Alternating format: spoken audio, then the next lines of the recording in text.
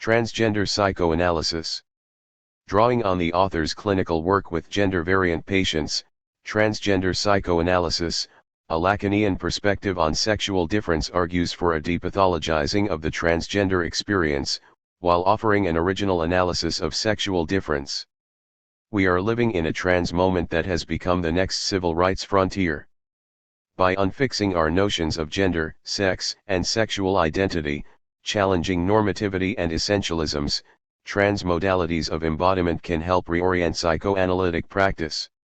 This book addresses sexual identity and sexuality by articulating new ideas on the complex relationship of the body to the psyche, the precariousness of gender, the instability of the male/female opposition, identity construction, uncertainties about sexual choice, in short, the conundrum of sexual difference. Transgender Psychoanalysis features explications of Lacanian psychoanalysis along with considerations on sex and gender in the form of clinical vignettes from Patricia Gherovici's practice as a psychoanalyst. The book engages with popular culture and psychoanalytic literature, including Jacques Lacan's treatments of two transgender patients, and implements close readings uncovering a new ethics of sexual difference. These explorations have important implications not just for clinicians in psychoanalysis and mental health practitioners but also for transgender theorists and activists, transgender people, and professionals in the trans field. Transgender psychoanalysis promises to enrich ongoing debates on gender, sexuality, and identity. Patricia Gherovici, Ph.D., is a psychoanalyst and award-winning author. Her books include The Puerto Rican Syndrome, Other Press, 2003, Gradova Award and Boyer Prize, Please Select Your Gender, From the Invention of Hysteria to the Democratizing of Transgenderism, Routledge, 2010, Lacan on Madness, Madness, Yes You Can't, with Manja Steinkohler, Routledge, 2015, and Lacan, Psychoanalysis, and Comedy, with Manja Steinkohler, Cambridge University Press, 2016. Introduction. In 2010, inspired by my clinical practice, I published a book about transgender people titled Please Select Your Gender, From the Invention of Hysteria to the Democratizing of Transgenderism. This was before Caitlyn Jenner came out as a transgender woman amidst an outpouring of support, and soon after received the ESPY's Arthur Ashe Courage Award. Before the actress Laverne Cox, from the Netflix original series, Orange is the New Black, was named by Time magazine one of the 100 most influential people in the world and became the first transgender woman nominated for an Emmy Award. And before even the personal care behemoth Johnson & Johnson would choose trans teenager Jazz Jennings for Clean and Clear's #SeeTheRealMe campaign. There has been a whirlwind of mainstream transgender activity. Not a day passes without a transgender-related event on the news. Given this steady progression, the word transgender has experienced a meteoric rise and reached its threshold in popular culture. It has become an everyday term. One not all has been glamour and exposure. With shows like Transparent, a new precedent has been set in the way the stories of trans people are presented in popular culture, not only by integrating the trans community into the development of the series, but also by depicting transgender people leading ordinary lives. This award-winning online series was the first to have a nuanced, richly drawn transgender character as protagonist, and even though its main character was played by a cis, non-trans, actor, it involved transgender persons in its production. We are living a transgender moment, CNN, The New York Times, a trans revolution, Self magazine, Out magazine, a transgender tipping point, Time magazine, as headlines in the United States have called it. It is America's new civil rights frontier and psychoanalysts might have a role to play in it. When I began working on transgender issues, I had not foreseen then that I would be riding a wave that has swept away everything else in pop culture's imagination and also engulfed most psychiatric and psychoanalytic practices. Psychoanalysts started questioning the classical approaches to gender and sexuality. One only hopes that such transgender visibility will help propel the transgender fight for equality. This new dimension could be very promising for those identifying in the transgender spectrum. It is about time for the mass media to abandon the sensationalist tone of talk show reveals, and the fixation on absurd, intrusive questions about genitalia, and thus start a serious discussion about issues like oppression, discrimination, and violence. The present book aims at assessing the gains, the new trends, and the concepts necessary in understanding what has happened in such a short period. In this book, I explore various experiences of embodiment to show how they modify the construction of identity at the sexual, social, and racial levels. The moment is now. This is a unique moment for psychoanalysis because the psychoanalyst, at least in the Lacanian definition of the term, is in a privileged position to offer an ethics of choice and subjective responsibility. There is a growing interest in the works of Jacques Lacan among clinicians of other theoretical persuasions. The contributions of the so-called French Freud are no longer seen as doctrinaire pure speculation divorced from the practice but begin to appear as helpful when working with patients. Could it be that today's psychoanalysts are no longer as afraid of Lacan as they were yesterday? Are they not more afraid of sexual and gender nonconformity? There is no doubt that the transgender moment is changing our notions of gender, sex, and sexual identity. This evolution can reorient psychoanalytic practice. Historically, psychoanalysts have taken a normative position by reading transsexuality as a sign of pathology. Nothing could be further from what one learns in the clinic about sexuality. Psychoanalysis needs sex realignment, and the time is now. At the precise moment the transgender moment reached a climax in media visibility, at the time of the televised revelation of Caitlyn Jenner's gender transition, I was interviewed by Edward Helmore, a journalist from The Guardian. He wanted to talk with a psychoanalyst with experience on trans issues since there was concern among the trans community that Jenner's revelation was a publicity stunt that would only offer distortion and spectacle to the attention-seeking dysfunction presented by reality TV's First Family. Jenner was known to younger generations as Bruce, an athlete and motivational speaker, the father of supermodel Kendall Jenner and television personality Kylie Jenner, stepfather of Kim Kardashian, and ex-husband of the matriarch of the popular reality TV clan, Kris Kardashian. To older ones he was known as a masculine role model who had set a world record in winning gold in the decathlon at the 1976 Olympics. In an exclusive television interview with Diane Sawyer awaited with great anticipation, Jenner revealed that for all intents and purposes, I am a woman. Jenner also told the over 20 million viewers that while filming the family's reality show for 25 episodes over almost 8 years, the only real story was the one she kept untold. I had the story. One real true story in the family, was the one I was hiding and nobody knew about. And I couldn't tell that story? To tell or not to tell, that is the question. Jenner perhaps broke the protocol of reality shows by being truthful, and the 2020's television interview was careful not to trivialize the announcement while still making public what is often a very private process, full of unknown factors. During the conversation with Sawyer, Jenner said that she dreamt as a woman and had a female soul, but at the time, she asked to be identified as he or him. I speculated that it was because Jenner was possibly still in the early stages of a long and slow transitioning process. I was wrong. The process moved forward very quickly thereafter. Less than 3 months later, on the cover of the July 2015 Vanity Fair under the banner "Call Me Caitlyn," Jenner appeared completely transformed into a 1950s pin-up beauty, in a satin one-piece bathing suit.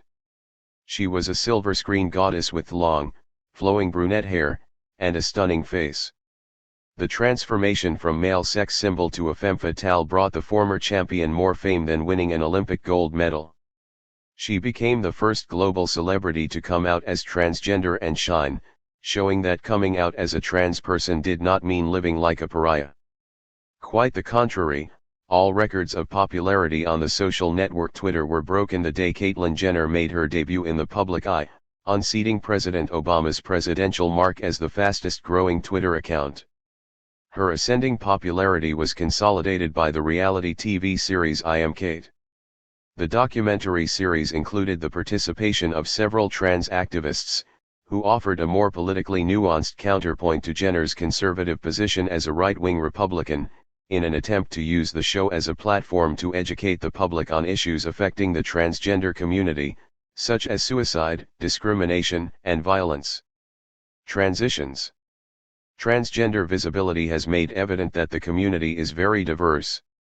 Trans is an umbrella term that applies to genderqueer people, to male-to-female and female-to-male transsexuals, to gender non-conforming folk, to drag queens and drag kings, to cross-dressers, to a large range of people who do not identify with the sex assigned on their birth certificate, and to everyone else in between the sex binary. Trans people experiences may force us not just to reevaluate our notions of gender, but also to reconsider how we think about other forms of difference as it unravels identity as a construction. Take a look at this example. Just 2 weeks after the very public gender transition of Caitlyn Jenner in the summer of 2015, Rachel Dolezal, the president of the Spokane branch of the National Association for the Advancement of Colored People, NAACP, who identified as a black woman despite being outed as white by her parents, found herself at the center of a controversy surrounding her race. The internet immediately exploded with comparisons to Caitlyn Jenner. Dolezal described herself as transracial and shared that she personally identified with Jenner. While some were offended by Dolezal's passing as African American and found the comparison insulting, accusing Dolezal of intentionally trying to deceive, of taking advantage of black suffering to play the victim in an offensive cultural theft paramount to blackface, others were supportive, appreciative of her activism in racial justice causes, and argued that both gender and race are social constructs. Her puzzling story sparked a heated discussion about identity, race, and gender. Is race a fixed biological fact like hair type or skin color, recognizable to the naked eye, a natural determination that cannot be changed at will? Or like gender, could it be manipulated or even changed according to a lived inner experience? Many were upset because they thought that Dolezal misrepresented her true identity. Can one distinguish between a given identity and the authenticity of a sense of oneself? When Jenner referred vaguely to a female brain in a male body to explain her transition, she was praised for daring to become her true self. In the midst of the uproar, the prevailing opinion was that like gender, race is a social, cultural construct with no biological basis. Genetic differences, for instance, are not consistent across racial lines. So why was Dolezal called a liar and a fraud, a race faker? Why, while arguing that the idea of race is a product of racism, did Dolezal insist on being recognized as black? The views pertaining to gender were even more divided and contradictory. Some of the objections to Jenner's transition implied a belief that gender is biologically based and cannot be changed at will. Jenner was born a man and would always remain one. Ironically, for those supporting Jenner's observation that all along she had a female brain, the validating argument also located gender in the flesh, not between the legs but higher up, between the ears. In the multiple reverberations of the debate around Rachel Dolezal, the question that was left unanswered was how gender identity can be true while a racial identity is deemed to be fraudulent. This case exposed the tensions in identity politics between notions of choice and self-fashioning, on the one hand, and essence and nature on the other. The transgender experience, a movement that unravels identity as a construction, can help us rethink race and ethnicity, highlighting their ideological determinations. In the Dolezal versus Jenner debate, gender and race were paired, forcing us to confront the purported immutability of race versus the fluidity and artificiality of gender, a paradox noted by the sociologist Rogers Brubaker, who writes, "While sex has a much deeper biological basis than race, choosing or changing one's sex or gender is more widely accepted than choosing or changing one's race." 3. Brubaker welcomes the Jenner and Dolezal controversy as an opportunity for reflecting with great political potential. In Brubaker's view, this polemic marked the arrival of a new trans moment in which we are no longer thinking about trans but rather we are thinking with trans. For this can be seen as an indicator of a new trend. Susan Stryker remarked that transgender narratives were used as a cultural model to explore other kinds of bodily transformations. that similarly pose problems regarding the social classifications of persons. 5. This new paradigm allows us to use the transgender experience to think in new ways about the fluidity of racial identifications. As Brubaker notes, gender transition is not just a movement between categories, it also offers new positions between and beyond existing categories. In that sense, the transgender experience unsettles identity while it highlights the plasticity, contingency, and arbitrariness of categories like race or gender. Fact follows fiction. Rachel Dolezal's unusual story had been anticipated by Jess Rowe's 2014 book, Your Face in Mine. 6. In this novel, Martin Wilkinson, born Lipkin and Jewish, pays a fortune to have a surgical procedure that transforms him from white to black. The diagnosis that Martin gives to his condition is racial identity dysphoria syndrome, a racial identity problem that can be treated and cured. Martin compares himself to a transsexual. He was born the wrong race. This race can be modified at will and traded in a new market of identity metamorphoses. The imaginary reality proposed in Your Face in Mine is disturbing because it offers a caricature of the American belief in technology and self-reinvention. This belief converts race into a commodity, a personal choice available to those who can afford it. This novel addresses the intricacies and even the preposterousness of racial and gender categories while drawing attention to the social injustice inherent in the liberal, consumeristic dream of self-invention. Like race in Your Face in Mine, sex change is often reduced to a consumerist lifestyle choice, comparable to changing diet and becoming vegan, or moving from a suburban community into an urban setting. As Jennifer Finney Boylans writes in She's Not There, A Life in Two Genders, this is exactly what the trans experience is not. It's emphatically not a lifestyle, any more than being male or female is a lifestyle. 7. This is my main contention in this book, being trans is not an experience of having but a strategy of being. As my clinical experience has taught me and as we will see in these pages, transitioning is more often than not a matter of life or death. The epigraph of Your Face in Mine and I suggest this, that in order to learn your name, you are going to have to learn mine is taken from the book Conversations with James Baldwin. 8. In the section of the conversation from which the quote was taken, James Baldwin says, in a way, the American Negro is the key figure in this country, and if you don't face him, you will never face anything. 9. With his call to face it, Baldwin was trying to make the white readership distinguish and understand the experience of being black in America. Paraphrasing Baldwin, we might say that Your Face in Mine wants us to face something we might not want to, but which if we do not, we may never be able to face anything. In Your Face in Mine, one of the main characters is, not a black man, but a white man who has undergone racial reassignment, a man in blackface, perhaps. I find revealing the recurrence of the notion of face, as it calls up the fact that the face plays the most important role as a body marker for gender attribution, as I have argued in Please Select Your Gender. In most social interactions, we see each other's faces, not each other's genitalia. Emmanuel Levinas suggested as much when he defined ethics as the rapport of two faces.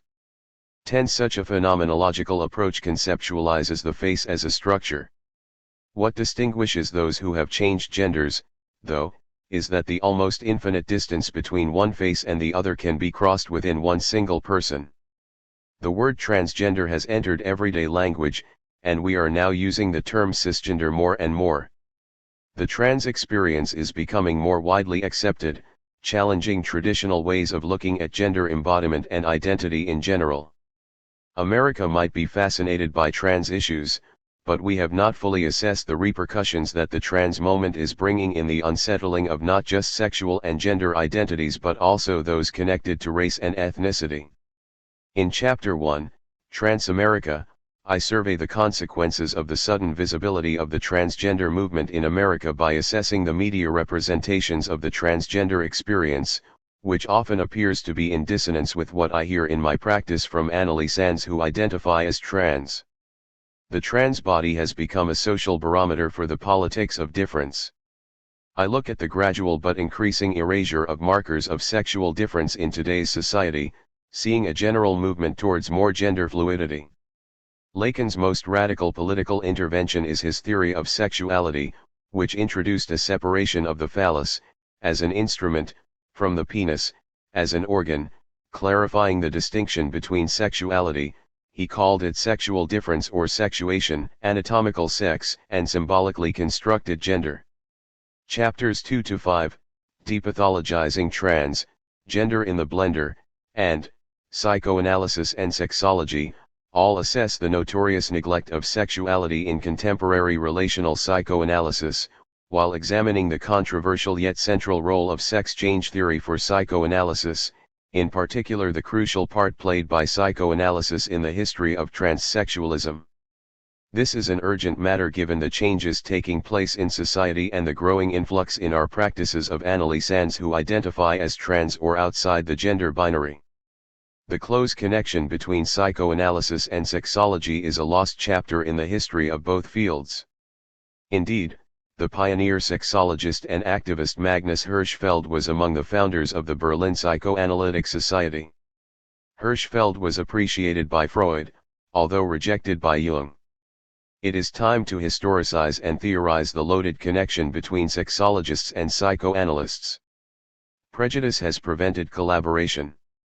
Sexology and psychoanalysis took divergent, even opposed paths. Despite these tensions, the sexology of transsexualism has remained closely connected to psychoanalysis. This section of the book calls for a more fruitful dialogue between psychoanalysis and the clinic of transsexualism, exploring the way in which both fields meet and enrich each other. Since we know that notions of gender and pathology are culturally determined, it is crucial to contextualize the historical exploration of transsexualism and offer a genealogy of the nomenclature. This will show that the discussion has tended to remain in the domain of the pathological through an opposition with non-Western cultures where loopholes have been invented for the legitimate expression of trans identities. Chapter 6, and Chapter 7, analyze a number of groundbreaking psychoanalytic case studies that could be considered canonical but have been neglected in the literature. We will meet Elsa B., a 34-year-old woman who started an analysis with Émile Guethil in the early 1920s in order to obtain permission to wear male clothing in public. I move on to discuss the important contributions of Wilhelm Stekel, Guethil, David Caldwell, Robert Stoller, and Harry Benjamin, among others, all of which illustrate the complex position of psychoanalysis in the context of the then emerging clinic of sex change. I continue the survey of clinical examples and theoretical constructions about gender variance with a contrast. On the one hand, Carl Abraham's case of a man diagnosed as hysteric, who wanted to be a woman and ended up becoming one but in a sort of trance. On the other, Lacan's early approaches to hysteria and his rejection of Joseph Babinski's claims about hypnotic suggestion in the treatment of a war-traumatized woman who refused to walk straight. I then explore the clinical advantages of using the model of hysteria to investigate gender variance, since, after all, the questions "what am I?" and "am I a man or a woman?" were brought to psychoanalysis by hysteric patients like Dora, whose virile disposition is revisited and reassessed through the trans lens. Hysterical gender uncertainty exposes the psychic hesitations caused by living in a body that is sexed and mortal, expressing a universal foundation of sexual uncertainty for all speaking subjects, cis and trans. Chapter 9 starts from Lacan's lifelong engagement with hysteria, from his inauspicious point of departure as a follower of Babinski to his later depathologization and generalization of the term, when he took it as a form of social discourse. Lacan's early work with hysterics like Freud's Dora shows that he progressively incorporated the Freudian ideas until he reformulated them via his own philosophical concepts with the help of Hegel and Kojève. Finally, in the 1970s, Lacan's theoretical program aiming at differentiating and describing discourses transforms hysteria into a powerful tool for the production of truth. Chapter 10 will discuss the clinical and political advantages of the use of hysteria in the consideration of non-confirming gender expressions. From Paul Preciado's Testo Junkie to my case of Leslie, an adolescent athlete who identifies as a trans man, I engage with recent controversies on the determination of the true gender of athletes as well as raising the idea of whether there is identity outside of sex. Chapter 11, and Chapter 12, Portraits in a Two-Way Mirror, return to case studies. I explore two examples of trans patients treated by Lacan that reveal an innovative ethics of sexual difference as well as the lineaments of a new theory of sexual difference. I juxtapose several clinical examples from my practice, like those of Melissa and Amanda, in order to assess the limits of the Oedipal model. This allows me to problematize the notion of castration and argue that transgender issues are relevant beyond the confines of the pathologization of trans experiences, and can thus be universalized. In Chapter 13, I introduce the concept of plasticity as it has been considered in theorists ranging from G.W. Hegel to Catherine Malibu, to show that the search for a beautiful body transcending sex and gender as exemplified by Candy Darling, one of Andy Warhol's favorite icons, has paved the way for the current staging of the trans moment. This model, oscillating between a camp femininity and an androgynous body, reveals a deeper change in our aesthetics of everyday life. I refer to a clinical vignette in which plasticity offers a creative solution to how to live with the death drive. I conclude this chapter by examining the work of innovative video artist Ryan Trecarton, whose artwork is a good example of how plasticity frees sexuality from the constraints of the phallus, as sociologist Anthony Giddens proposes, and turns into a joyous, even riotous celebration of gender variance beyond the limitations imposed by binaries. Chapter 14, That Obscure Object, takes as a point of departure the case most often written about in the psychiatric and psychoanalytic literature, the famous story of President Daniel Paul Schreiber, a man who thought that he was becoming a woman because God wanted to copulate with him so as to recreate the human race. Schreiber was also concerned with the beauty of his transformation. Lacan's approach to the case takes some distance from Freud's hypothesis of repressed homosexuality and points instead to the dimension of transsexual enjoyment displayed on each page of his memoirs. Lacan is attentive to Schreiber's apprehensive and simultaneously voluptuous approach to defecation. He notes the curious role played by beauty and aesthetics in Schreiber's transsexual delusion. In Schreiber's delirium, the most repulsive excrement coexists with the most beautiful image. This calls up Freud's consistent equation in the unconscious of feces, replaced by money or gifts, and babies, a theme I elaborate upon in Chapter 15. If the relation between baby, penis, and excrement is at stake in Schreiber's case, we need to link such a symbolic lability with the movement of the drive. Because of its mobility, Lacan extends the concept of the object of the drive with his notion of the object A, further developed in this chapter. This special psychical object commemorates loss but is not the end point of desire, it is its primal mover. Objects represent this original forever lost object and enter into a relationship of equivalence, or interchangeability. This is why Freud was fascinated by a catalogue of excremental rights, John Bork's Scatologic Rights of All Nations, a rarely mentioned book that I will explore. This chapter tackles Freud's use of mythology, which adds a twist to his use of the myth of Oedipus. Can psychoanalysis talk about sexual difference without a direct reference to the Oedipus complex and the contested notion of phallus? Lacan did not hesitate to go beyond the Oedipus complex when he proposed a new form of the symptom that he called symptom. This notion will be further unpacked in Chapter 16, and find clinical applications in Chapter 17, Clinic of the Clin Amen, and Chapter 18. Thanks to the symptom, we can rethink sexual difference without the notion of phallus. This last section of transgender psychoanalysis proposes that we should no longer think of the symptom as something to decode, as the carrier of a repressed message, a signifier, to be deciphered by reference to the unconscious structured like a language, but as the trace of the unique way someone enjoys his or her unconscious. Thus we move beyond the confines of the pathological and witness an act of creation. The symptom renamed by Lacan as symptom can be defined as a singular invention allowing someone to live.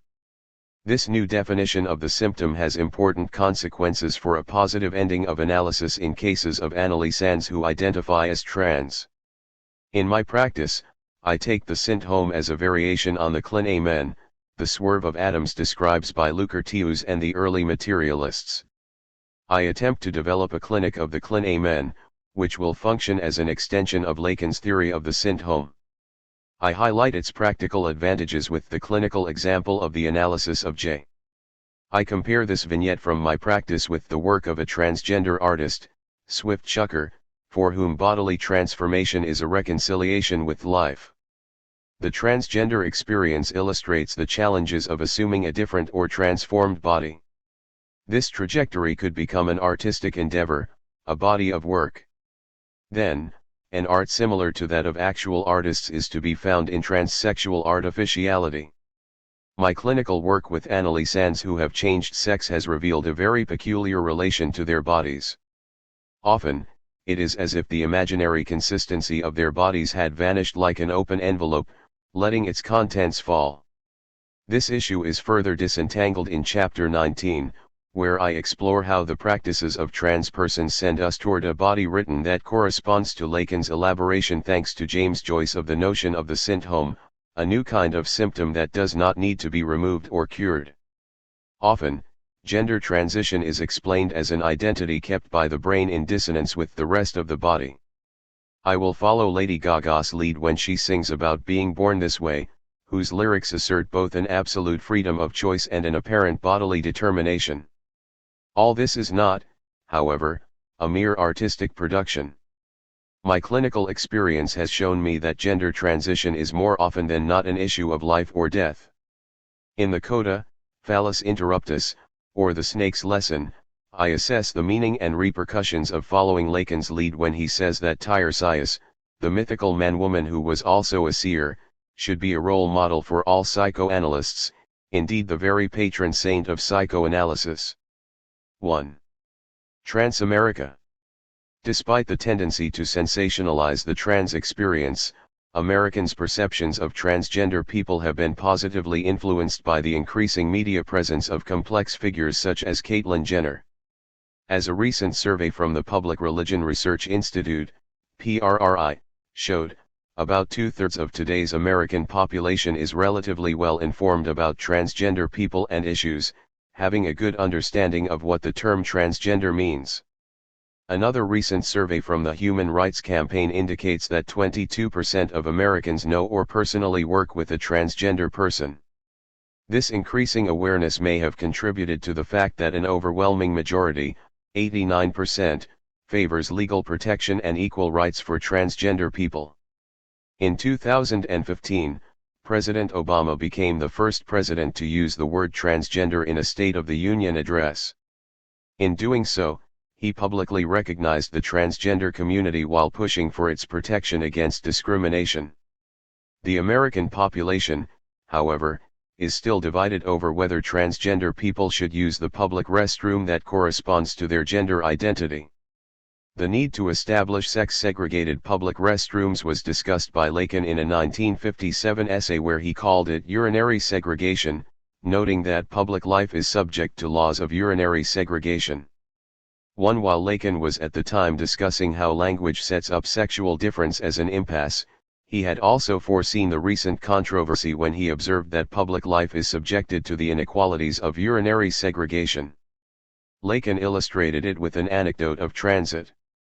Perhaps it can be read today as a journey of transition.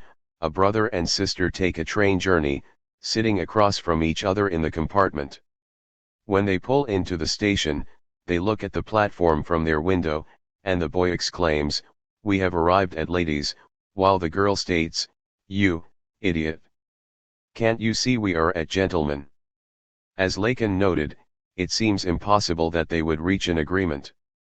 Gentlemen and ladies will henceforth be two homelands toward which each of their souls will be all the more impossible for them to reach an agreement since, being in fact the same homeland, neither can give ground regarding the one's unsurpassed excellence without detracting from the other's glory. 2. The binary order by which public restrooms are divided creates two mutually exclusive positions. Both boy and girl position themselves differently in relationship to identical doors. Only the signs make them different. Neither child has actually arrived at ladies or at gentlemen, as they believe. Both siblings are wrong, and based on their skewed perspective they will have to make a choice. Every time anyone uses a public restroom, one is forced to make a gender decision, choosing the world of men or women. But for folks who express their gender in non-normative ways, the choice of a public restroom could be quite a challenge, going from being a source of anxiety to creating a dangerous situation. In recent debates about public restroom access, those who opposed the so-called bathroom law used arguments about religious liberty that soon turned into a public safety concern, successfully moving the debate away from the realm of civil rights. Opponents argued that the law could allow sexual predators to access restrooms in disguise. The irony is that the topic under discussion was a basic civil rights protection intended to make everyday life safer for gay and transgender individuals. Not without conflict, awareness is increasing, and as a society we are collectively learning to be more accepting of transgender individuals. A great deal has changed with the progressively increasing cultural and political mainstreaming of transgender identity, but much more yet needs to change. After a protracted discussion, the military lifted its ban on transgender personnel. As the quest for equality gains traction, the discussion is not about whether gender reassignment is acceptable but about whether to start gender transition during childhood. Transgender lives are made visible not just by the tipping point appearance of Laverne Cox as the cover girl of Time magazine, but also by the presence of two transgender artists in the 2014 Whitney Biennial, Reese Ernst and Zachary Drucker, longtime collaborators, who currently are also associate producers and consultants on the TV series Transparent. Not only did a major American art institution prominently feature two openly transgender life and art partners, but one of the main works displayed in the exhibition was a photographic diary of their gender transition, recently published as a book titled Relationship. It documents the evolution of Drucker, a trans woman, from male to female, and of Ernst, a trans man, from female to male.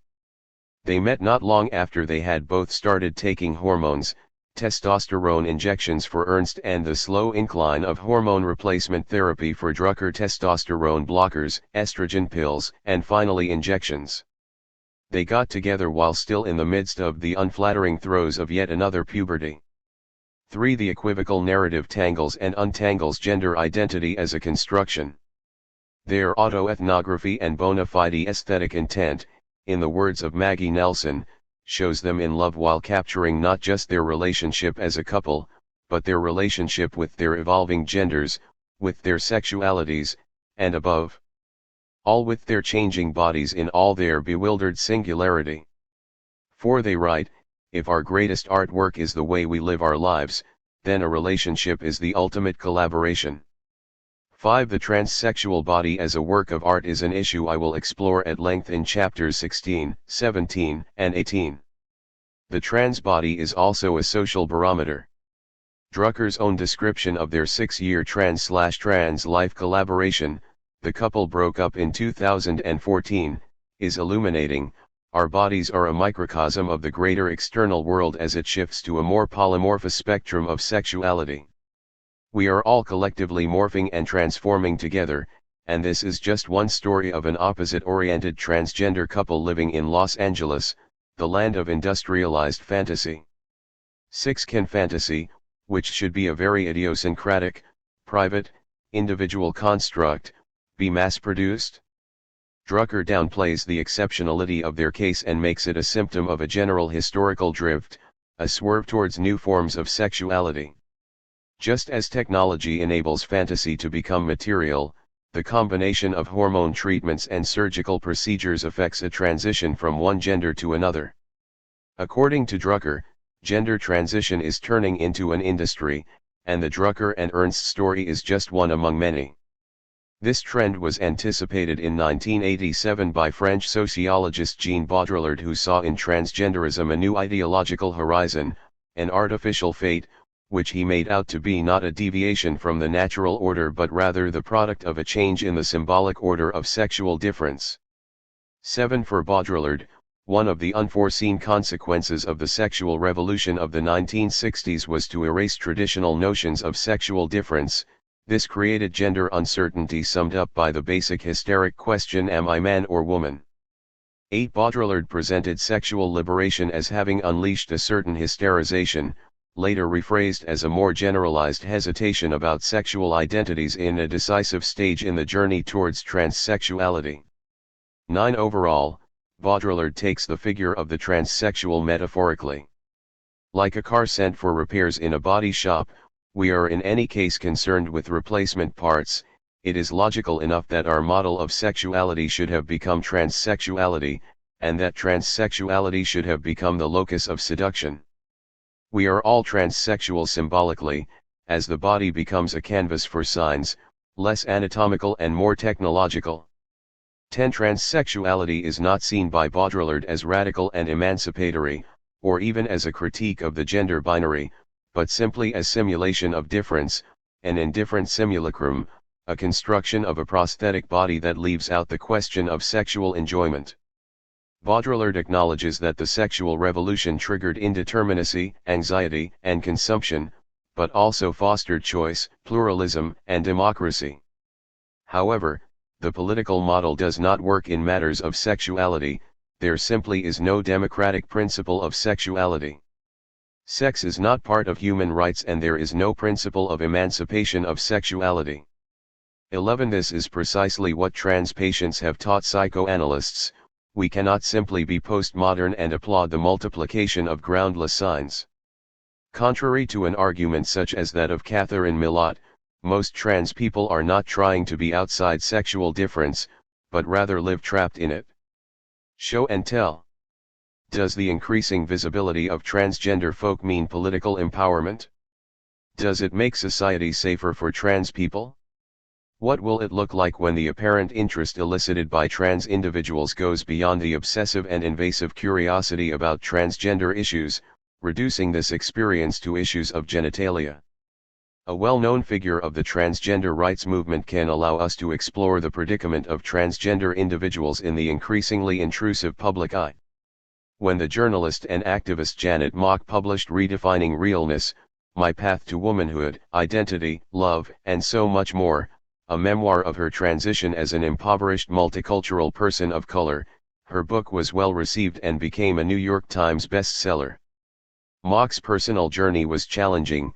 She writes about how she encountered discrimination and engaged in sex work to save money for her reassignment surgery. Now, Mock is an established media presence, and hosts her own TV show. But her success story is not as simple as it sounds, nor is her relationship to the media. What it is quite remarkable in Mock's trajectory is that she initially was reluctant to come out publicly as a trans woman. As she writes, she feared being othered, that is, reduced to just being trans. 12. Mock wanted to distance herself from the pop culture rendition of trans people as objects of pity or scorn. Mock expected that her professional accomplishments as a journalist would suffice to distance her from such stereotypes. According to her, there was a segment of the trans population that had never been known. These were the real girls out there, trans women who were vulnerable because they were dismissed and dehumanized. 13. They were subject to violence and discrimination. Their lives stood at the intersections of race, gender, class, and sexuality. 14. Feeling that she was part of that group, Mock decided to tell her story to raise awareness. Mock has since become a major figure. She is a fierce advocate in the trans community who helped transform the image of transgender women in the media and empower trans women. Mock came out publicly as a trans woman in 2011 in Marie Claire magazine. Yet the way she was portrayed contradicted the very message she wanted to spread.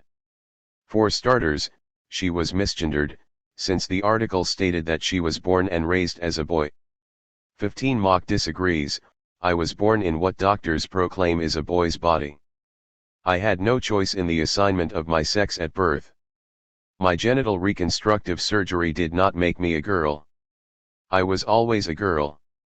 16. Her definition of gender identity landed her at the center of controversies. Coinciding with the publication of her memoir, Redefining Realness, Mock was interviewed by Piers Morgan on the television network CNN. The interview ignited a Twitter feud between the two. While Morgan maintained that he had been supportive, she accused him of sensationalizing her instead of discussing important trans issues. For one, text displayed on the screen stated that Mock was a boy until age 18, although she identified as a woman at a much younger age, and Morgan referred to her as being formerly a man. After the show was aired, their Twitter spat was ferocious. Was a boy until 18. Get it the F*K together. Tweeted Janet Mock. Morgan replied with, "How would you feel if you found out the woman you are dating was formerly a man?" Mock objected, "I was not formerly a man. PLS stop sensationalizing my life and misgendering trans women." Piers Morgan tweeted in response, "A lot of very irate people accusing me of transphobia because I devoted a third of my show to Janet Mock's inspiring story. Weird." He followed this with, "Very disappointed in Janet Mock's tweets tonight. Deliberately, and falsely, fueling some sense of me being transphobic. Unpleasant, and, I've never been subjected to the kind of nonsense that Janet Mock and her supporters are accusing me of now. Wish I'd never booked her." After getting dragged across Twitter over his comments, Morgan posted, "For the record, Janet Mock had no problem at the time with our interview but now seems keen to score cheap points. Very disappointing." It escalated to Morgan writing, "Being transgender doesn't give you the right to slur, distort and ridicule someone who supports the issue 100%. Shame on you." Finally, Morgan invited Mock back to his show to debate his offensiveness live on air. "Come back on my show again tonight, Janet Mock, and let's debate my supposed offensiveness live on air. #CNN. In the media firestorm that followed this exchange, Morgan was so harshly criticized by the LGBTQ community that when Mock did return to the show, he asked her directly, "I want to learn why it is so offensive to say that you grew up as a boy and then, because you've always felt that you were female, you had surgery to become a woman, become a real woman, as you say in the book. Why is it offensive?" 17 In her response, Mock made a powerful plea to change the manner in which trans bodies and trans lives are represented in mainstream media. "I think that we need to have a discussion about what gender is and gender expectations in our culture. I think that we are born and we're assigned a sex at birth. None of us have control over it. But we do have control over our destinies and over our identities, and we should be respected. It's not about the past, it's not about what surgeries I may or may not have had, it's not about how I disclose my gender to people, it's about who I am right now." 18 As for her not correcting Morgan during the first interview, Mock clarified that if she had rectified every instance of misgendering, there would have been no time left to talk about poverty, unemployment, lack of health care, and violence against trans persons. This spirit of semantic rectification compelled Mock to participate in a reversed version of the standard mainstream media interview. The usual procedure is that a trans person is repeatedly asked about genitalia. This time the tables were turned on the interviewer. Mock was the one asking the impertinent questions to television commentator and writer Alicia Menendez, whom she drilled with invasive questions such as, "Do you have a vagina? Did you feel like a girl? And who was the first person you told that you were cis?" Thus, Mock pretended to push Menendez to prove her gender as a cis person. The interview went viral and offered a unique opportunity to discuss how trans people's lives and bodies are represented in the media. The technique bears certain resemblances to the instance when actress Laverne Cox flawlessly shut down Katie Couric's invasive questions about genitalia during a TV interview. Cox stopped Couric in her tracks, saying, "The preoccupation with transition and surgery objectifies trans people," and turned Couric's attention, and indeed ours, away from the stereotypes and toward the discrimination and the staggering rate of violence against trans people in the United States. If we focus on transition, we don't actually get to talk about those things. 19 Many transgender people want to become visible, being recognized and having their existences validated, but very few control how they are presented. Does visibility translate into change? For instance, the mounting speculation and excited curiosity about Jenner's sex change falls within what Janet Mock calls a modern-day freak show. 20 But like Jenner, who shared the news of her sex change on television. Mock herself could not escape the siren call of the press, and as we have seen, she came out publicly as a trans woman in an article published with the sensationalist headline, "I was born a boy." Why was it necessary for Mock and Jenner, both media-savvy people, to make such a public disclosure and render themselves vulnerable to the manipulation of the media? For one, while exposure can be dangerous, it can also be financially profitable. Both figures solidified their celebrity status and started their own TV shows. But how realistic is what we see? What is shown is exceptional. By exceptional I am not referring to the dramatic, even spectacular results of current sex change technologies that captivate audiences with before and after pictures and astound with how real the trans person looks in their gender. In fact, we should not be so surprised, or think that the technological transformation of the human body is something rare even when the results are fantastic. As Paul B. Preciado notes, someone like Caitlyn Jenner is simply using the same technologies normal, cis, women in the West have been regularly using since the 1950s. Hormones, such as the pill for contraception or hormone replacement after menopause, plastic surgery, makeup. 21 After a certain age, everyone with access to medical care might have artificial body parts, dental implants, hip or knee replacements, artificial lenses, pacemakers, plastic spinal discs, and so on. If we may all be becoming Freud's prosthetic god or Donna Haraway's cyborgs, why all this recent attention to the trans body, as if it were something new? Is it simply a search for trivial entertainment in a society of spectacle? Transformations. Janet Mock and Laverne Cox are good examples of how the media tends to instrumentalize trans people and how difficult it is to shift a voyeuristic focus on aesthetics, how trans people look, to attention to trans experiences, how trans people live. As Mock writes, "My intent is that we truly transform the media's framing of trans people's lives and push producers of content to begin engaging in discourse not so much about what a trans body looks or feels like or how it's transformed and evolved, but rather why it's unsafe to live in a body that is trans." 22. This confirms what I have called the democratizing of transgenderism in my previous book, Please Select Your Gender. Transgenderism has indeed lost much of its stigma over the past decade or so, though perhaps little of its shock value. In spite of the increasing presence of transgender people in popular consciousness, transgender people still elicit a morbid fascination. The core of the distortion of the representation of the experiences of transgender individuals is the reduction of unique, singular stories to generalities, mere instances of a collective category. Working to transform the dehumanizing way trans people are presented in the media, as well as challenging the assumption that a universal trans experience exists, Mock is purposefully conscious of her public image, an image that combines intelligence with great looks. She is also challenging our culture's ideals of beauty while revealing how we devalue, dismiss, and demean people who are feminine on purpose. Mock sees beauty and fashion as empowering tools. For me, beauty culture and aesthetics is another avenue in which I can adorn my body and purposefully express myself. Beauty affirms and expresses her identity as a trans woman.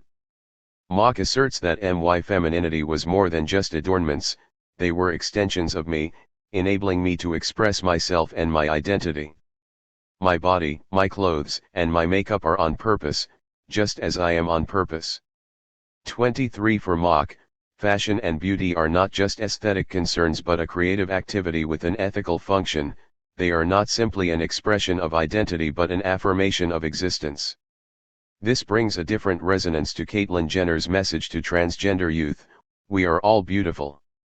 The most important word here is are, not beautiful. In chapters 13 and 14 I will further develop the idea that beauty is more ethics than aesthetics, it is an affirmation of being. 2. Depathologizing trans. While being relatable spokespersons, good-looking, wealthy celebrities like Caitlyn Jenner, Janet Mock, or Laverne Cox are far from representative. According to a widely quoted study, in 2011 there were 700,000 adults who identified as transgender in the United States. 1 by 2016, that number had doubled and the estimated size of the transgender adult community was assessed at 1.4 million, about 0.4% of the U.S. population, according to research of federal and state data out of the Williams Institute at the UCLA School of Law. Two current and precise demographic data on the transgender population could help expand formal recognition, legal protection, and access to health care, but this information is not available yet. Real figures might be difficult to access because many transgender individuals struggle in silence, secretly dealing with their gender trouble. Many suffer anonymously from discrimination and violence. Yet they do not seem as invisible as they were a decade ago. For those in the public eye, the spotlight seems more understanding and accepting than in any previous time. We may be more accepting today than ever before, but there is much that remains for us to learn. There is no doubt that media exposure has positively impacted public opinion. We are not only becoming more accepting of trans people, but we are learning about the fluidity and artificiality of gender and race, while deconstructing identity as an immutable fact. However, this attention has not yet improved civil rights for all transgender individuals. One should not forget that the experiences of most transgender people are very different from those of Cox, Jenner, or even Mock, who embody the fulfillment of the American dream of self-improvement and class mobility. Many trans people are poor, some are homeless, and most suffer employment discrimination and continue to lead precarious lives, partly as the result of lacking legal protections. The rates of poverty, homelessness, unemployment, poor health, HIV infection, assault, and incarceration are high for transgender people in general and exceptionally high for Black transgender women. The published literature on transgender mental health suggests that transgender people experience a higher rate of mental disorder diagnoses than the rest of the population. Some have used these findings to contest medical transition. It is true that suicide rates for those who have identified as transgender are extremely high. A 3-decade-long study in Sweden by the Karolinska Institute, from 1973 to 2003, one of the largest follow-up studies of transsexuals, has tracked trans people for an average of 10 years after surgery and found that they were 19 times more likely to commit suicide and had 3 times the mortality rate than those in the cis, non-trans, population. 3 In the United States, a 2010 study confirmed this pessimistic picture. 41% of those who identify as trans or gender non-conforming tried to commit suicide at least once, the percentage for the general population being 4.6%. Current care guidelines strongly advise those who want to transition to consult with a mental health professional in order to ascertain the eligibility and readiness for hormone and surgical treatment. This recommendation places at the center stage the professional in charge of the treatment, be it the psychoanalyst, psychiatrist, or psychologist, who will be called to play a complex and potentially controversial role as the specialist authorizing or vetoing the transition, an issue to which I will return, and also underscores the importance and urgency of providing better care for trans folk before and after reassignment. For another study of over 1,000 male-to-female and female-to-male transgender persons, 1,093 people, to be exact, found a high prevalence of clinical depression, 44.1%, anxiety, 33.2%, and somatization, 27.5%. One of the main causes for their psychological distress was social stigma. 5. This comprehensive study recommended an improved access to mental health and to social services. The only way I will rest in peace is if one day transgender people aren't treated the way I was, they're treated like humans, wrote Leila Alcorn, a 17-year-old from Ohio, before leaping to her death in front of a tractor trailer. 6. Fix society. Please. 7. Until recently, no study had been able to identify the causes of such high rates of suicide among the trans community. Under the poignant title "Without This, I Would For Sure Already Be Dead," a 2015 Canadian study from Western University in London, Ontario has identified social marginalization as a major risk factor. 8. The study found that those with social support and access to personal identification documents, or who were completing a medical transition with hormones or surgeries, had marked reductions in suicide risk. Parental support for gender identity was also associated with markedly reduced suicidal ideation. Not only is social support important to combat stigmatization, it is critical to keep in mind that being transgender is not a mental disorder or a psychiatric condition. According to a recent study, the main cause of distress and impairment among transgender people is precisely the classification of transgender identity as a mental disorder. 9. The study, conducted in Mexico and currently being replicated in France, Brazil, India, Libya, and South Africa, provides evidence that transgender identity is not a mental disorder and should not be classified as such. The presence of mental disorders among the trans population is not universal, and mental distress is strongly related to experiences of stigmatization and violence rather than to gender incongruence. The study makes a convincing argument for the declassification of transgender identity as a mental disorder. In 2013, the American Psychiatric Association eliminated from its manual the diagnosis of gender identity disorder and replaced it with the less stigmatizing gender dysphoria. 10. Nevertheless, the pathologization of non-normative expressions of gender and sexuality persists as a form of discrimination and violence. Since gender incongruence is not in itself a pathology, sex realignment should not be considered a cure or a treatment. Psychoanalysis is not a border patrol. For those who find that their birth certificate matches the gender that they identify with, now it is official. The word cisgender has made its formal entrance into several major English language dictionaries. Currently, the Merriam-Webster dictionary includes cisgender, someone whose internal sense of gender corresponds with the sex the person was identified as having at birth, as also does the authoritative Oxford English Dictionary, designating a person whose sense of personal identity corresponds to the sex and gender assigned to him or her at birth. While the word has been around in common parlance for almost 2 decades, the official inclusion of cisgender in the nomenclature is important in many ways. Cisgender overcomes the trans/non-trans divide. It also questions the notion of what is normal in sexuality and sexual identity in a movement towards depathologizing gender variance and sexual nonconformity. For example, how universal is heterosexuality? How has it become the status quo? Not too long ago, homosexuality was considered an aberration, a deviation. As a result, nobody talked about heterosexuals because the assumption was that heterosexuality was the norm. Of course, this type of terminology is ideologically loaded, conveying culturally constructed ideas of norm and deviance. As Jonathan Ned Katz has shown in The Invention of Heterosexuality, until quite recently, 1923 to be exact, the term heterosexuality referred to a morbid sexual passion. Its current usage was initially adapted to legitimate men and women having sex for pleasure. 11. Freud always questioned the idea of normalcy in human sexuality, highlighting a general erotic disposition towards perversion, thus making deviance the norm. Similarly, cisgender acknowledges that gender is an internal sense for non-trans and trans people alike, and that like heterosexuality, cisgenderism is historically and culturally determined. It therefore should not be taken for granted as a natural destiny.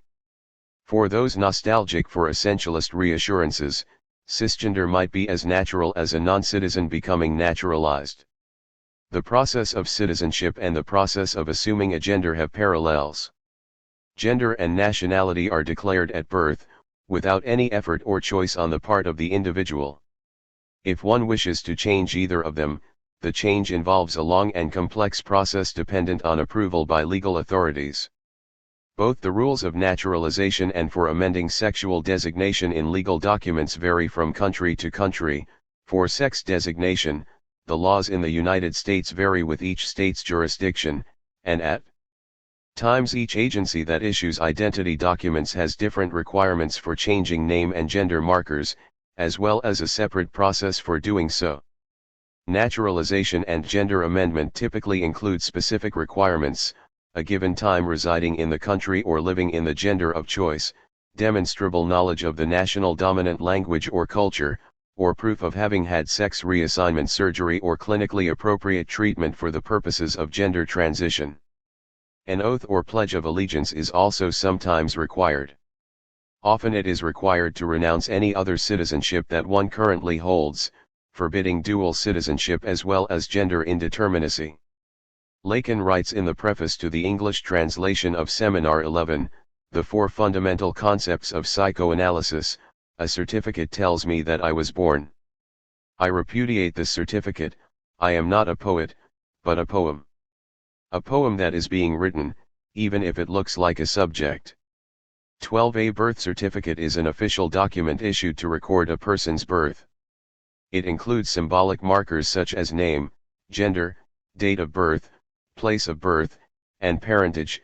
This vital data is determined in advance and we have little agency over it. A subject as a poem is another thing altogether. Since etymologically the word poem means thing made or created, Lacan's remark makes us think of the subject as a creative invention, as a making new. Indeed, a trans person requires a good dose of craft to successfully accomplish the transition. In the United States, most states allow name and sex changes on a birth certificate, either by amending the existing birth certificate or issuing a new one. But many U.S. states still require medical proof of completed sexual reassignment, surgery, in order to warrant a sex marker change. A name change used to be an almost impossible procedure in countries like France, whereas for those in the trans population, it entailed showing psychiatric evaluations, producing some proof of sex reassignment surgery, and undergoing forced sterilization. In a great victory for the rights of transgender people, in 2016 a bill was approved in France allowing anyone who demonstrates that their legal gender status does not match their lived gender to legally change their gender without surgery or forced sterilization, ending the long, uncertain, and humiliating procedures transgender people had to undergo in the past. In a pioneering gesture, already in 2012 Argentina became the world's most trans-friendly legal environment. Under its pioneering gender identity law, Ley de Identidad de Género, trans people were permitted to change their legal gender and name in their documents without judicial permission or any requirement that they undergo surgeries. There is a growing recognition of the fundamental rights of trans persons such that medicalization is no longer the gold standard in many countries. After Argentina, now countries such as Denmark, Malta, Colombia, France, Norway, and Ireland allow their citizens to determine their gender without medical certification or intervention. On the other end of the spectrum we might locate the paradoxical situation of Iran, an intriguing case in regards to transgender rights. The Islamic Republic of Iran, a country that criminalizes homosexuality and where women's rights are severely restricted, has permitted and partially subsidized sex reassignment surgery since the mid-1980s. It also has the second highest number of gender reassignment surgeries worldwide, with only Thailand having more. 13. This detour through the legal intricacies of naturalization and gender change of citizens can send us back to the old debate of nature versus nurture with a renewed perspective, as we see a promising trend towards giving priority to the lived experience of gender over medicalized body modifications. Psychoanalysis needs realignment. I write this book as a psychoanalyst aware that there may understandably be some reticence about psychoanalysis among the trans community. Psychoanalysis has a regrettable history of pathologizing non-normative genders and sexualities. I want to break away from this tradition. In my practice, I have not found evidence for the belief that all trans people are psychotic. I therefore argue for a depathologization of the trans experience and prefer to think of trans symptoms. Some people may ask why I call it a symptom. If we borrow from Lacan's later theory of the symptom, then a symptom is not seen the way the medical field thinks of symptoms, as a manifestation of disease that needs to be eliminated.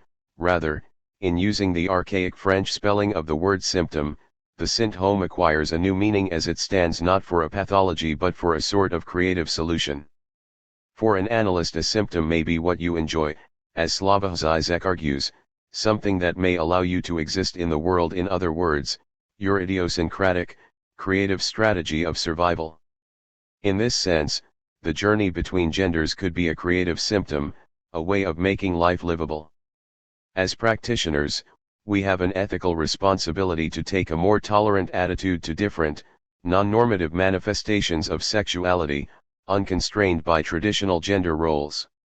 There is a lot we can learn about sex and gender from transgender that will help reorient the practice and improve it. As a clinician practicing in the United States, I distance myself from the stance historically taken by most Lacanian psychoanalysts of overlapping transgender with severe pathologies like psychosis. It also differs from usual queer theory and Dasein, and contravenes current popular ideas on sex and gender prevailing in American culture today. Gender change is not a consumerist choice. You alter your diet, you stop smoking, or you change genders. This is an absurd media distortion, for as I learned in my practice, being trans is a consuming endeavor but not a consumer choice. It is all-consuming but not a commodity, even though, today, it is often presented as commodification. A gender is not a commodity, even though at times some people can afford a more successful embodiment due to their access to better medical care. The economic variable is there, the market rules apply, but, nevertheless, assuming a gendered body is not a consumer choice, but a pressing matter affecting the most intimate and private details of someone's being. What kind of choice are we talking about here? Lacan pushed Freud's ideas further, positing that the assumption of human sexuality is a process in which each person makes a choice and adopts a sexual positioning that does not fully depend on anatomical differences, or even its psychic consequences, or on social conventions.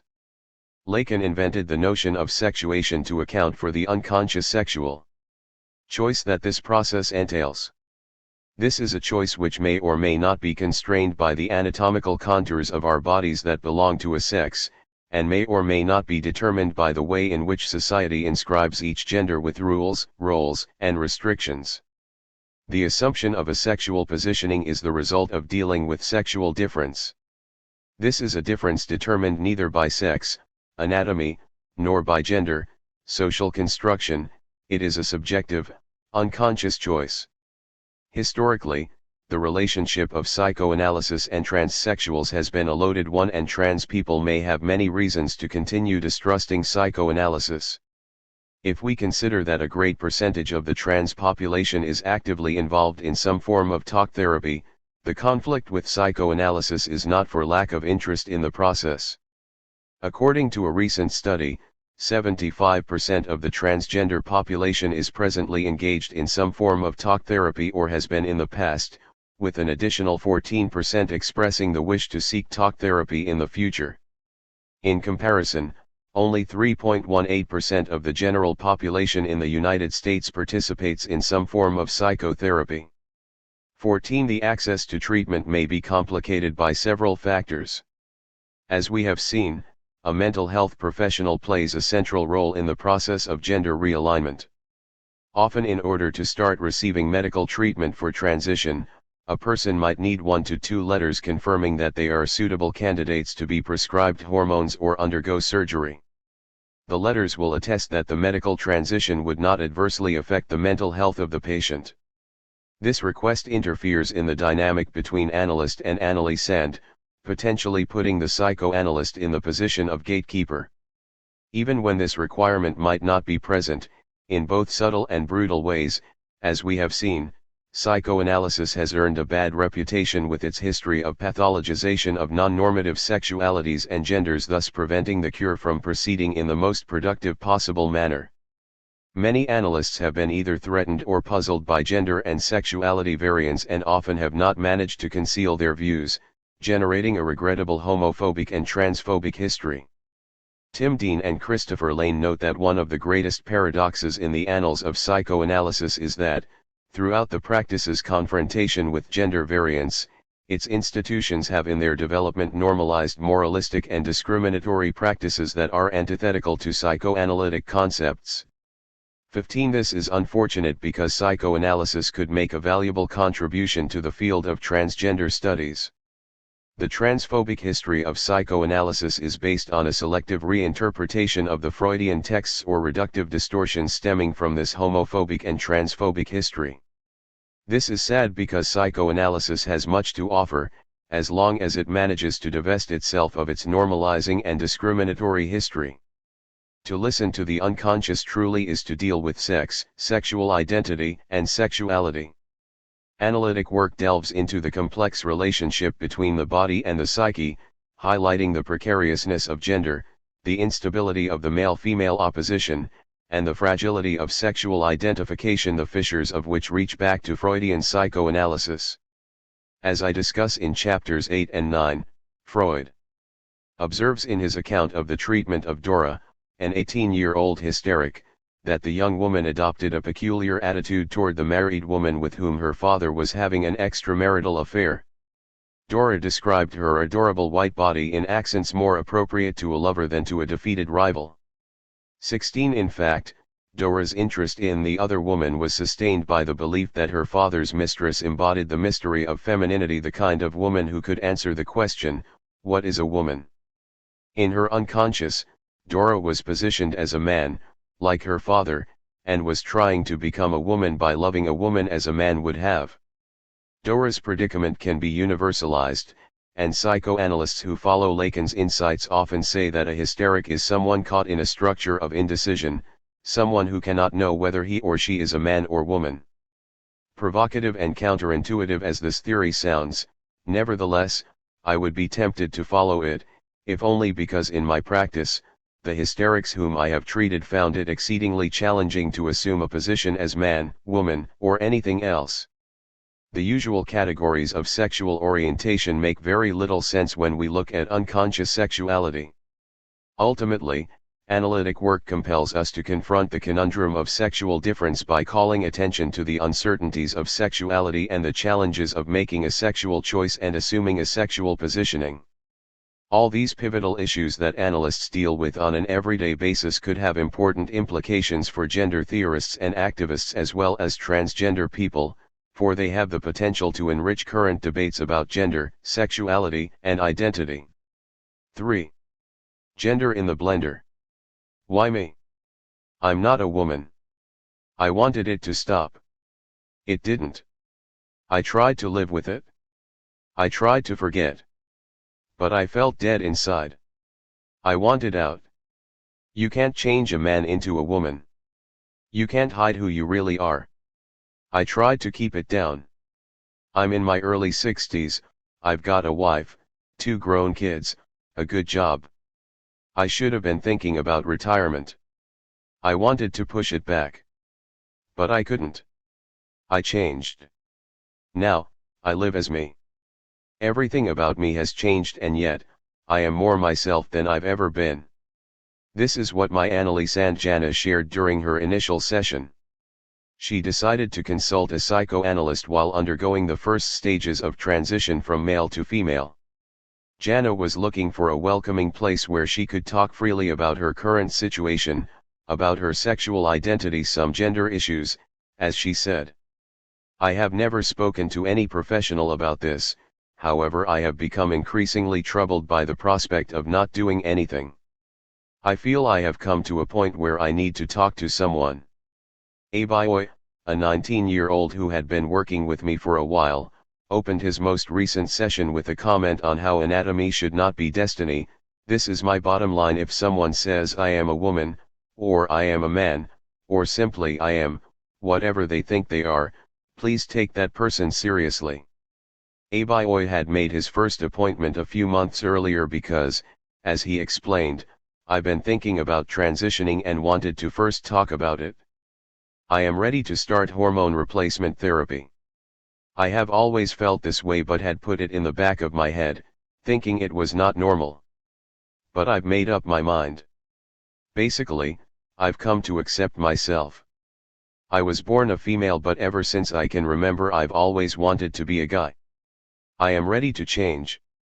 Both Jana and Abioi contacted me at a turning point in their lives. It was clear that something had radically changed for them. I realized that my position as a psychoanalyst had to change as well. We know that psychoanalysts and transgender people have a difficult history. Clinicians of the past have adopted condescending, moralistic attitudes and systematically relegated non-normative sexualities and gender variances to the terrain of stigma and pathology. Understandably, rejected and discriminated against, trans patients have maintained a very suspicious attitude toward psychoanalysis. Why are you interested in transgender people? I am often asked. The answer is simple: the analytic couch is a window. Through it we can see new things happening in society. If one maintains analytically alert ears, there is a lot to hear and discover. In my clinical practice as a psychoanalyst, I let my patients guide me, and through them, I learn. I have been hearing the comments of my patients shift from an emphasis on questions of sexual choice, who do I like, men or women, to questions of sexual identity, am I straight or bisexual? In contrast, I have noted that for patients whose bodies and beings did not align, the question was not about the certainty of their identity. Instead, they asked, why can't I be loved for who I am? So, are you a specialist in LGBTQ+ patients? I have to confess that at times I am bothered by this question. As a psychoanalyst, one is never a specialist, in the sense that one should keep an open mind and refrain from limiting one's scope. The key lies in analysis's fundamental rule of free association. This refers to the invitation to say whatever comes to mind, disregarding whether it is inconvenient, offensive, or inappropriate. It not only helps the analysand talk freely but also implies that the analyst is ready to listen without being judgmental or pushing a hidden agenda. One might say that the fundamental rule makes the analysand the only specialist in the consulting room. Expressing themselves unrestricted, analysands may say whatever they intend to say, but also more than they want to say, more than they think they know. In other words, this rule assumes that the analysands are the experts, possessing knowledge that is unknown to them because it lies in their unconscious, but can emerge during the cure. So, when I am asked whether I am an LGBTQ+ specialist, I answer, I am not, my analysands are. In spite of, or perhaps because of that attitude, I see in my practice a great many gender non-conforming people. Moving beyond the dichotomy of boy and girl. Rapid changes are taking place in the societal attitudes towards sex and gender, seen clearly on a consumerist level. Responding to the demands of a growing gender-fluid consumer base, major chain stores across the United States are getting rid of the boy/girl divide in their children's sections. Gone is the pink and blue color partition in big box store sections for toys, bedding, home decor, and entertainment. Gender neutrality is a selling point for millennial parents now in their 20s and 30s and who are increasingly choosing unisex names like Hayden, Charlie, Emerson, or River for their babies in an effort to raise their children with gender-neutral roles and identities, that is, blurring the traditional lines between boys and girls. For younger generations who have never known a life without the internet, like the cohort of 12 to 19-year-olds of the post-millennial or Generation Z, the lines between male and female are becoming increasingly blurred. Boys can wear nail polish, girls can ride skateboards. Gender is blended, no longer mandated by birth but rather by choice, or, to switch metaphors, I would say that the wall between the binary of the sexes has succumbed to the same fate as that of the Berlin Wall. We are still picking up its pieces and examining them. The transgender experience, which challenges traditional ways of thinking about sex and gender embodiment, is acquiring more and more visibility and losing its former exceptionality. There is an undeniable fascination in the media with daily stories about trans people.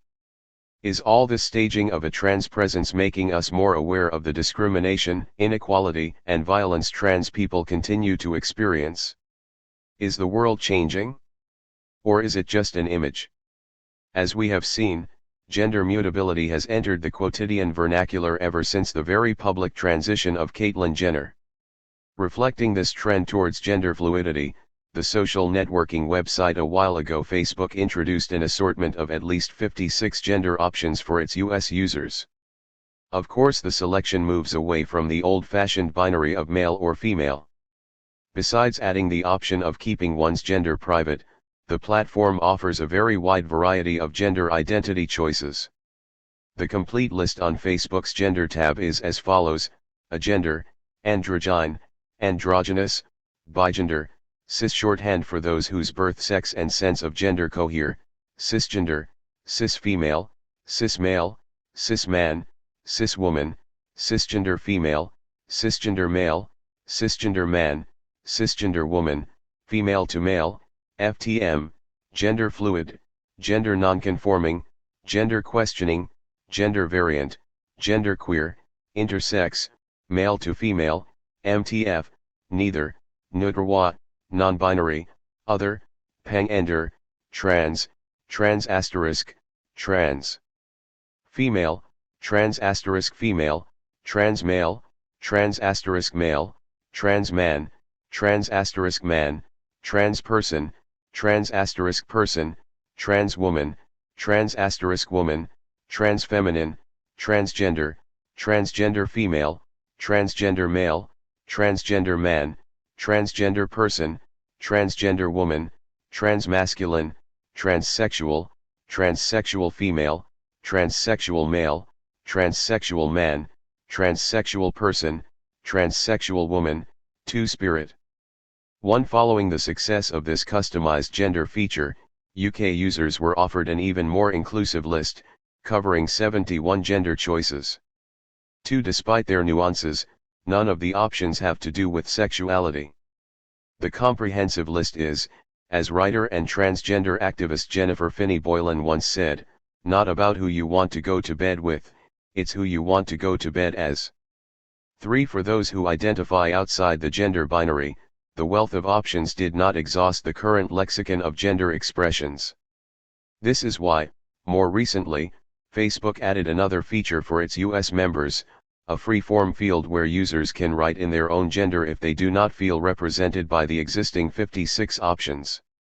This move follows the inclusion of 3 preferred pronoun choices for users, him, her or them, as well as non-gendered options to describe family members, for example, sibling-in-law, or child of sibling. This expanded gender nomenclature proves that at least for the over 1.5 billion Facebook users, gender is presented no longer as a binary but a spectrum. The menu of options in gender expression continues to be rewritten. Its semantic excess ventures in the direction of a surplus of being that defies categorization.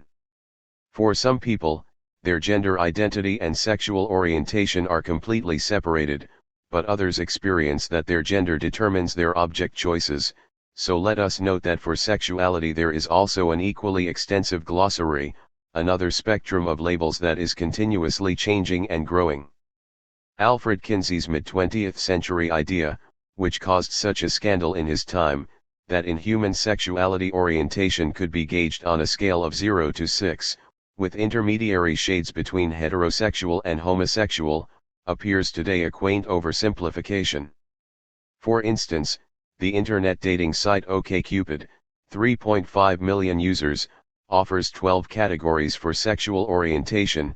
Besides gay, straight, or bisexual, the list includes asexual, demisexual, heteroflexible, homoflexible, pansexual, queer, questioning, and sapiosexual for those who consider intelligence the most important sexual trait, but the feature is not as inclusive as Facebook's when dealing with gender.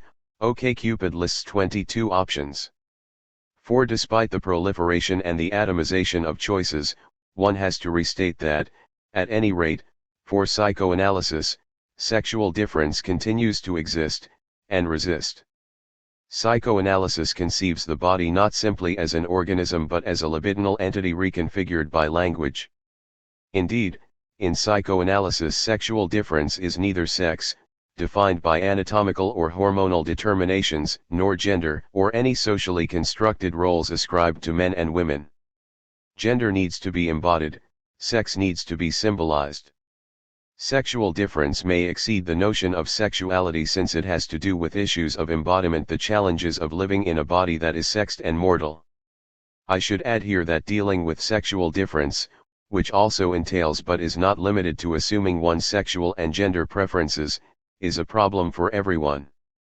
Being a man, a woman, or anything else altogether is one of the many possibilities of misfire. In sexual matters of identity or object choice, everyone fails. Lacan summed it up in the formula: there is not such a thing as a sexual relation. Of course, he did not mean that people do not engage in sex, or fall in love, or assume more or less precariously a sexual identity, but rather than there is something constitutively out of sync and inherently incommensurable, even incompatible, in human sexuality. Between man and woman, and between men and men, and between women and women, there is nothing but difference. All combinations are possible, but there is no symmetry. We all remember Woody Allen's Annie Hall, 1977. In a scene, a split screen shows both protagonists, Alvin and Annie, complaining about their sexual relationship to their respective therapists. Asked how often they have sex, she states that they have sex all the time, and specifies, 3 times a week. On the opposite frame of the screen, he says that they hardly ever have sex, adding that it is 3 times a week. He says, she says. They may agree on the number, but there is always a mismatch. Lacan would say that this happens because, unlike Facebook with its array of gender categories and expanding options whose proliferation makes us suspect that their reach exceeds their grasp, the unconscious seems to know only one option: the phallus, which would have no feminine equivalent. Thus, a fundamental asymmetry emerges, whereas in Freud phallus and penis can at times be confused. For Lacan, the phallus is not the anatomical organ but a symbol, a conceptual tool thanks to which sexual difference is introduced. While men can pretend to have it, and while women can act as if they are it, both sexes have only the phallus to define 2 different sexual identities. The phallus might exalt difference, but it does not resolve it. Since we are discussing psychoanalysis sex problems, let us explore a little further one of its most controversial and contested notions. Lacan takes the phallus as a symbol of what compensates for a certain lack. It is an attribute that nobody can have, while everyone aspires to have it or embody it. At times, the phallus is not a body part, or an appendage to the body, as could be the case in the exhibitionistic pleasure of a man parading his pretty girlfriend as arm candy, or showing off the proverbial trophy wife, but extends to the whole body. How does this happen? Only because the phallus functions as an exchange ratio. As a signifier it can be ascribed various meanings, as illustrated in a case of a cross-dresser discussed by the psychoanalyst Otto Fenichel. 5. This Anneli loved his penis so much that he had invented a pet name for it. When he cross-dressed, fantasizing that he was a girl, it happened that the girl's name which he wanted to have as a girl bore a striking resemblance to the pet name for his penis. 6. Fenichel observed that at play here was an equivalence derived from a symbolic equation that had been proposed very early by Freud, who had observed that a young girl's desire for a penis would be replaced by a desire for a baby. Fenichel's analysis of the case concluded that an unconscious series of substitutions was at work. The thought of "I am a girl and my whole body is a penis" would be condensed in one single idea: I equals my whole body equals a girl equals the little one equals the penis. 7. Here Fenichel discussed not a physical organ but an imaginary one. He identified something that was more than the anatomical organ. This excess might be illustrated by the phallus as it was represented in ancient Greek comedy, mostly in Aristophanes. That impossibly gigantic prop was so huge and absurd that its mere appearance on stage would make the audience roar with laughter. The same phallus is still present in contemporary life. If I walk in the street with a friend who owns an adorable little dog, everyone will turn and shriek in delight, "Oh my God, such a cutie." They have recognized that my friend has her phallus with her and can take it for a walk. They are then seized by the wish to do the same. In another example, an Anneli was describing how her new male lover had undressed for the first time in front of her. He displayed something that she was embarrassed to name because it was so hard and so big. "It was not what you think," she expressed her awe at facing his toned six-pack abs. The controversial phallus seems also to be at play in the statements of some trans people, like the protagonist of the film The Danish Girl, 2015. In the movie, just before Lily Elba is about to undergo a sex change surgery never attempted before, She responds to warnings about the dangers involved by telling. 32. The surgeon, this is not my body. I have to let it go. What Lily wants to let go of is her penis. She imagines that the removal of this organ will make her whole body go. Genitals and body appear conflated. Here, an organ becomes the organon, an instrument, a means of reasoning, a system of logic. This book will explore several instances of assumed sexual positions, man, woman, and anything else. Some of these might rely fully on the phallus, albeit imaginary, as in the example of Lily, while others might not. With the Oedipus complex, Freud introduced the notion of the phallus. Let us add only that the phallus is not the penis but a universal premise. It is the impossible infantile theory according to which sexual difference is denied under the absurd belief that everyone, and even everything, is equipped with a penis.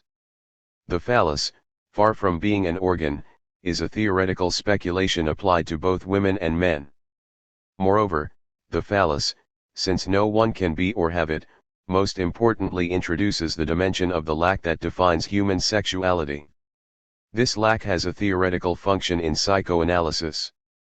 In a 1971 seminar, Lacan remarked that transsexuals have trouble with the phallus because they dispense with lack and therefore confuse the actual organ with the signifier, a term that has to be understood as the material and linguistic side of language. 8. I will return to this passage, and here simply note that Lacan was aware that the transsexual demand for the surgical removal of attributes like the breast or the penis might derive from an inability to use metaphors for those organs. A transsexual would literalize the old Freudian mechanism of castration.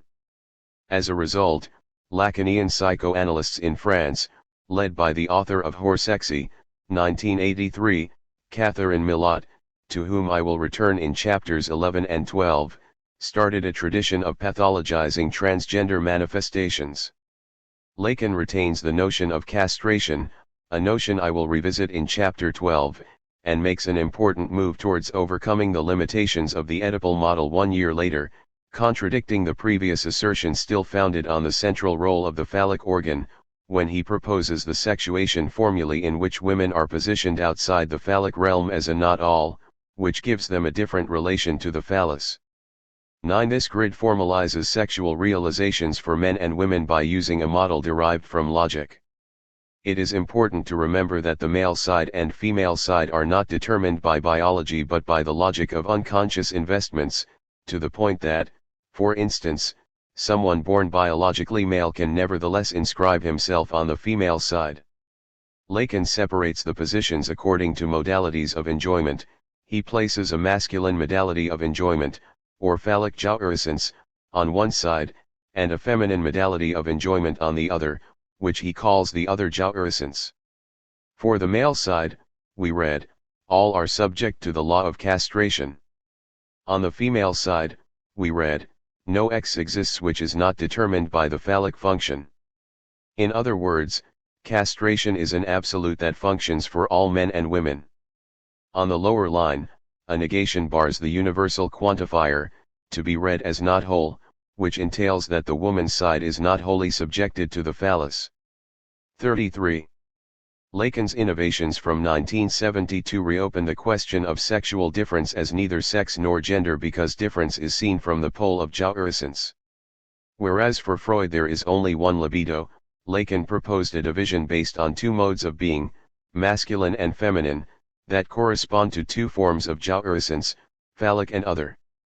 Lacan located phallic jouissance on the male side and gave it the force of necessity, all men, which relies on the exclusion of one man, the unlawful or impossible jouissance of the primal father.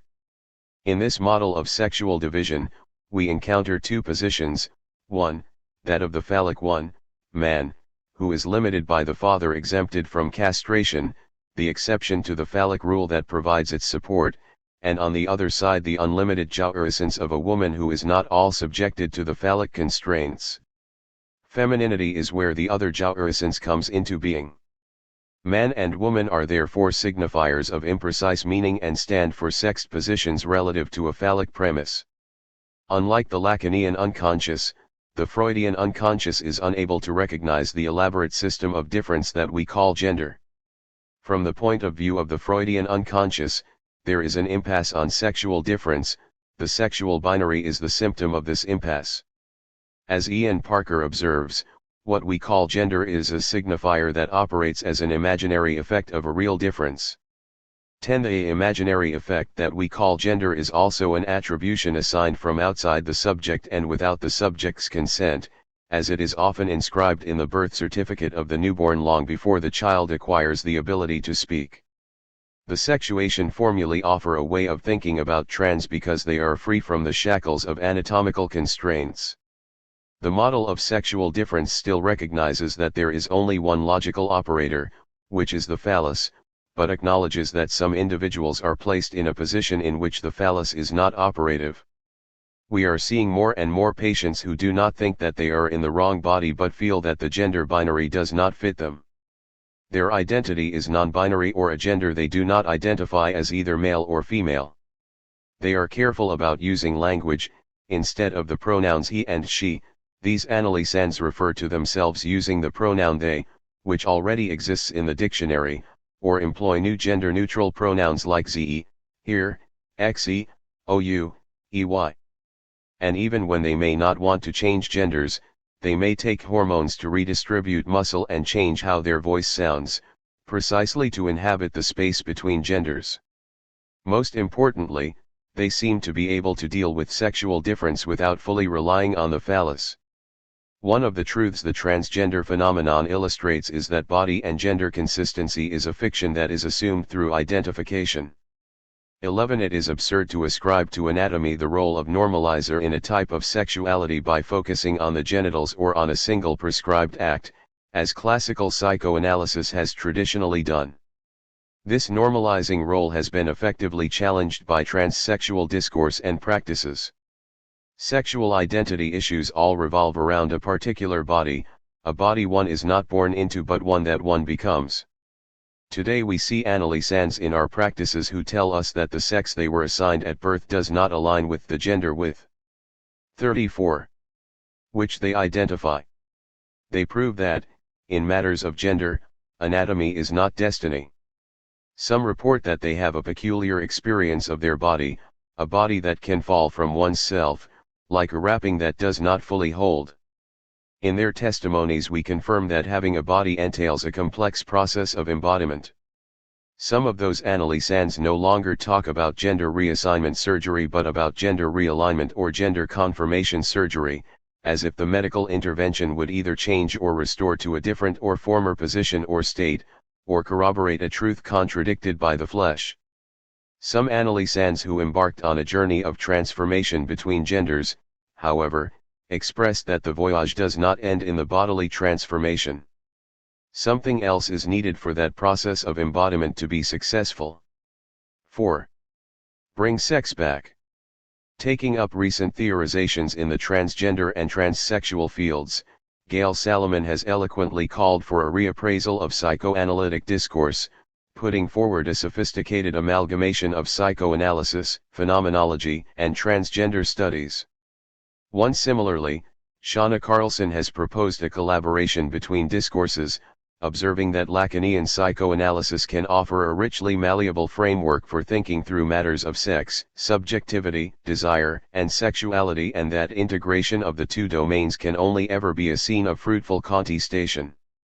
Already in 2001 Patricia Elliott had warned psychoanalysts against pathologizing the complex process of sexed embodiment, arguing that it was much more productive to analyze it. Concluding that psychoanalysis is a potentially useful tool for theorizing transsexual subjectivity when it manages to raise questions about processes of embodiment without normalizing or pathologizing. I too have been arguing since 2010 for a productive confrontation between psychoanalysis and transgender discourses and have shown how transgender people are actually changing the clinical praxis, advancing new ideas for the clinic that can be expanded to social and intellectual contexts. Oren Goslan takes this relationship to its extreme, stating that it could be argued that analytic discourse is inherently transsexual. 5. One wishes that psychoanalysts would have by now abandoned the moralistic and stigmatizing attitudes of previous generations of clinicians who, puzzled by the transgender phenomenon, could barely disguise in their disparaging comments their fear and contempt. Candidly, Leslie Lothstein in the 1970s wrote a paper advising analysts on how to manage the negative countertransference he anticipated they would experience with transsexual patients. 6. Lothstein's assumptions were not incorrect. A great part of the sparse clinical literature published in recent years on psychoanalysis with transgender analyses deals with the analyst's countertransference and reveals how often psychoanalysts feel tempted to carry out 36. Gender policing rather than actual psychoanalysis, confirming Lacan's observation that there is no other resistance to psychoanalysis than the analysts. 7. It may thus be that psychoanalysis has a major sex problem, and in more than one sense. Gender and transgender activists and scholars have been wary of psychoanalysis, with good reason. It is of course true that many normative theories about sex and gender claim to derive from Freudian psychoanalysis and classify and adjudicate individuals according to sexual behavior. Freud's Oedipal complex, for example, it is said, starts with the recognition of anatomical sexual differences, before passing through castration complexes and penis envy, and culminating in the development of a mature, normal genital choice. In this reading, proper gender identification produces masculinity for males, femininity for women, and creates an adapted heterosexual desire that is purported to result in a satisfying sexual life. In fact, nothing could be farther from what Freud stated theoretically or observed in his practice. However, the work with transgender patients of a few psychoanalysts, such as Khalid Aland, Danielle Quinones, Michael Eigen, and Ruth Stein, has raised interesting clinical questions. 8. The number of colleagues raising such questions is rather small, which is remarkable given that a majority of the transgender community is engaged in some sort of talk therapy, as we have seen, so one imagines that the number of analyses presenting gender trouble might only be increasing. According to Stephen Whittle, trans identities were one of the most written about subjects in the late 20th century. 9. As a result, psychoanalysts have a lot of catching up to do. In 2005, Sherry Thurer, a psychoanalytically trained psychologist practicing in Boston, tried to rouse her colleagues, whom she described as arrested in moth-eaten bias, the conviction that there are two, and only two, normal versions of gender, announcing that sexuality has changed. All sorts of deviations have been outed but theories haven't caught up. 10. While she accuses psychological theorists and practitioners of displaying archaic prejudices, Thurer praises theorists of sexuality, especially French cultural theorists, who leapfrog 180 degrees away from hierarchical thinking, who view sexuality as okay. 11. She does also suggest, however, that despite all their political correctness, these French cultural theorists seem to lack common sense and to be insensitive to people in pain. Maybe an example of the cross-pollination she hopes for may come from the other side of the Atlantic, where Giovanna Ambrosio, an Italian classically trained psychoanalyst, assumes that analysts already work with gender nonconformist analyses but may not write about it. 12. She acknowledges that we are behind the times compared with the growing amount of medical, political, sociological, cultural, and mass media attention paid to this theme, and invites her colleagues to pay more attention to the links between psychoanalytic theory and clinical experience, even when that implies looking at shaded areas of sexuality, by which she meant transgenderism. 13. Casting light into the dusty corners of our assumptions about sex, gender, and identity, one would hope that psychoanalysts will increasingly refuse to buy into sweeping generalizations and negative stereotypes. Perhaps we can break out of pointless debate about the foundations of sex versus gender, nature versus nurture, biological essentialism versus social constructivism. 37. Although psychoanalysis is unlikely to be the new hero of the gender and sex revolution, it is quite disconcerting that in a time and age when tolerance is growing and sexuality more openly expressed, psychoanalysis has grown increasingly closeted, systematically ignoring what Freud declared more than a century ago was the central issue in psychoanalysis, Sexuality. The neglect of sexuality in both psychoanalytic theory and practice has been such that Andre Green posed the question: has sexuality anything to do with psychoanalysis? 14 Green was provocatively pointing to the fact that sexuality is often misunderstood and rarely present in traditional psychoanalytic clinical work. Van Spruill went as far as to accuse psychoanalysts of committing an assault against sexuality. 15 Despite the occasional calls for a reintegration of sexuality within the last 20 years, 16 Most psychoanalysts continued rejecting sexuality in favor of an emphasis on early object relationships and attachment. Most recently, in the plenary address at the meeting of the American Psychoanalytic Association, Peter Fonagy urged his colleagues to bring sex back into psychoanalysis. 17 Fonagy attempted to include psychosexuality in the discussion of a case, that of Dan, a 17-year-old male patient, who happened to talk about sex a great deal. His effort at finding a genuinely developmental theory of sexual enjoyment segued into a series of relational interpretations of affect that silenced his analyse and, not surprisingly, Dan stopped talking about his sexual experiences, and Fonagy at first did not notice the change, as we were engaged in complex discussions about his relation with his father. As Jean Laplanche observed, like many relational psychoanalysts, Lacanian analysts regard sexuality as a defense against non-sexual, early, and basic anxieties. 18 Fonagy was brought back to task by the analyse and, who at some point referred back to a session some weeks earlier when he asked me about a fantasy he had had during intercourse of being a medieval knight in a complete suit of armor. Fonagy's interpretation encountered an objection: "You did not really know what I was talking about then, did you? You were talking about me wanting to protect myself from women who I feel might attack me. It is nothing to do with that. It is to do with being hard and rigid," and he held up his right arm clenching his fist. 19 Fonagy admitted that he was unable to engage with the phallic image of a steely penis and thus could not resonate his analysan's emotions. Fonagy instead got lost in his own resistance, identified with a woman whose body is asked to contain Dan's metallic, cutting, painful excitement.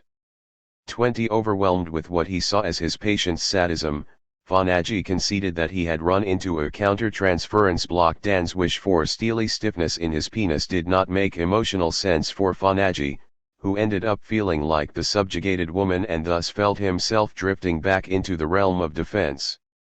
21 There are plenty of assumptions at play here that are normative and politically suspect. Why should a woman receiving a steely organ be in a position of subjugation? Why is an image of eroticized domination antithetical to pleasure? Putting aside Fonagy's masochistic identification and even his own disavowed jouissance, this is a good example of how today's followers of attachment theory and relational psychoanalysis consider psychosexuality as a behavioral system. 38. Concealing a more basic non-sexual object that represents self-related conflicts. Sexual material is reduced to underlying primitive relationship-based pathology. This shift desexualizes sex. Relational psychoanalytic theorist Stephen Mitchell, for example, views sex as an expression of a wish to establish contact and intimacy.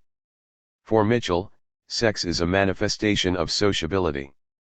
22 Such a sanitized notion of sex is a far cry from the notion of sex as an experience of the radical dissolution of the subject's bodily boundaries that Leo Bersani calls self-shattering. 23 Following Freud's observation that sexual pleasure occurs when a certain threshold of intensity is traversed, when the organization of the self is momentarily disturbed by sensation, Bersani argues that when we are having sex with another person we are no longer self-contained subjects. Sexual enjoyment is socially dysfunctional.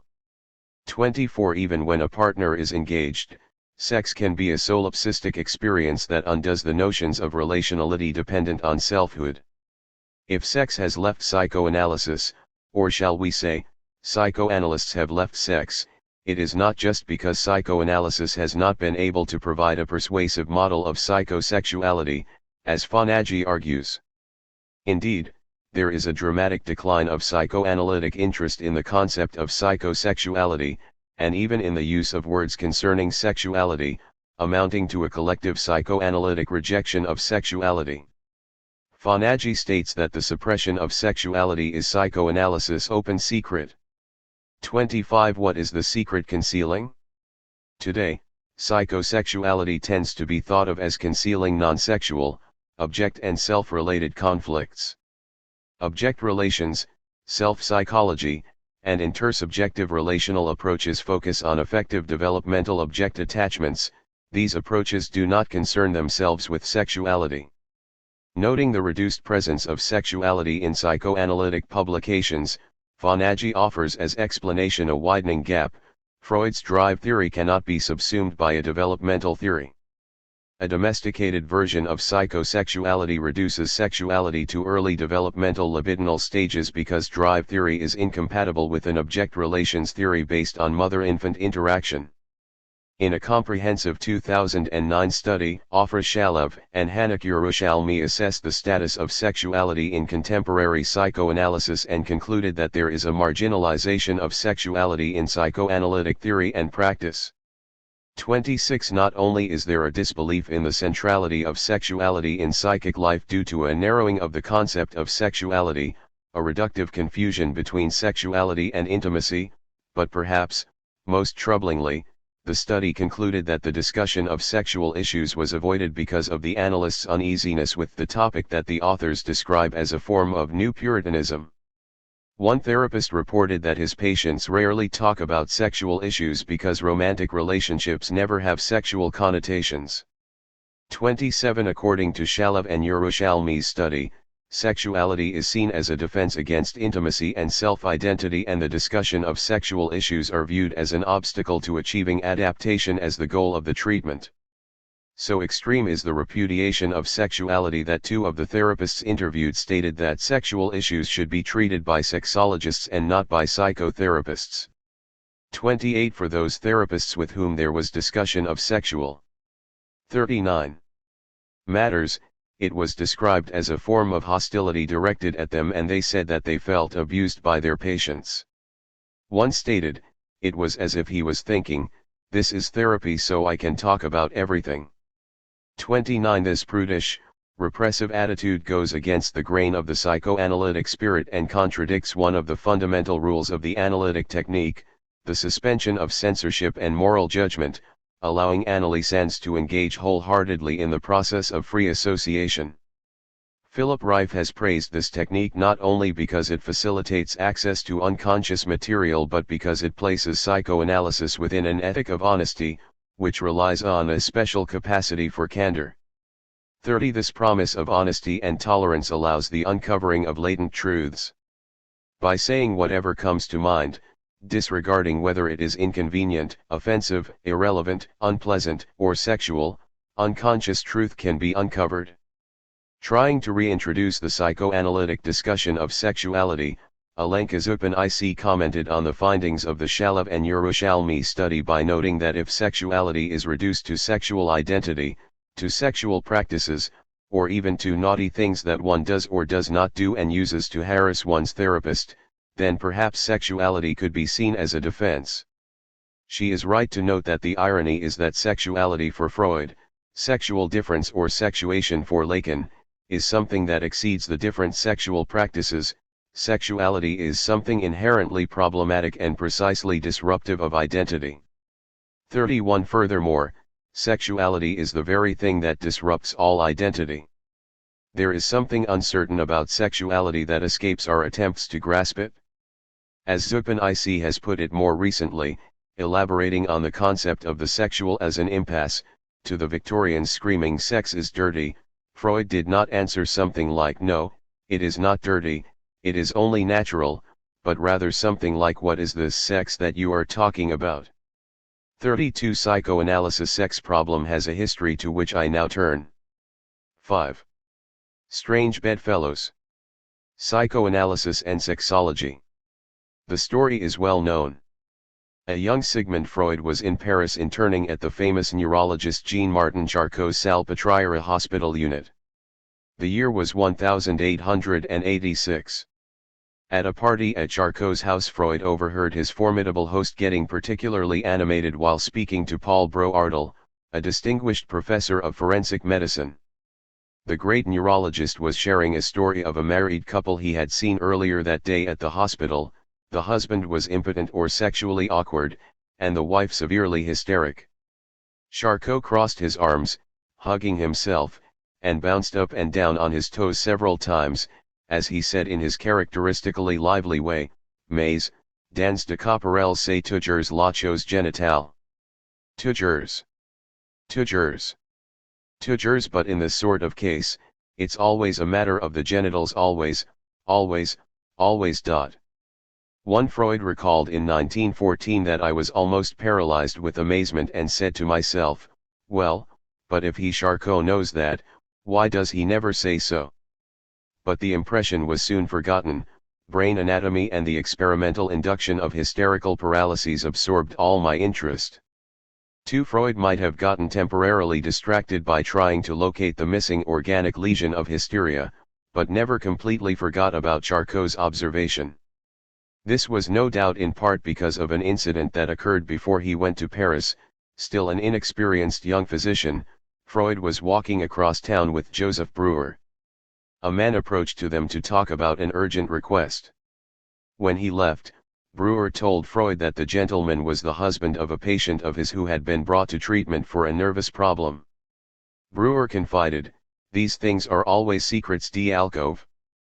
Astonished, Freud asked what he meant, and Breuer explained the word alcove as marital bed.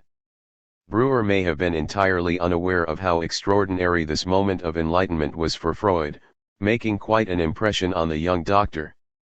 Back in Vienna, in 1889, the gynecologist Rudolf Krabak referred to Freud a patient suffering from anxiety attacks. In an uncharacteristically cynical tone. 42. Krabak assumed that the cause of the anxiety was that the woman, after 18 years of marriage, was still a virgin. For her cure, Krabak suggested a prescription. Penis normalis, dosem repetator. Freud dismissed the offhand comment, but the idea that sexuality, la chose génitale, was at the root of hysteria, a piece of knowledge which, strictly speaking, they Breuer, Charcot, Krabak themselves did not possess, stayed with Freud. Years later, Freud reminisced that this idea had lain dormant in my mind for years, until one day it awoke in the form of an apparently original discovery. 5. This revelation would percolate, eventually becoming the key to the seduction theory and being integrated into his general theory of the neurosis. As he listened to patients who complained of mysterious ailments for which traditional medicine could not find a solution or even an explanation, Freud developed psychoanalysis. Body paralysis, blindness, mutism, seizures. The cause for these strange symptoms that defied scientific knowledge was revealed to be sexual in origin. Behind the hysterical, bodily symptom there was a repressed sexual content. Initially, Freud believed that, as a child, the hysterical patient had been the victim of a premature, traumatic, and erotic experience, such as sexual seduction by an adult. Too immature to understand it, unable to represent it, the child was frightened and speechless, and the sexual excitation was excluded from the child's awareness. The seduction was forgotten or repressed but would come back in the future, reawakened in hysteric symptoms, which meant the return of the repressed. The unbearable, sexually charged traumatic representation was an integral part of Freud's seduction theory. He would eventually abandon this theory and come to believe in a principle of psychic reality, where the trauma would be inscribed in the unconscious, imprinted as fantasy. Freud's abandonment of the seduction theory induced the concept of fantasy, and the concept of fantasy led him to discover the existence of the drive. Trieb was never instinct. We can define sex for the speaking subject as the rapport between two fantasies, as the resulting interaction of two subjects through the lens of their fantasies. One classic trope is that of a heterosexual man having sex with a woman while thinking he is having sex with another woman. Meanwhile, the woman is thinking that she is the other woman her partner is thinking about. Fantasies play a crucial role in our psychic life. Freud called what he recurrently heard in his patients' discourse Irrfantasie, proto-fantasy, to mark those fantasies that had a constitutive, founding function. 6. Freud located only 3 proto-fantasies, all related to the Oedipal complex: seduction scene, castration, and primal scene. The seduction scene has to do with the parents as sexual objects. The fear of retaliation if the desire of sleeping with the mother is fulfilled constitutes the castration proto-fantasy, and the wish to separate the parents, breaking the unbearable union that threatens the importance of the child for the mother, forms the proto-fantasy of the primal scene. Before and after the seduction theory, Freud continued granting great psychic importance to sexual experiences, and not limiting them to cases of hysteria but somehow generalizing sexual trauma as a main feature of human sexuality. For Freud, psychic reality was dominated by the primacy of sexuality. Since 1 of 43. The vicissitudes of the drives is to fall to repression. If the repressed drive finds a substitute in a symptom, the satisfaction granted by the symptom is still sexual. Not only was sexuality the key for every single symptom and symptom manifestation, but the symptoms themselves could be so libidinally invested as to become the patient's sexual activity. 7. What kind of norm reigns over sexuality if a symptom, supposedly the expression of pathological manifestation, could become a person's sexual activity? What kind of satisfaction can be granted by a symptom? Did sexuality entail, inevitably, pains? Human sexuality was thus problematic. Freud noted that sexuality itself was symptomatic in the sense that there was something intrinsically amiss, lacking in sexuality that prevented the achievement of complete pleasure. Freud writes, "There is always something lacking for complete discharge and satisfaction, and attendant toujours quelque chose qui ne venait point, always waiting for something which never came, and this missing part, the reaction of orgasm, manifests itself in equivalence in other spheres, in absences, outbreaks of laughing, weeping, and perhaps other ways." 8. Freud's most groundbreaking disclosure was not only the omnipresence of sexuality, but rather, as Jean Laplanche noted, the profoundly ambivalent nature of human sexuality. 9. We are quite aware of the scandals of the Freudian revelations, not only the existence of infantile sexuality but also the affirmation that infantile sexuality contains the structure of adult sexuality, polymorphous and perverse. Freud's discoveries were met with strong resistance because he uncovered important facts about sexuality and the unconscious that people preferred to ignore. The knowledge he disseminated touched upon something beyond morality. Freud's findings forced a confrontation with a dark core in the subject that corresponds to an ethics of desire of which we want to remain ignorant. This is another scandal brought about by Freud's discoveries. Freud's notion of sexuality is so ample that it troubles the traditional boundaries of what is considered sexual. Zupan considers this to be the real scandal of Freud.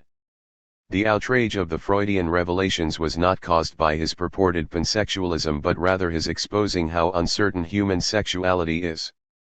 What is most disturbing in the Freudian discovery is not the emphasis on sexuality, the emphasis on dirty matters.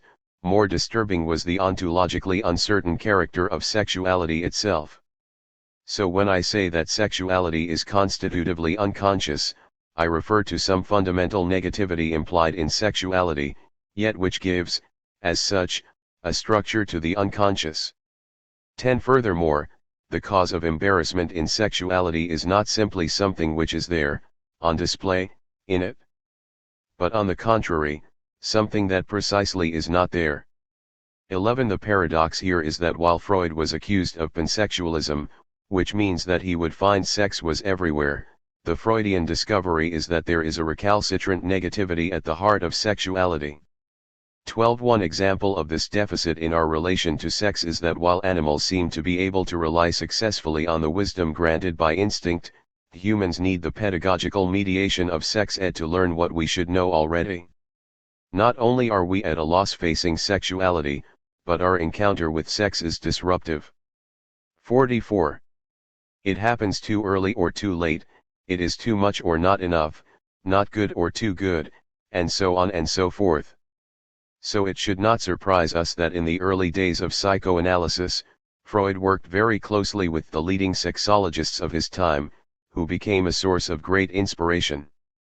13 among them was Magnus Hirschfeld, the so-called Dr. Einstein of sex, founder of the world's first sexual research institute in Berlin and pioneering researcher, clinician, and advocate who did groundbreaking work on transgenderism, and published more than 2,000 articles on homosexuality and sexually variant behaviors. Hirschfeld, a passionate sex reformer and an activist, was also an occasional cross-dresser, and a central political figure in Germany's incipient field of sexology. He published a number of early psychoanalytic papers, including Freud's own article Hysterical Fantasies and Their Relation to Bisexuality, 1908, which appeared in the very first issue of Hirschfeld's new journal exclusively devoted to sexology as a science, Zeitschrift für Sexualwissenschaft, Journal of Sexual Science.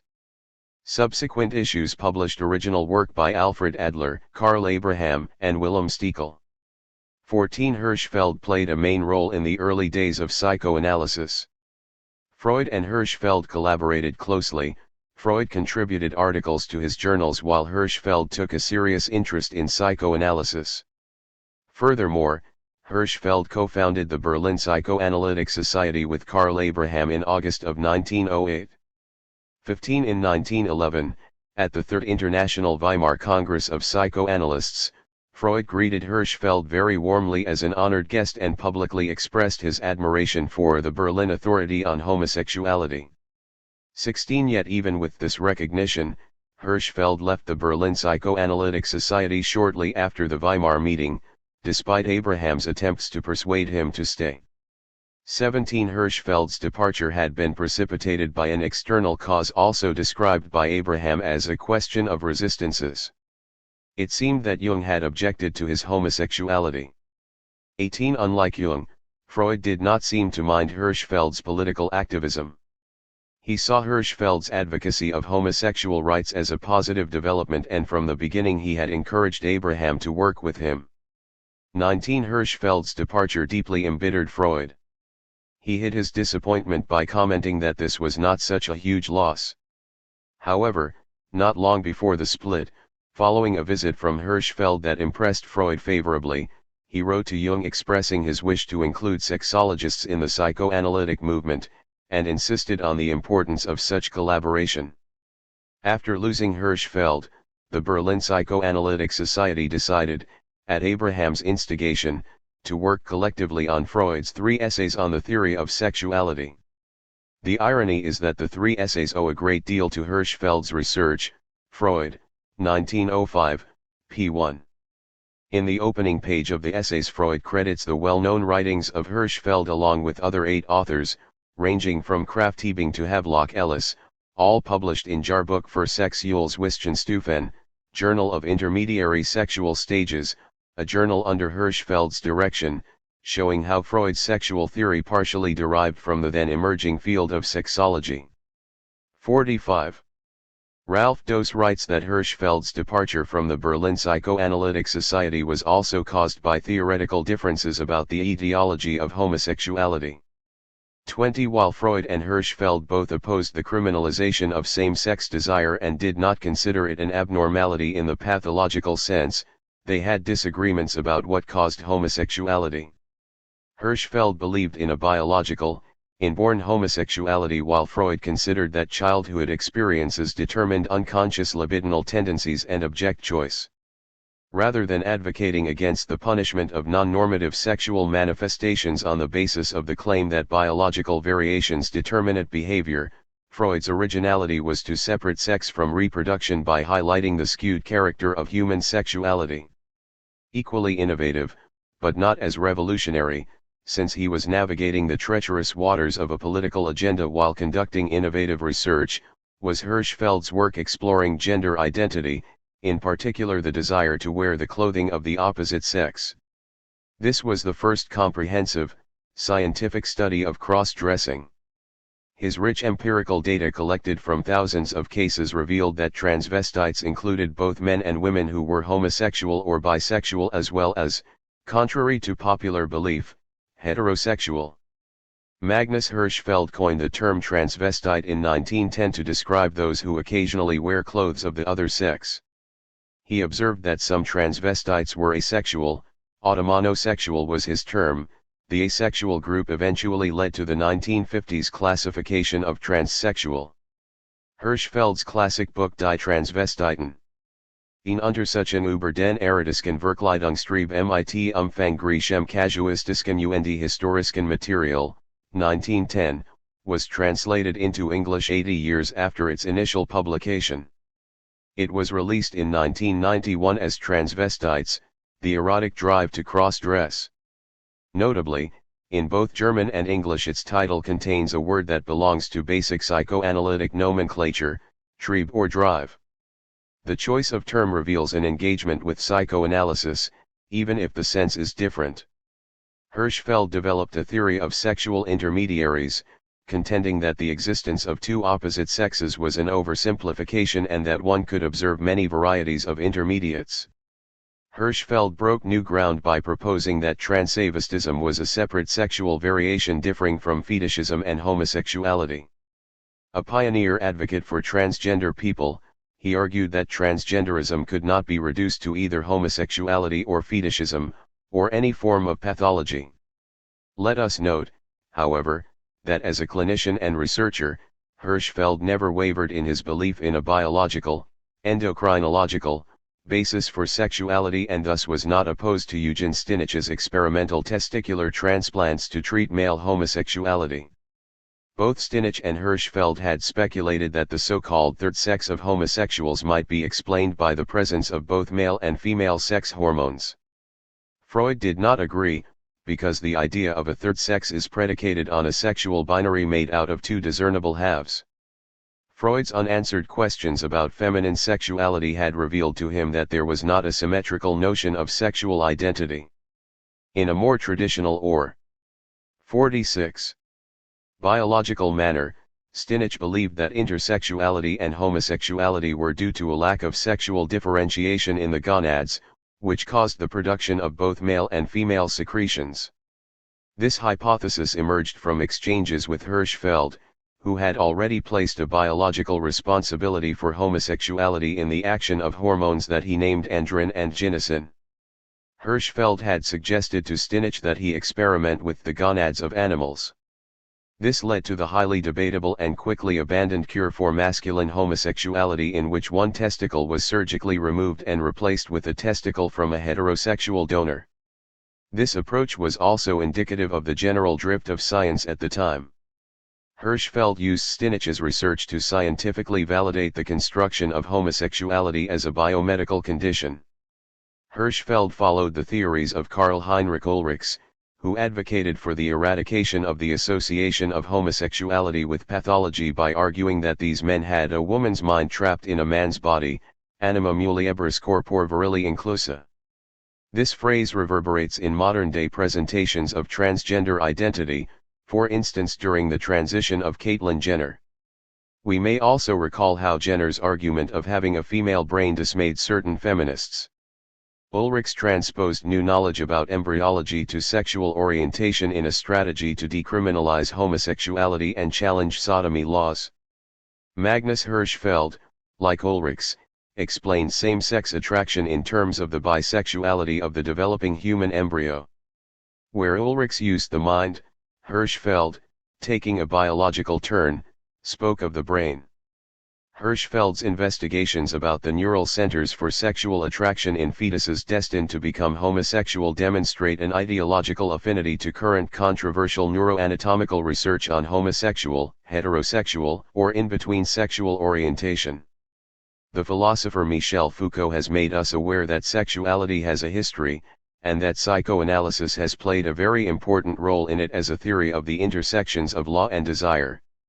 His History of Sexuality states that a history of the deployment of sexuality since the classical age can serve as an archaeology of psychoanalysis.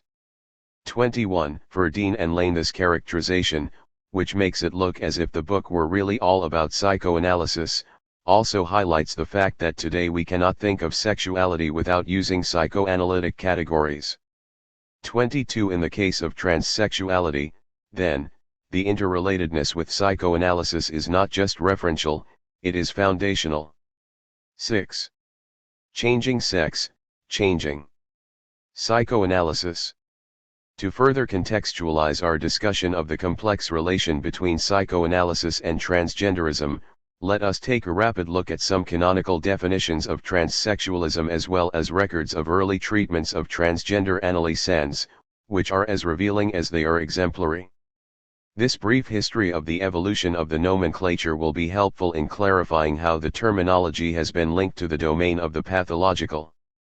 It also shows the central and paradoxical role psychoanalysis has played in the history of transsexualism.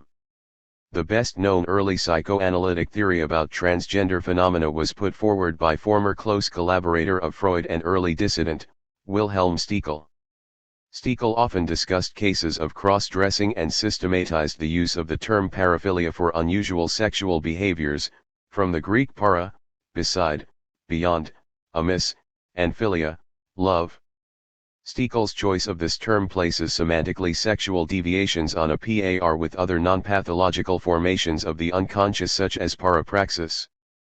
Parapraxis refers to a psychic phenomenon introduced by Freud in Psychopathology of Everyday Life, a text whose title already normalizes pathology by presenting it as a quotidian event while exposing the pathologies of everyday normality. Parapraxis is James Strachey's neologism that attempts to translate the German Fehlleistung, literally, fell, failure, falling or missing, and Leistung, work, performance. One might be tempted to translate paraphilia into the psychoanalytic jargon as a failed performance, a sort of slip of sexuality. As Freud says of everyday parapraxis, such as forgetting of words and names, paraphilias can occur in healthy and normal people. Let us note that even though Stekel is often given credit for the invention of this term, paraphilia was coined in 1903 by ethnographer, sexologist, anthropologist, and Freud's correspondent Friedrich S. Krauss, to whom I will return in Chapter 14. After the 1960s, paraphilia became widely used in the English-speaking world through the work of sexologist and sex change pioneer John Money, who 49. Adopted it to establish some distance from the moral and religious implications of the legal notion of perversion as defined by Krafft-Ebing. In turn, in a clear depathologizing gesture, Money proposed normophilia for those eritosexually in conformity with the standard as dictated by customary, religious, or legal authority. One paraphilia officially became part of the psychiatric jargon in 1980 with its inclusion in the Diagnostic and Statistic Manual, DSM, as a less loaded designation for non-normative sexual inclinations. As Glenn Gabbard observes, despite Stekel's efforts, the negative connotations of the term never disappeared. 2. Not in the least pathological, the title of Stekel's major work Sexual Aberrations, the phenomenon of fetishism in relation to sex echoes that of Section I of Freud's 1905 text, 3 essays on the theory of sexuality, the sexual aberrations. 3. Stekel's subtitle, The Phenomenon of Fetishism in Relation to Sex, makes explicit a wish to systematize the structure of all sexual deviations as a single entity under the model of fetishism. He also attempted to move away from Hirschfeld's biologically oriented model. The second volume, however, included a chapter on a cross-dressing woman written by his disciple, Émile Guthiel, which moves slightly away from the model of fetishism. For Guthiel, even though transavistism was not fetishism, it was a compulsion to create a penile substitute.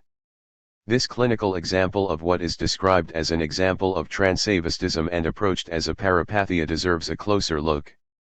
It is a very detailed case story documenting what was probably one of the first psychoanalytic treatments of a transgender patient, and it is also quite representative of future encounters between psychoanalysts and gender-variant analyses.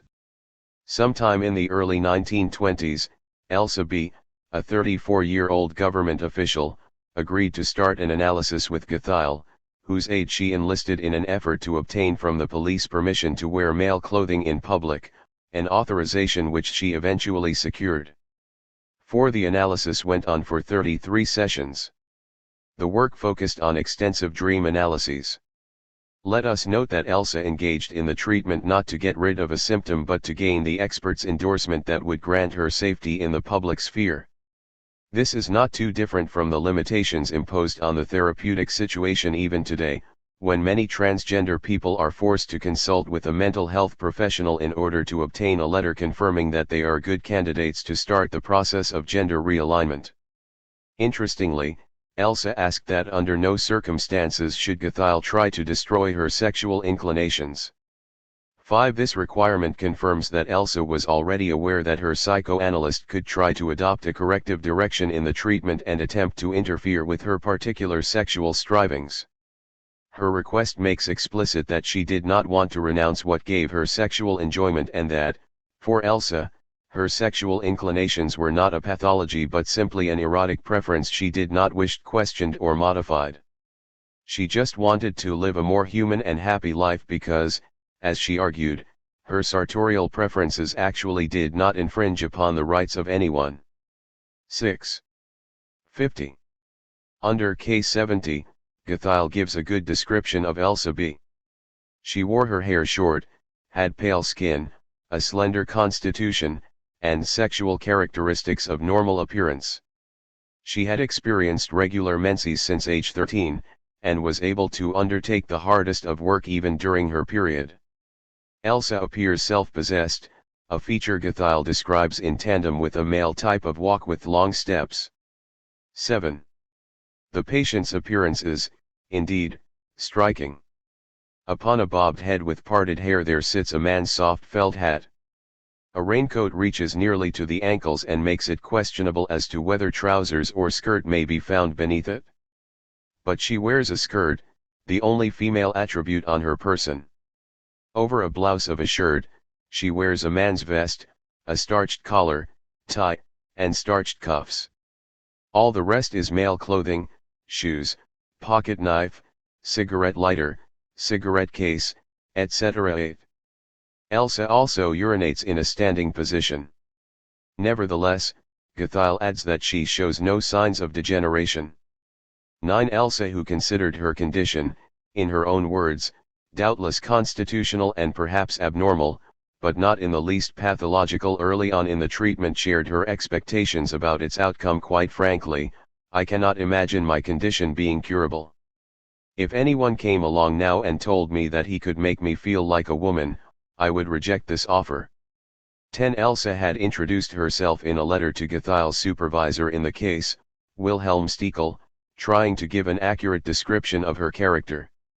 She tells the doctors that as far as she can recall she disliked girls' toys and wished to play only with boys' things, e.g. sabers, guns, soldiers, etc.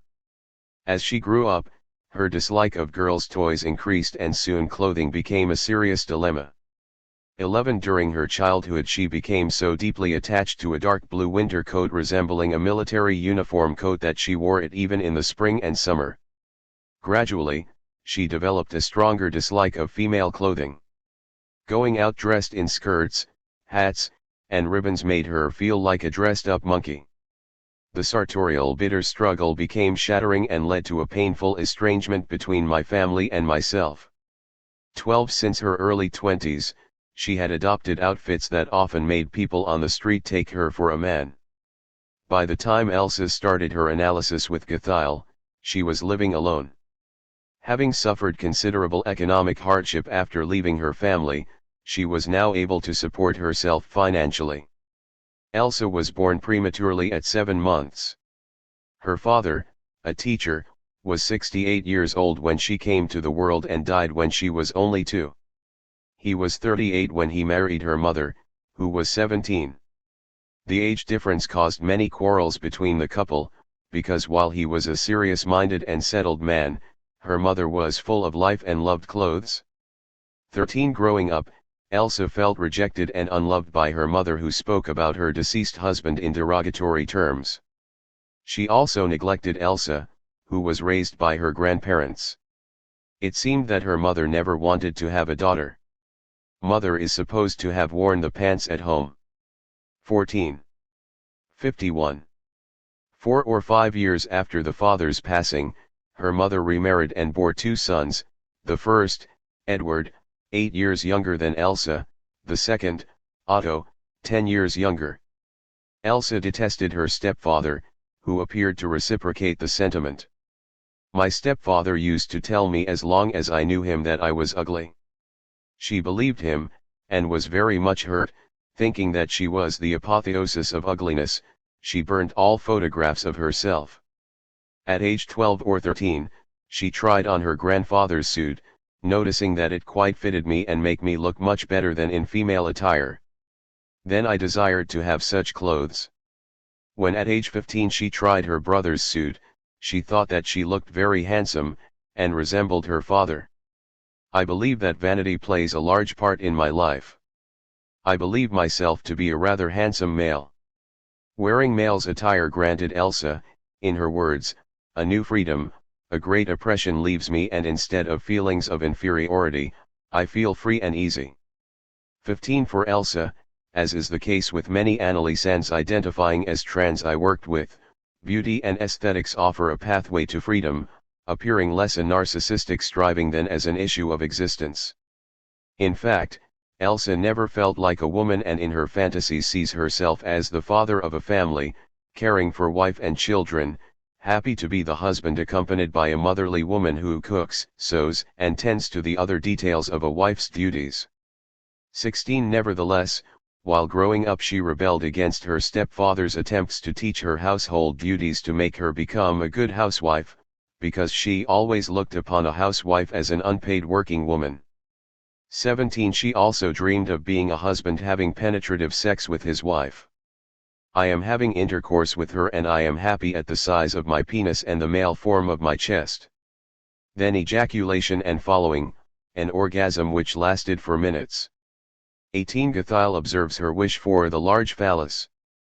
19 In fact, Elsa dreamed that orgasm follows ejaculation. What Gathile takes for her ignorance about the usual mechanics of male orgasm points instead to the fact that even when Elsa was dreaming of a penis, for her, the phallus was not strictly an anatomical organ. In her associations to this dream, Elsa shared that she discovered the existence of anatomical sexual differences when she saw her baby brother's penis and envied him because of this difference. I also had dreams at the time which showed me in possession of a penis. In her masturbatory fantasies she imagined herself as a male in coitus. 20 Until the age of 8 or 9, Elsa thought that gender difference was determined by attire. Wearing the winter uniform coat as a younger child gave her self-confidence and a gratifying feeling of superiority, but when she cross-dressed in secret at age 14 or 15, trying on her brother's suit, she would experience immediate sexual gratification. Gathile then took this as a proof of her fetishistic disposition, which may appear too simple an explanation, a confusion between fetishistic condition and true fetishism. Elsa's eroticism has features often associated with masculine sexuality, in which the object, partial, object A, could be taken for the whole, other, and engender desire. Elsa's sexual pleasure appeared triggered by wearing male clothing, for simply putting on a suit can provoke an orgasm. 21 She was not interested in 52. Sexual intercourse with men. However, cross-dressing was not her only source of sensual pleasure. Elsa was sexually attracted to women. In the case history there is ample material about her other sources of erotic fulfillment such as sucking nipples, cunnilingus, mutual masturbation, etc. Gathile pushes forward a pseudo-Freudian concoction of mother fixation combined with a narcissistic injury along the lines of penis envy in the midst of an electrocomplex combined with feelings of ugliness to explain Elsa's fetishism as a deviation from a heterosexual, cis, healthy psychic orientation. Rejected by the mother, who would have preferred a son to a daughter, and observing that as a child Elsa had engaged in activities he judges to be feminine, she cooked and briefly fantasized about marrying a male older cousin. Gathile speculates that her desire to not be a girl was a consequence of assuming that she did not have what would secure the mother's affection. Gathile's explanation borders on misogyny. He writes, "She simply wanted to be pretty. The feeling of femininity and the sense of personal ugliness soon injured her infantile narcissism to such an extent that her healthy psychic orientation was repressed. One day she recognized the real basis of sexual differences, and then it dawned upon her why she could not achieve her mother's love. Her infantile mind was then convinced that the only attribute which attracted her mother's love was the possession of certain physical adnexa. 22. According to Gherovici, Elsa's transvestism had identificatory and sexual functions. Mother preferred and favored her brother. Her first experience of orgasm during cross-dressing was caused by wearing her brother's suit. Gherovici thinks that the climax betrays that Elsa had finally achieved equality with her brother and could aspire to her mother's true affections. 23. Since Elsa could not have her brother's penis, she moved on to the clothing as substitute. All this took place under the aegis of penis envy and the castration complex. Elsa had fantasies of attacking her brother Edward. She was jealous when he caught a nail in his foot and the whole house was in turmoil, when he had nasal surgery, and so on, and might even have had death wishes as castration retributions. While worrying about him dying, Elsa accidentally saw his genitals as he lay sick in bed. She adds, "I envied him." 24. She consoled herself with the belief that her penis would grow. As soon as she reached puberty, she was forced to bury my original hope that my phallus would yet grow. It was at this time, about 12 years, that I began to strive to develop a male character of my clothing.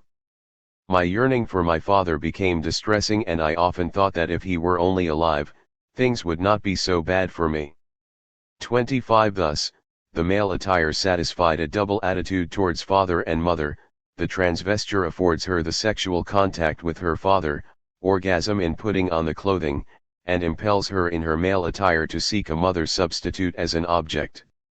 26. This explanation, however, seems to assume that pretty girls love men and not their mothers, and ugly ones, as Elsa believed she was. 53. Pretend to be boys to continue loving their mothers, thus developing mother fixations. This fixation is patent in the patient's dreams and daydreams. She calls her landlady mother, but their relationship is more like that of a man and his wife or a mother and her son.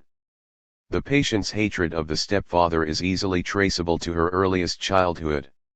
She protested inwardly against her mother's second marriage for the simple reason that she wanted to play the role of the husband. 27. Gherovici also understands that the real cause of Elsa's interest in male clothing, let us recall that mother loved clothes and wore the pants at home, was as a replacement for the incestuous object the mother. In a surprising turn, Gherovici anchors Elsa's transvestism in inhibited heterosexuality. Quoting Stiegel, Gherovici concludes that Elsa's homosexuality is a flight from the opposite sex promoted by paraphilic and sadistic attitudes. 28. He speculates that Elsa repressed her heterosexuality in order to protect a potential male partner from the sadistic impulses propelled by her penis envy, and would thus avoid any direct contact with a phallus. Gherovici follows his teacher Stiegel, for whom perversions were not strategies to circumvent castration but defenses against desire and libidinal impulses, always seen as heterosexual. Thus, Stiegel reaches the conclusion that paraphilias are not forms of satisfaction of the sexual drive but instances in which desire is held hostage by sexual dysfunction. As we can see, the normative slant prevails. Stiegel and Gherovici are good examples of how former devoted followers of psychoanalysis modified the Freudian theories while popularizing them, and in so doing went astray, erasing all nuances by bringing them closer to the dominating medical model. During the first half of the 20th century, in order to solve the problem of the mind, most post-Freudians inevitably relied on the notion of the traumatic effect of childhood experiences while holding all along to a biological conception of the psyche. Castration anxiety accounted for a psychobiological etiology of transgenderism often confused with homosexuality. 29. Cross-dressing in males continued to be understood according to Ghethile's theories as an attempt to overcome the fear of castration, creating a phallic woman and identifying with her. 30. As Boulouf puts it, Freud cannot be blamed for the excesses of his disciples. 31. One may wonder then, who is to blame? 7. A natural experiment. Still trapped in the muddy waters of sexual aberrations, The word transsexualist was first used in the popular journal Sexology in a 1949 article by David Caldwell titled, in Latin, Psychopathia transsexualis. Spelled with only one S, the term echoed Krafft-Ebing's 1886 book Psychopathia Sexualis, the monumental catalogue of the aberrations of sexual behavior. One Caldwell, not so much a scientific writer as a hyperbolic popularizer and sex educator, believed in a biological etiology for transsexualism, which he considered pathological. He simply added the biological component to the old psychoanalytic formula of childhood trauma. When a genetic predisposition was combined with a dysfunctional childhood, the result was an immaturity that produced a pathologic morbid desire to be a full member of the opposite sex. 2. It is often noted that in 1923, Hirschfeld had used the German term seelischer Transsexualismus, psychological transsexualism, attributing transgenderism to the psyche. By 1949, Caldwell described transsexuals as individuals who wish to be members of the sex to which they do not properly belong. 3. Caldwell also coined the term sex transmutationist and used both spellings transsexual and transsexual interchangeably for 1950. Caldwell's initial position was, at best, problematic, since he described transsexualism as a hereditary condition for individuals whom he deemed to be mentally unhealthy.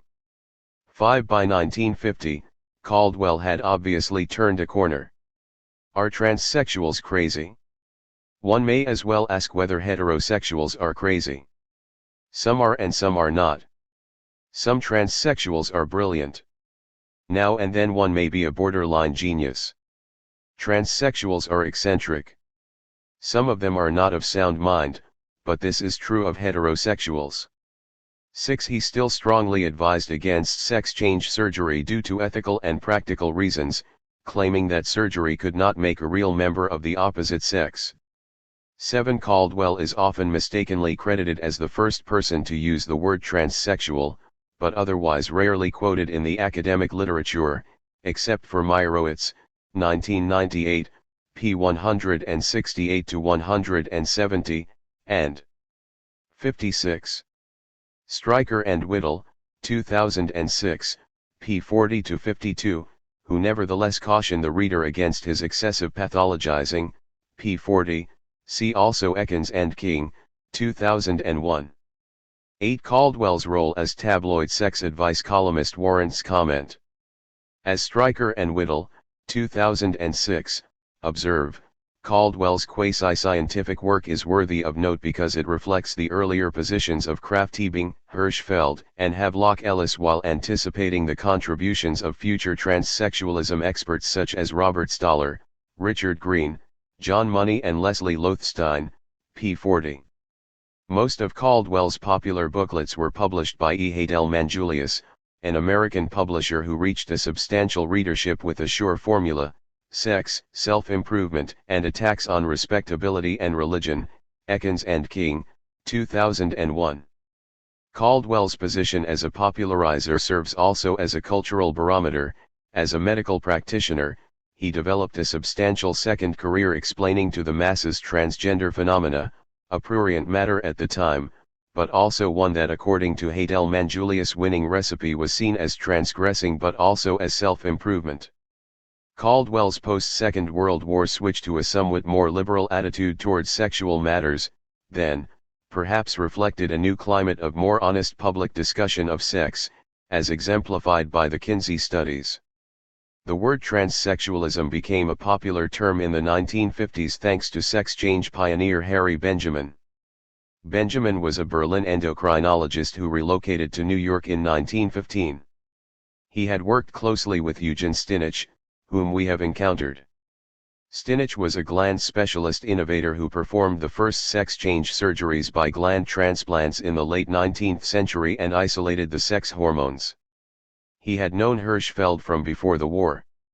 Benjamin relied on a biological concept to account for the etiology of transsexualism, despite the fact that he could not find any physical evidence for this claim. Notably, Benjamin advocated against psychotherapy. Benjamin borrowed Ulrich's formula of a female soul trapped in a male body, all the while looking for answers in the body, not in the soul, the soma, that is to say the genetic and/or endocrine constitution. Has to provide a fertile soil in which the basic conflict must grow in order to become the respective neurosis. 9. Despite the use of the term neurosis, Benjamin discouraged any psychoanalytic or psychotherapeutic intervention, seeing these as a waste of time. 10. Benjamin argued that psychoanalysis did not lessen the wish to change sex but rather forced patients to hide this desire and therefore live miserable lives. As his close collaborator Hamburger, 1953, put it, it is impossible to make a genuine transvestite transsexual wish to have his mentality altered by means of psychotherapy.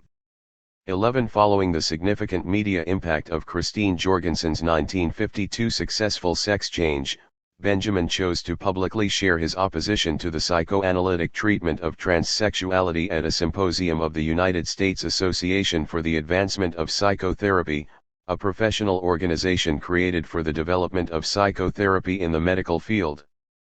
This was a symposium that Benjamin himself organized, and which was attended mainly by professionals in the psy field.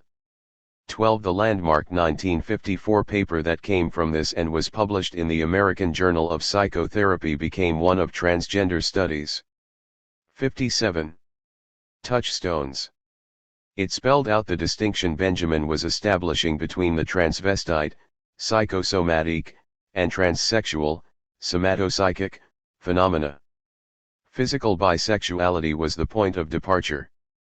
Benjamin wrote, organically, sex is always a mixture of male and female components, but he suggested that mild cases, transvestism, could be principally psychogenic, while for true transsexualists a still greater degree of constitutional femininity, perhaps due to a chromosomal sex disturbance, must be assumed. 13. British sexologist Havelock Ellis had renamed transvestism Eonism after the Chevalier Charles d'Eon, a French adventurer and diplomat who was rumored to be anatomically male but lived and dressed as a woman. For Ellis, Eonism was not an erotic impulse but an expression of the real self. Benjamin took inspiration from Ellis and proposed a continuum of transgender behavior, with cross-dressing on one end, and transsexualism on the other. For transsexuals, Benjamin reiterated, therapy was of no use. He was also not naive, admitting that for a male-to-female transsexual, surgery may not always solve the transsexual's problem. His feminization craving may never end. 14. He also warned against performing sex reassignment on patients with psychosis or who were in danger of suicide or self-mutilation. The conclusion to this paper is quite revealing for its contradictions. Transsexualism is inaccessible by any curative methods at present at our disposal. Nevertheless, the condition requires psychiatric help, reinforced by hormone treatment and, in some cases, by surgery. In this way a reasonably contented existence may be worked out for these patients. 15. According to Benjamin, then, transsexualism is both inaccessible by any curative methods and yet requires specific treatments such as psychiatry combined with hormone treatment and surgery. Did this mean that although incurable it was still considered a pathology? In any case, Benjamin considered that if psychoanalysis and psychotherapy could not cure transsexualism, they could not explain it either. Meyerowitz observes that Benjamin emphasized the biological aspect of transsexualism, which explained for him the failure of psychotherapy in treating the condition and justified a surgical intervention. 16. Benjamin maintained a very negative bias against psychotherapy and psychoanalysis but created a protocol for sex change in which psychiatrists were given the power to determine who the potential candidates for surgery were. Psychiatrists had the final word on the treatment decision, but no say on the diagnosis. As Bernice Hausman noted, this illustrates the ambivalent relation between the mental health specialist and the clinical endocrinologist in the treatment of transsexualism. 17. The fact that Benjamin's choice of treatments affected and transformed the body, surgery, hormones, foreclosed a consideration of what may not be fully anatomical, as if the seeming efficacy of the interventions on the organism would preclude any consideration of other issues involved in the transition of sex. The American psychoanalyst Robert Stoller, who also collaborated with Benjamin, helped establish a pioneering sex change clinic in the early 1960s, the Gender Identity Center at UCLA. Stoller introduced the notion of gender into psychoanalytic jargon using notions derived from John Money's 1950s new vocabulary of gender. It meant introducing the idea of an environmental 58. Psychological sex separated from the biological sex, and took pains to offer a distinct transsexual psychic structure. 18. Money further developed Kinsey's explanation of sexual behavior as the result of learning and conditioning. 19. Money proposed a behaviorist model for what he called gender roles. 20. Stoller further refined the notion of a separation of sex and gender with the idea of core gender identity that corresponded to the internalized idea of the individual's belonging to a particular gender. Stoller initially supported the idea of a biological force, a drive determining gender.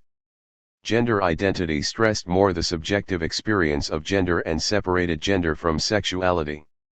Based on the conviction of a distinct identity and the importance of the penis, Stoller systematized a distinction between the transsexual, the transvestite, cross-dresser, and the effeminate homosexual. He noted that in contrast to transsexuals, transvestites and male homosexuals identify as men, transsexuals abhor the penis, which for transvestites and homosexuals is an insignia of maleness and a source of pleasure. 21. He also put forward the idea of primary transsexuals for those who felt they were born in the wrong body, were not homosexuals, did not derive erotic pleasure from cross-dressing, and were not psychotic. Stoller's primary transsexuals align perfectly with Harry Benjamin's description of a true transsexual in his protocol for sex reassignment. Secondary transsexuals for Stoller had occasional transsexual desires that arrived to them late in life, and derived fetishistic sexual gratification from cross-dressing. Stoller did not consider them good candidates for sex realignment, and they were seen as wannabe transsexuals. 22. Sexuality's Petri dish. By 1968, Stoller, always a believer in a constitutional bisexuality, had completely moved away from a biological model to a psychological one and emphasized the psychological forces that resulted in transsexualism.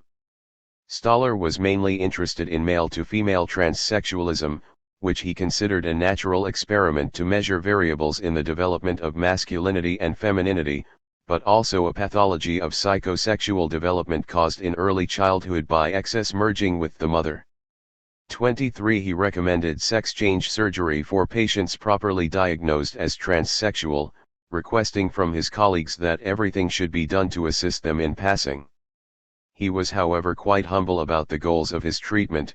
Stoller opposed any attempt at converting male transsexuals into masculine, heterosexual, or even less feminine people, because the treatment of the adult transsexual is palliative.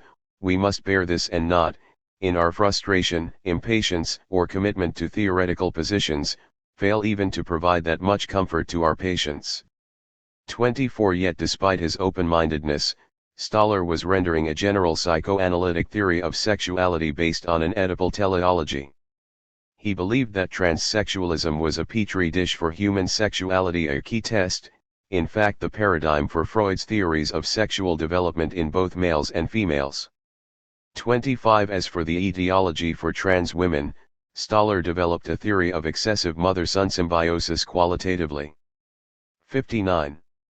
And quantitatively different from that of cis boys that he summed up in the formula: dominant mother, father pushed to the side, infant cuddly and lovable, mother-son too close.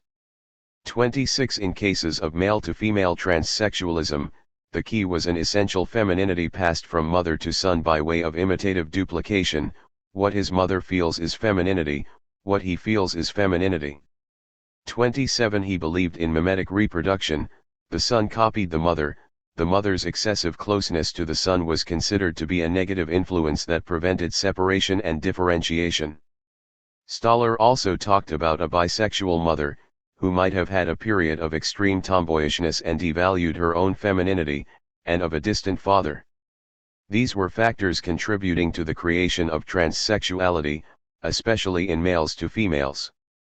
For female-to-male transsexuals, Stahler's speculations can be rendered as an inverted version of that of trans women: too much father and too little mother masculinizes girls. 28. Importantly, Stahler stated explicitly that female transsexualism is not the same condition as male transsexualism, stressing that female and male transsexualism are clinically, dynamically, and etiologically different. Yet, his etiology seems to presuppose symmetry. After Stahler, many psychoanalytic theories of gender identity development blame gender trouble on identifications with the wrong parent. 29. And most psychoanalysts proceeded to view transgender expressions as an indicator of underlying pathology, be it arrested development resulting from a failure of integration of lines of development, Kestenberg, a precursor of transavistism, or homosexuality, Limentani, borderline disorders, Green, narcissistic disorders, Oppenheimer, Elaine, or psychosis, Socarides. 30. Understandably, feeling relegated to the realm of pathology and abjection, trans people rejected psychoanalysis. Ethel Spector Person and Lionel Oversey have discussed in their now classic text the reasons behind the unwillingness of transsexual patients to participate in treatment. They concluded that it was in great part created by the judgmental stance of those conducting the treatment. Nearly all of the patients they interviewed described their experiences of therapy in terms ranging from useless to catastrophic. 31. In most cases, the intense negativism resulted from the clinician's propensity to judge the patients as psychotic and to dismiss the transsexual wish as delusional. Stiegel and Guthiel tried to move away from the limitations imposed by Hirschfeld's biological model, in which transavistism is an organic disposition, which is nonetheless separate from homosexuality. While collapsing transavistism and homosexuality as forms of arrested development towards heterosexuality, Stiegel and Guthiel do not pay any attention to the nuances of the elements in Elsa's case. They force upon the case history self-fulfilling pseudo-psychoanalytic formulations of psychogenesis that rule out subjectivity and the unconscious, as we have seen.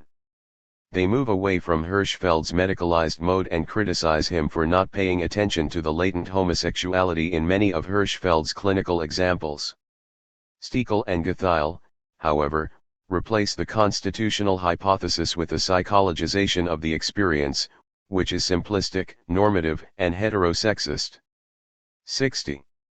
Despite its obvious limitations, the biological position on bisexuality held by Hirschfeld, Ulrich, Stinich, or Benjamin appears closer to a queer notion of sexuality because it proposes that genders evolve as a continuum rather than being defined by a strict binary. Paradoxically, it is the liberal discourse of gender identity that supports a sort of essentialism about gender identification. A collaboration between psychoanalysis and transgender discourse should thus open the way for a different solution without jumping onto sweeping generalizations. An epistemological model, psychoanalytic revision of homosexuality. I am returning to the issue of homosexuality to suggest how our current psychoanalytic discourses about trans people could be inflected. We know that for many years homosexuality was considered by psychoanalysts to be a pathology. In fact, Freud never condemned it and even had a very tolerant attitude towards it. As Dean and Lane have shown, the founder of psychoanalysis never considered same-sex desire as pathological. 32. For the founder of psychoanalysis, homosexuality was a sexual orientation like any other, as contingent as heterosexuality. Freud observed that all human beings are capable of making a homosexual object choice and have in fact made one in their unconscious. 33. Until the 1990s, traditional psychoanalysts thought that homosexuality was deviant, whereas the American Psychiatric Association had decreed as early as 1973 that homosexuality was not a mental disorder. Psychoanalysts continued to consider homosexuality as a pathology for another 30 years. In 1991, psychoanalytic training institutes finally adopted a policy prohibiting discrimination on the basis of sexual orientation. The normative tendency of psychoanalysis has distorted the Freudian spirit. Freud's 1935 letter to the American mother of a gay man made it clear that there was nothing wrong with being homosexual. I gather from your letter that your son is a homosexual. I am most impressed by the fact that you do not mention this term for yourself in your information about him. "May I question you why you avoid it?"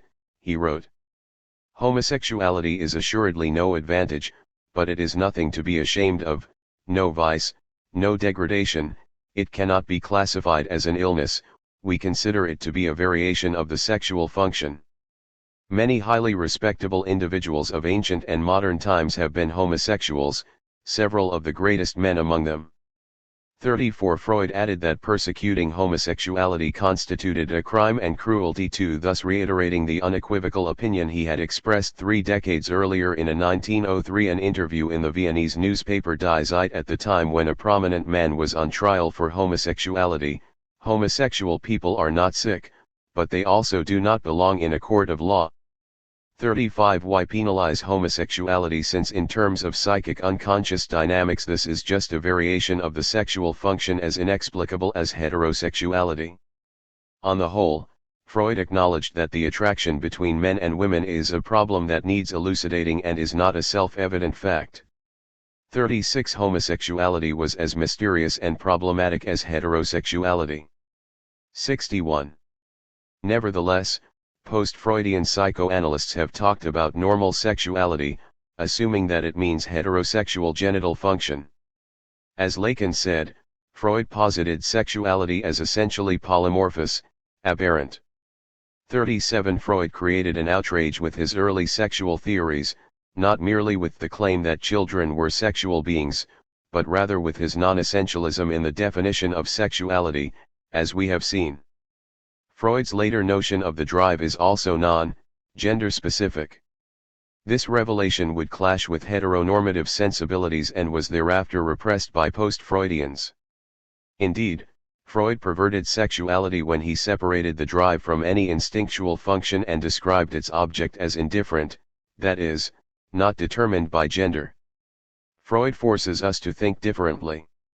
If then, and contrary to the standard view of traditional psychoanalysis, Freud had queered human sexuality, as Dean and Lean argue, and proposed a sexuality that operates in a mysterious, capricious way, contra naturam, veering off the reproductive aims, should we not take these views into account when considering transsexuality? 38. 8. From trans to trans in Lacan's revisions of hysteria. As Lacan often suggested, psychoanalysis is a paradoxical science of the particular that follows a logic of the singular. It is only by sticking to the specific features and idiosyncrasies of each particular case history that one avoids the imposition of an obsolete vocabulary on slippery facts. In this spirit, let us explore another early case of a gender-variant patient in psychoanalysis. This case offers an opportunity to explore how jouissance emerges in the body. It also determines the subject's sexual positioning in terms of allotment and modality of jouissance. Lacan maps sexual choices not according to the anatomy but according to forms of jouissance, as developed in the sexuation formulae that we discussed in Chapter 3. Jouissance brings forth issues of embodiment because to experience jouissance one needs a body. The body represents descent to death because the body is mortal, therefore to talk about the jouissance of the body is to recognize the impact of the death drive on the living organism. Let us remark that a problem stems from the fact that the term jouissance does not translate easily into English. Lacan himself suggested a combination of enjoyment and lust. The word connotes a form of enjoyment not necessarily accompanied by pleasure or joy, as in "it hurts so good." Indeed, jouissance conveys enjoyment not just with a gratifying surplus benefit but a violent, climactic bliss closer to loss, death, fragmentation, and the disruptive rapture experienced when transgressing limits. These two factors, excessive jouissance and baffling singularity, are present in a classical treatment of a patient who today would most likely identify as transgender. This comes from Karl Abraham, a pioneer psychoanalyst and co-founder with Hirschfeld of the Berlin Psychoanalytic Society. This case is the history of a biological male who desired to be a woman. In his daydreams, he would imagine himself changed into one and experience enthusiastic ecstasies. It is important to note that despite the fact that under the influence of Gethil and Stekel, Abraham saw this case as one of repressed homosexuality, this clinical history was written up. 64. To illustrate hysteric daydreaming. Abraham failed to see the transgender wish as a separate entity. He seems right, however, to approach the case as one of hysteria. Abraham refers to the patient as he, but the gender variance is never pathologized.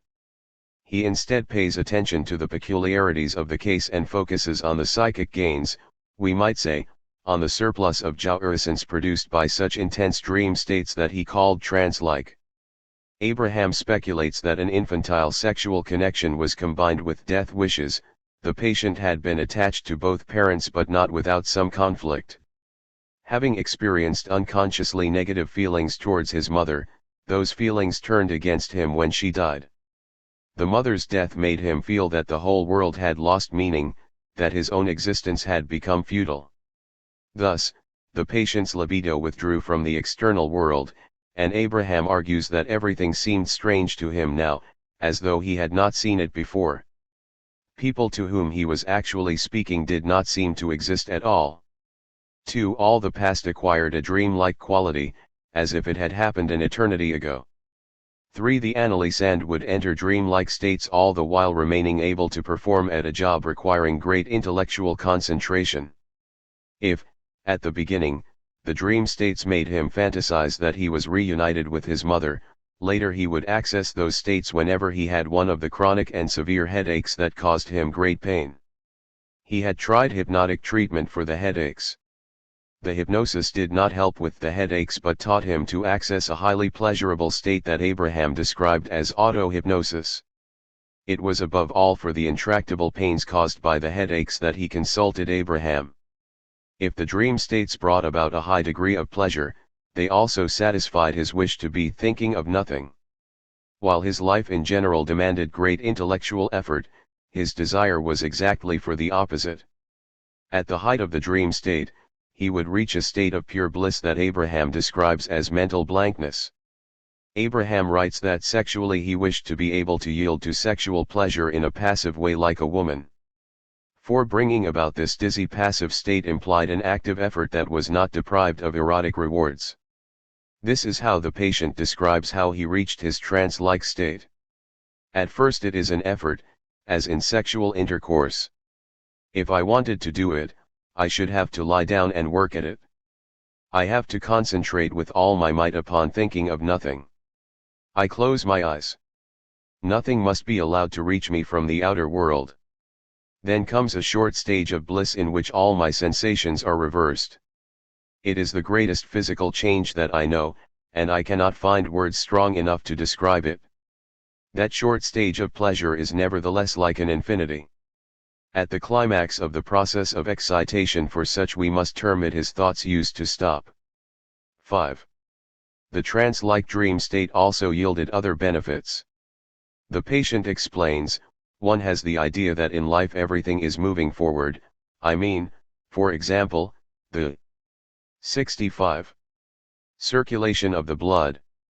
But suddenly everything is changed, everything ebbs away, as though it were no longer going forward but backwards. It is as though some magic had begun to work. While at other times everything tends to leave the body, now everything is driven back into it. I no longer radiate things out but absorb them. 6. This bliss is the sign of becoming or being a woman. Suddenly, in the rapture of this trance, existence becomes peaceful, and life's transience and mortality appear tolerable. As the patient states, there is an absolute, harmonious peace about it, a comforting passivity, in contrast to my real life. Waves flow over me. Something is done to me. If the state did not pass, I would not move till the end of time. 7. Abraham highlights the beneficial consequences, one may say, once more, the jouissance of this overwhelming trance granted by the realization of the patient's wish to become a woman through the dream states. These dream states enabled the patient to obtain unlimited pleasure in imagination out of his sexual passivity. He wanted to be a woman, and in his dream states he experienced the fulfillment of that wish. He was perfectly right when he spoke of the greatest conceivable change, for a more radical alteration than a change of sex cannot be conceived. And to the patient it signified not only a change of sex, but a reversal of his whole mode of life. 8. Abraham discusses the particular etiology of his headaches, which he interprets as an identification with the mother who suffered severe migraines during her periods. He notes that the patient's headaches took place every 4 weeks and would last from 3 to 4 days each time. The patient himself seemed aware of this connection, since he once jokingly referred to the monthly headaches as periods and said to Abraham, "I have got my period just now." 9. Abraham concludes that both the headaches and the trance-like dream states served to transform him into a woman. Abraham perspicaciously notes that while the headaches did not relieve him of his pain, they nevertheless offered him a compensatory pleasure which enabled him to put up with the pain he was obliged to endure.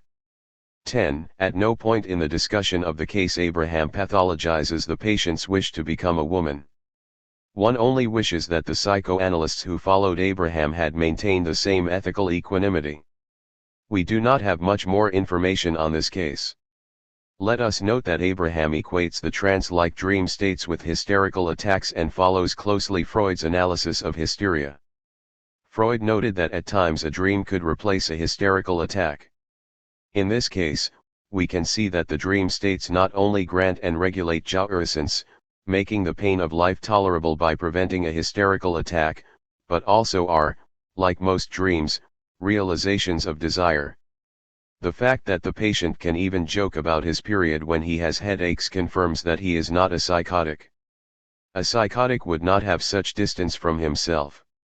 At some point Abraham mentions masochistic fantasies that were part of the dream states and equates these with the usual passivity that was then ascribed to femininity. This is of course a simplistic conception of both femininity and masochism, but at no point does Abraham think that the patient is a pervert. If it is productive to underline the emergence of hysteria in such a transparent case of transgender wish. 66. This remark will force us to go deeper theoretically than Abraham did by assessing what the Lacanian theory of hysteria adds to the debate and how this can impact current discussions about trans people. Today, we know that the issue of what makes a man and a woman is a question that came to psychoanalysis from hysteric patients. Hysteria, which guided Freud in the creation of psychoanalysis, officially ended in 1952 when the diagnosis was eliminated from the American psychiatric nomenclature. The word was deleted from the medical vocabulary. It ceased to be listed as a separate clinical entity in the first edition of the Diagnostic and Statistical Manual, Mental Disorders, DSM-I, 1952, and in the Standard Classified Nomenclature of Disease, SCND. Of course, the termination of the entire disease was a semantic suppression that did not manage to bring about the elimination of the illness. It was not long before this official repression that we see a Freudian return, for, by a curious chronological coincidence, it was also in 1952 that Jacques Lacan published an article in the Revue Française de Psychanalyse that originated as a seminar he taught at the Société Psychanalytique de Paris. Lacan focuses on Freud's detailed case study of a hysterical patient, the famous Dora case. Presentation on Transference is one of the few texts that Lacan devoted entirely to hysteria. 11. In addition to being an example of the proclaimed return to Freud that is so characteristic of Lacan's work, it represents a decisive moment in French psychoanalytic history. 1 year later, in 1953, a long-standing rift would develop into a split in the Société Psychanalytique de Paris. Lacan and others resigned to found the Société Française de Psychanalyse, under the direction of Daniel Lagache. The reasons behind the split were theoretical, directly affecting the practice of psychoanalysis.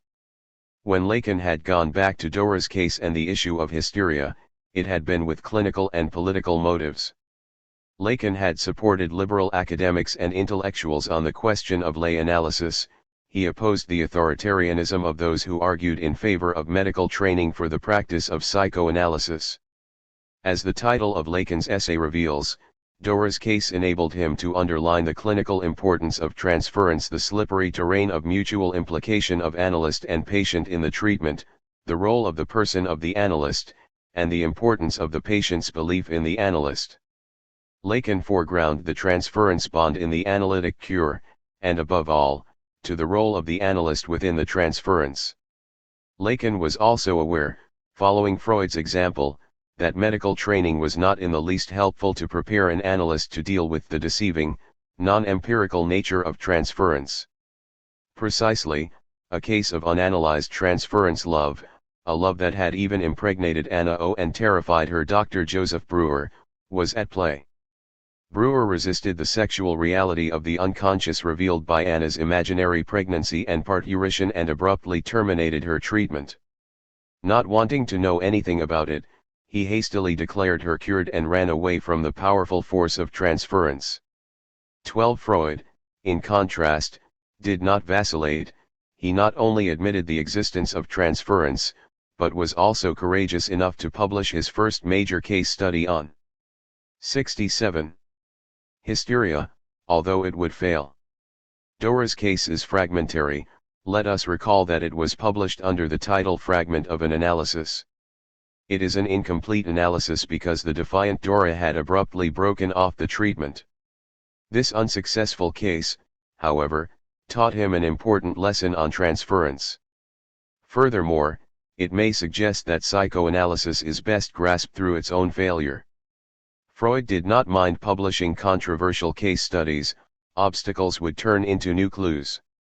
This becomes quite clear in the postscript to Dora's case, in which Freud learns from his mistakes and attributes his failure in the treatment to his being unaware that he had to interpret his own participation in the transference. 13. We see here the limits imposed by Freud's own resistances and prejudices, but also his unrelenting desire to further his theories. He offers this case as a testimony open to criticism, maybe even inciting it.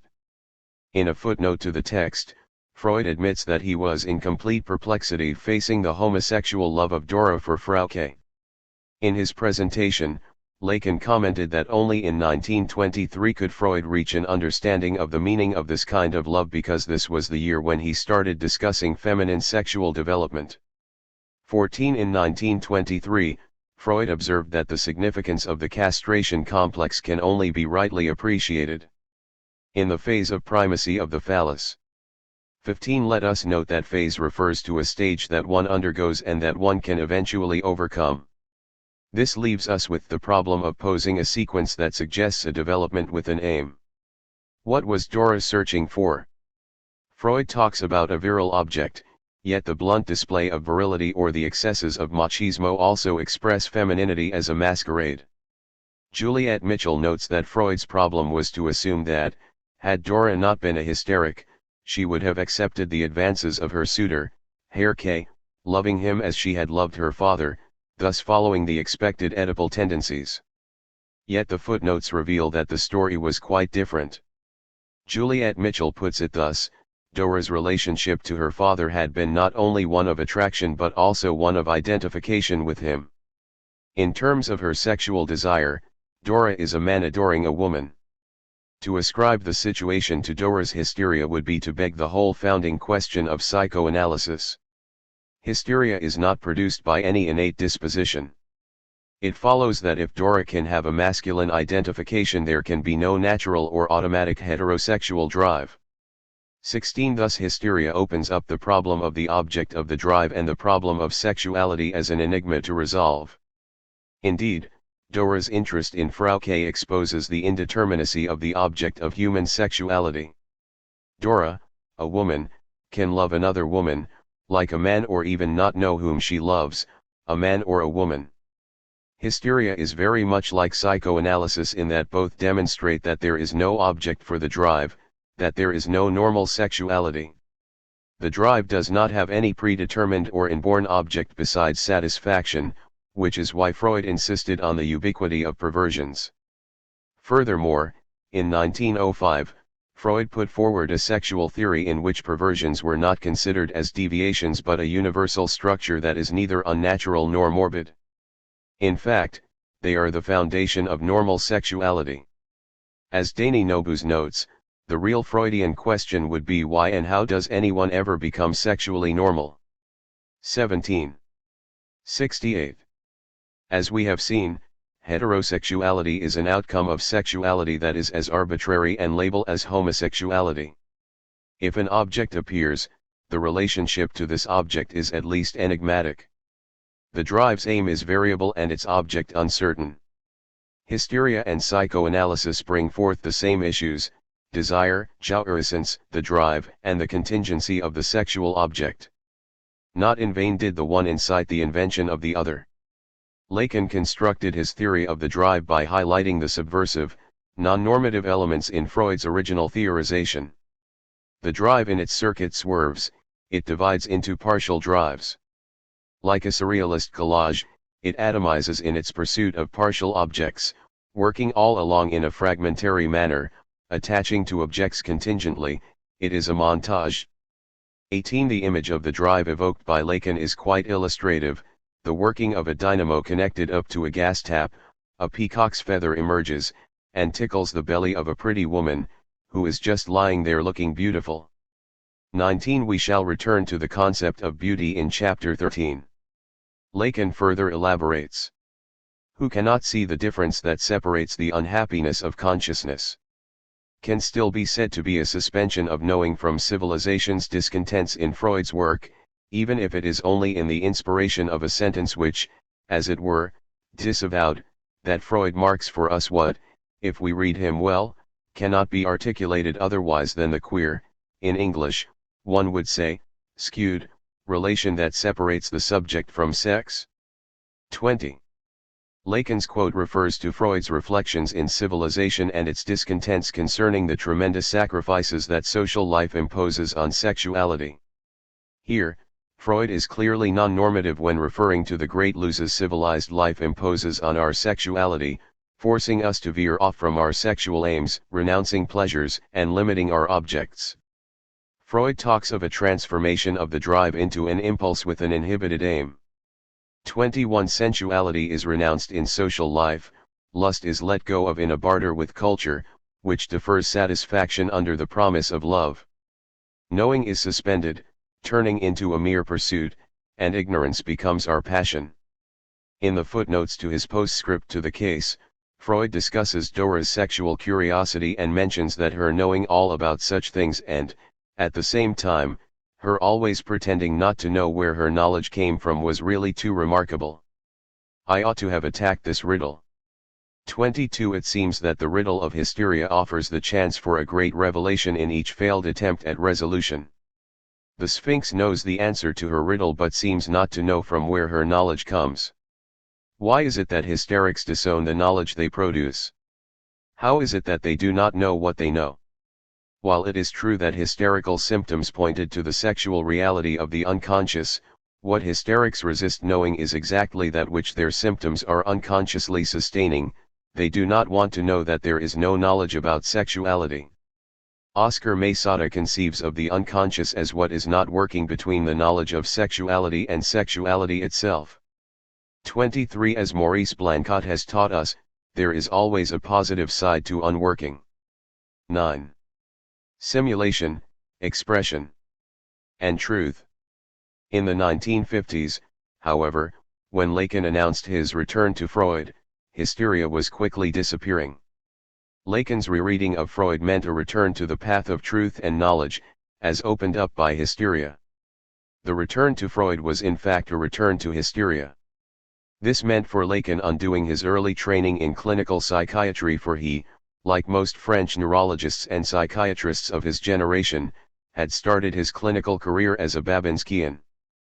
Just 8 years after his death, Charcot's work on hysteria had been almost completely demolished in France. By 1901, Joseph Babinski, one of Charcot's favorite disciples, had separated neurological organic diseases from hysteria.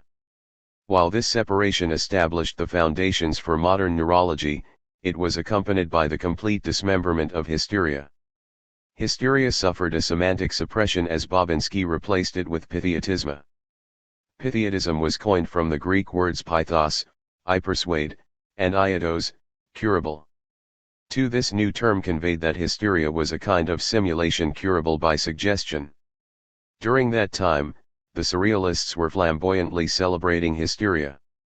Above all, they opposed the eradication of the theory of hysteria, made invisible but no less powerful. The Surrealists celebrated hysteria as a poetic creation and proposed a novel encounter between the Freudian unconscious and language. Their tribute appeared in a 1928 special issue of La Révolution Surréaliste. The manifesto-like tract, titled The 50th Anniversary of Hysteria, was signed by Louis Aragon and André Breton. Printed in capitals, it began.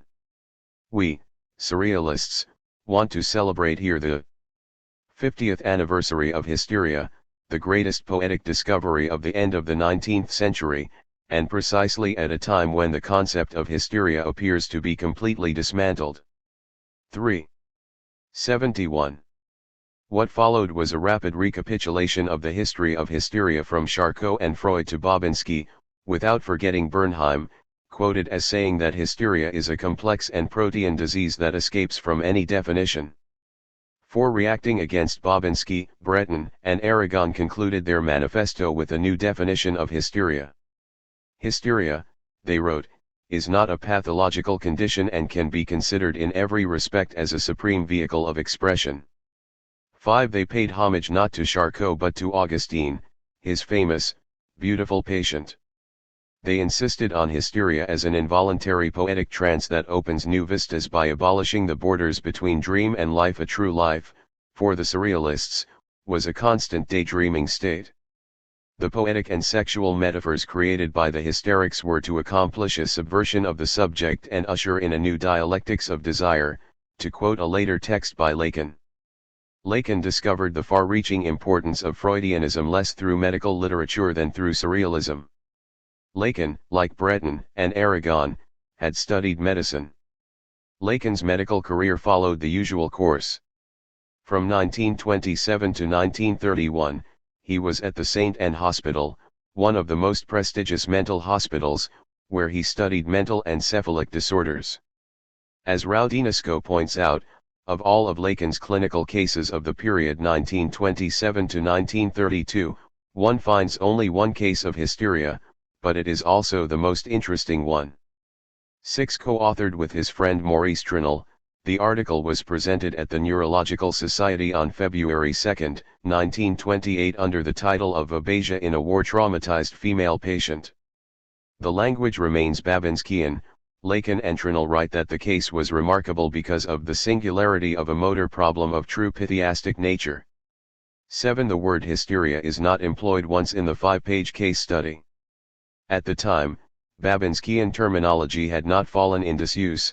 Lacan and Trinel had to adopt the Babinskian vocabulary required by the dominant medical scientific discourse.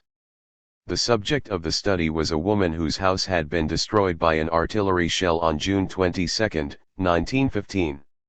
She suffered superficial wounds, her leg had been trapped in the shattered floorboards when her house collapsed. After passing through various regional and Parisian hospitals, among them La Salpêtrière, her illness was marked by an eccentric style of walking. She walked as if performing a complex choreography of strange dance steps. She would take little steps on tiptoes, she would slide her feet on the ground, and cross her legs one in front of the other. She would walk backwards. The backward walk was the most complex one. She would advance by spinning on herself in reverse. As Lacan and Trinel report, however, a hospital security guard affirmed that once he saw this patient walking straight, completely normally, for a few yards when she was alone and unaware of being observed. In all her narratives she insisted upon what an army doctor at the St. Paul Hospital had told her: you will keep straight, you will stand straight, you are straight, you will remain straight. 8. Lacan and Trinel ironically point out that this early exposure to Babinskian therapy by repeated suggestion not only proved ineffective but also gave her an early taste of iatrogenics. Her illness was, if not produced, at least reinforced by the medical treatment. From then on, she walked with her body thrust forward. 72. Rocking from side to side and scuffing her feet. The patient explained that she needed to walk in this bizarre way, taking the very small steps that she called on boat, because otherwise she would fall. She reportedly claimed to feel that all was collapsing in her thorax.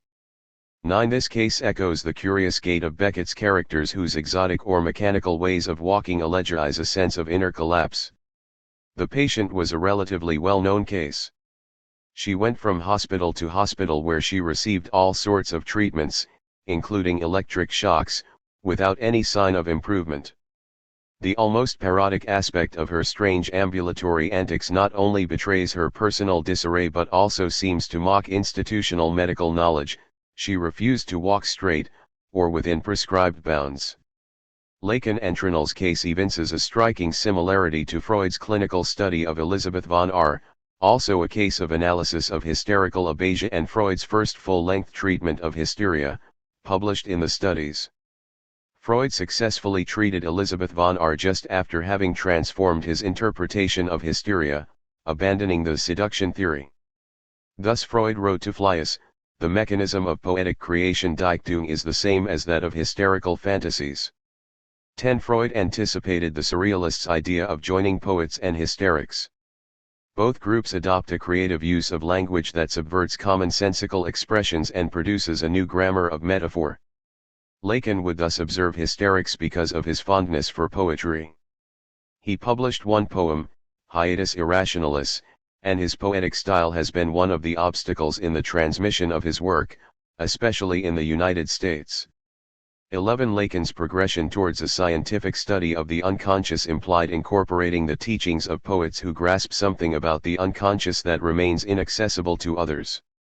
Lacan's work follows the rhetorical strategies of poets and hysterics, using language in innovative ways that are both challenging and enlightening. For the young Lacan, the poetic creations of the Surrealists would act as an antidote to the reductionism demonstrated by Babinski and his school. However, Lacan's connection to Surrealism insofar as hysteria is concerned remains tentative. True, the young Dr. Lacan was known in Surrealist circles as a brilliant specialist in psychosis. Lacan was learning more from psychosis than from any other psychic structure. He had not yet discovered the magnitude of Freud's work on hysteria, which he was to use so fruitfully decades later, nor the extent of the originality of the psychoanalytic method. He would later consider the words of the hysterics as presenting us with the birth of truth in speech. 12. At the time, Lacan was elaborating a new conception of language. He analyzed the paranoid structure in its semantic, stylistic, and grammatical peculiarities. He noted that the extravagant language of paranoids resulted from a process tantamount to the one at work in the poetic experiments of the Surrealists. His innovative view was expressed in its accomplished form in his doctoral thesis of 1932 on paranoid psychosis. Even though his dissertation deals primarily with paranoia, the section devoted to the definition of psychogenesis in psychopathology make reference to hysteria in a footnote that aspires to contribute some order to the confusing debates about the pathogenesis of hysteria.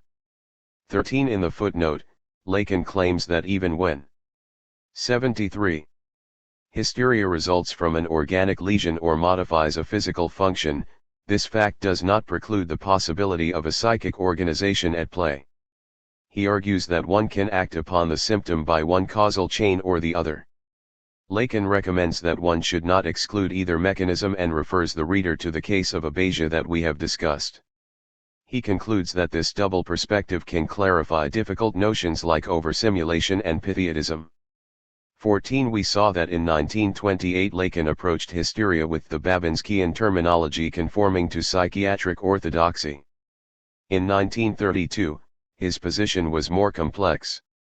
On the one hand, his loyalties were on the side of traditional psychiatry, and his main focus of interest was psychosis, supposedly a barren field for psychoanalysis. On the other hand, he implicitly criticized the psychiatric legacy by putting forward a new notion of psychosis. Lacan, at this point in his career, was a parasurrealist who sought to identify a common poetic logic in psychosis and the experimental writing of the avant-garde. However, unlike the surrealists, he did not partake in their exuberant praise of madness, nor did he hold society responsible for mental illness. He was undergoing the transition from neurology to psychiatry in order to move into psychoanalysis. But when he referred his readers to his presentation on aphasia, it is clear that he took his early case study seriously enough. The fact that he considers pythiotism and oversimulation to be notions that merit a clarification is symptomatic. The confusion that he perpetuates while trying to dispel it reveals that he was still bogged down by a French psychiatry in disarray after Babinski. By contrast, in 1936, Lacan was already a Freudian who explicitly criticized the use of the term Pythiatism, as one can see in his Beyond the Reality Principle, which appeared in a special Freudian Studies issue of Evolution Psychiatrique and was later included in Ecrit's. By then, in Lacan's view, the notion of Pythiatism represented a coalescence of the medical profession's systematic disregard for psychic reality. 15 In this piece, written just 4 years after his doctoral thesis, Lacan exorcised the demons of his psychiatric training in order to stress his psychoanalytic leanings. Finally, his substantial study on the family complexes, published in 1938 in the Encyclopédie Française, fully established his reputation. It also provided a very short summary of his early views on hysteria. In this piece, Lacan connects the organometric symbolism of hysteric symptoms with the experience of the fragmented body of the mirror stage. 16 In hysterical symptoms, a localized body function is distraught, organs get paralyzed, lose sensation, and become painfully inhibited, expressing a fragmentation of the body that defies anatomical laws. Noting the similarities between the motor manifestations specific to the mirror stage and the motor symptoms specific to hysteria, he also locates the mirror stage at the origin of the constitutional hysteric somatic compliance. Lacan veered away from the Freudian schema when connecting the mirror stage and hysteria. For him, hysteria hypostatized at an organic level the notion of a fragmented body. The hysterical body confirmed his conception of the body as an image of the body. As he affirms in his piece on the mirror stage, when the symptoms of hysteria behave in a manner that shows that they ignore the physiology of bodily structures, they reveal how the body is divided according to the lines 74 of fragilization that define the hysteric's phantasmatic anatomy. 17 Thus, Lacan is reformulating Freud's early observations that hysteria behaves as though anatomy did not exist. 18 Because hysterical ailments are more faithful to language than to anatomy. For instance, a hysterical paralysis of the hand often takes the shape of a glove, following the meaning of the word hand rather than the physiology of the distribution of nerves, muscles, ligaments. In hysteria we see an imaginary body at work. Lacan concludes this brief section on hysteria by saying that in hysterical subjects one sees the pathetic images of human's existential drama. No other original contribution of Lacan's can be found here, yet we can see that his perspective on hysteria is already Freudo-Lacanian. Between a short reference to hysteria in his 1938 article on the family for the Encyclopédie Française and his 1951 presentation on transference, not much was advanced by Lacan on hysteria. Lacan's return to Freud marked the beginning of a period of greatly expanded thinking and elaboration of psychoanalytic concepts. In his seminars, now open to the public, Lacan interacted with an audience who felt that they were rediscovering the unconscious and thus reinventing psychoanalysis. His view of psychoanalysis incorporated the teachings of philosophy, linguistics, mysticism and game theory. Presentation on transference was dedicated to hysteria and could be the first Lacanian contribution to the topic. In this study of Freud's case of Dora, Lacan showed that the analytic experience belongs to the order of speech as the realm in which truth can emerge. Clearly, he defined transference as the moments when analysts get lost and must take their bearings anew, and psychoanalysis as a dialectical experience in which the orthodramatization of the analysand's subjectivity depends on the analyst's response. By 1951, if Lacan was clearly Freudian, the innovative thrust of his study of Dora's case derived from his reliance on non-Freudian concepts such as the beautiful soul and dialectic reversals. 19 Lacan was applying a terminology borrowed from Hegel to his understanding of the case. With the help of Hegel, Lacan rendered legible a new logic of hysteria. Lacan made use of Hegel in the 1950s in order to get a fresh perspective on this case of hysteria while addressing specific questions of psychoanalytic technique. The utilization of Hegel specifically on hysteria reached a zenith in his 1970 seminar 17 L'Envers de la Psychanalyse, in which Lacan not only put forward the idea of the discourse of the hysteric but also declared the male philosopher Hegel to be the most sublime of the hysterics. 20. The hysteric's discourse pertains not only to a subjective structure but also to the essence of the speaking being. Whenever we speak we necessarily assume a position, a relationship that establishes a social link. In his Algebra of the Four Discourses, Lacan identified four such forms of social link or discourse: the discourse of the master, the discourse of the university, the discourse of the analyst, and the discourse of the hysteric. His system combined the permutations of four symbols: S1, the master signifier; S2, knowledge, savoir, A, surplus enjoyment, dollar, subject. The complex algebra of the theory of the four discourses proposed in L'Envers de la Psychanalyse demonstrates a forceful return of the hysteric into Lacanian theory. This idea of a discourse of the hysteric is an innovation that allows one to address the relationship 75 between jouissance and desire, to conceive desire as a wish for an unsatisfied desire, to talk about the hysteric as the one who makes the man, or the master, to see the hysteric as the one who manufactures the man animated by a desire for knowledge, and, ultimately, to think of the analytic cure as a hysterization of discourse. The question that remains to be answered is whether Lacan is really talking about hysteria when he talks about the discourse of the hysteric. To deal with this question, we need to explore the genesis of his reinterpretation of hysteria as a social link. Let us remember that Lacan did not produce a discourse of the obsessional neurotic, the psychotic, or the pervert. If there is a difference between hysteria as a psychic structure and hysteria as a form of discourse, why does he use in both cases the word hysteria? Could it be that with the invention of a discourse of hysteria, Lacan had gone back to his early Babinskian training, but with a different stress, replacing simulation as a structure of deceit with stimulation as a structure demanding truth? We know that Lacan's goal was to provide Freudian notions with a more rigorous formalization. This can be seen in Lacan's theory of the four discourses, in which one finds Lacan's most systematic development on hysteria. With the construction of his discourse of the hysteric, he touches on the social conditions in order to integrate them into his notion of hysteria. Lacan calls attention to the importance of the other in hysteria. Often this other is a woman, the other woman, for the hysteric's desire is the other's desire. However, as Lacan asserted in 1961, the hysterical relation is not with the small other, but the big other, in which the hysteric devotedly believes.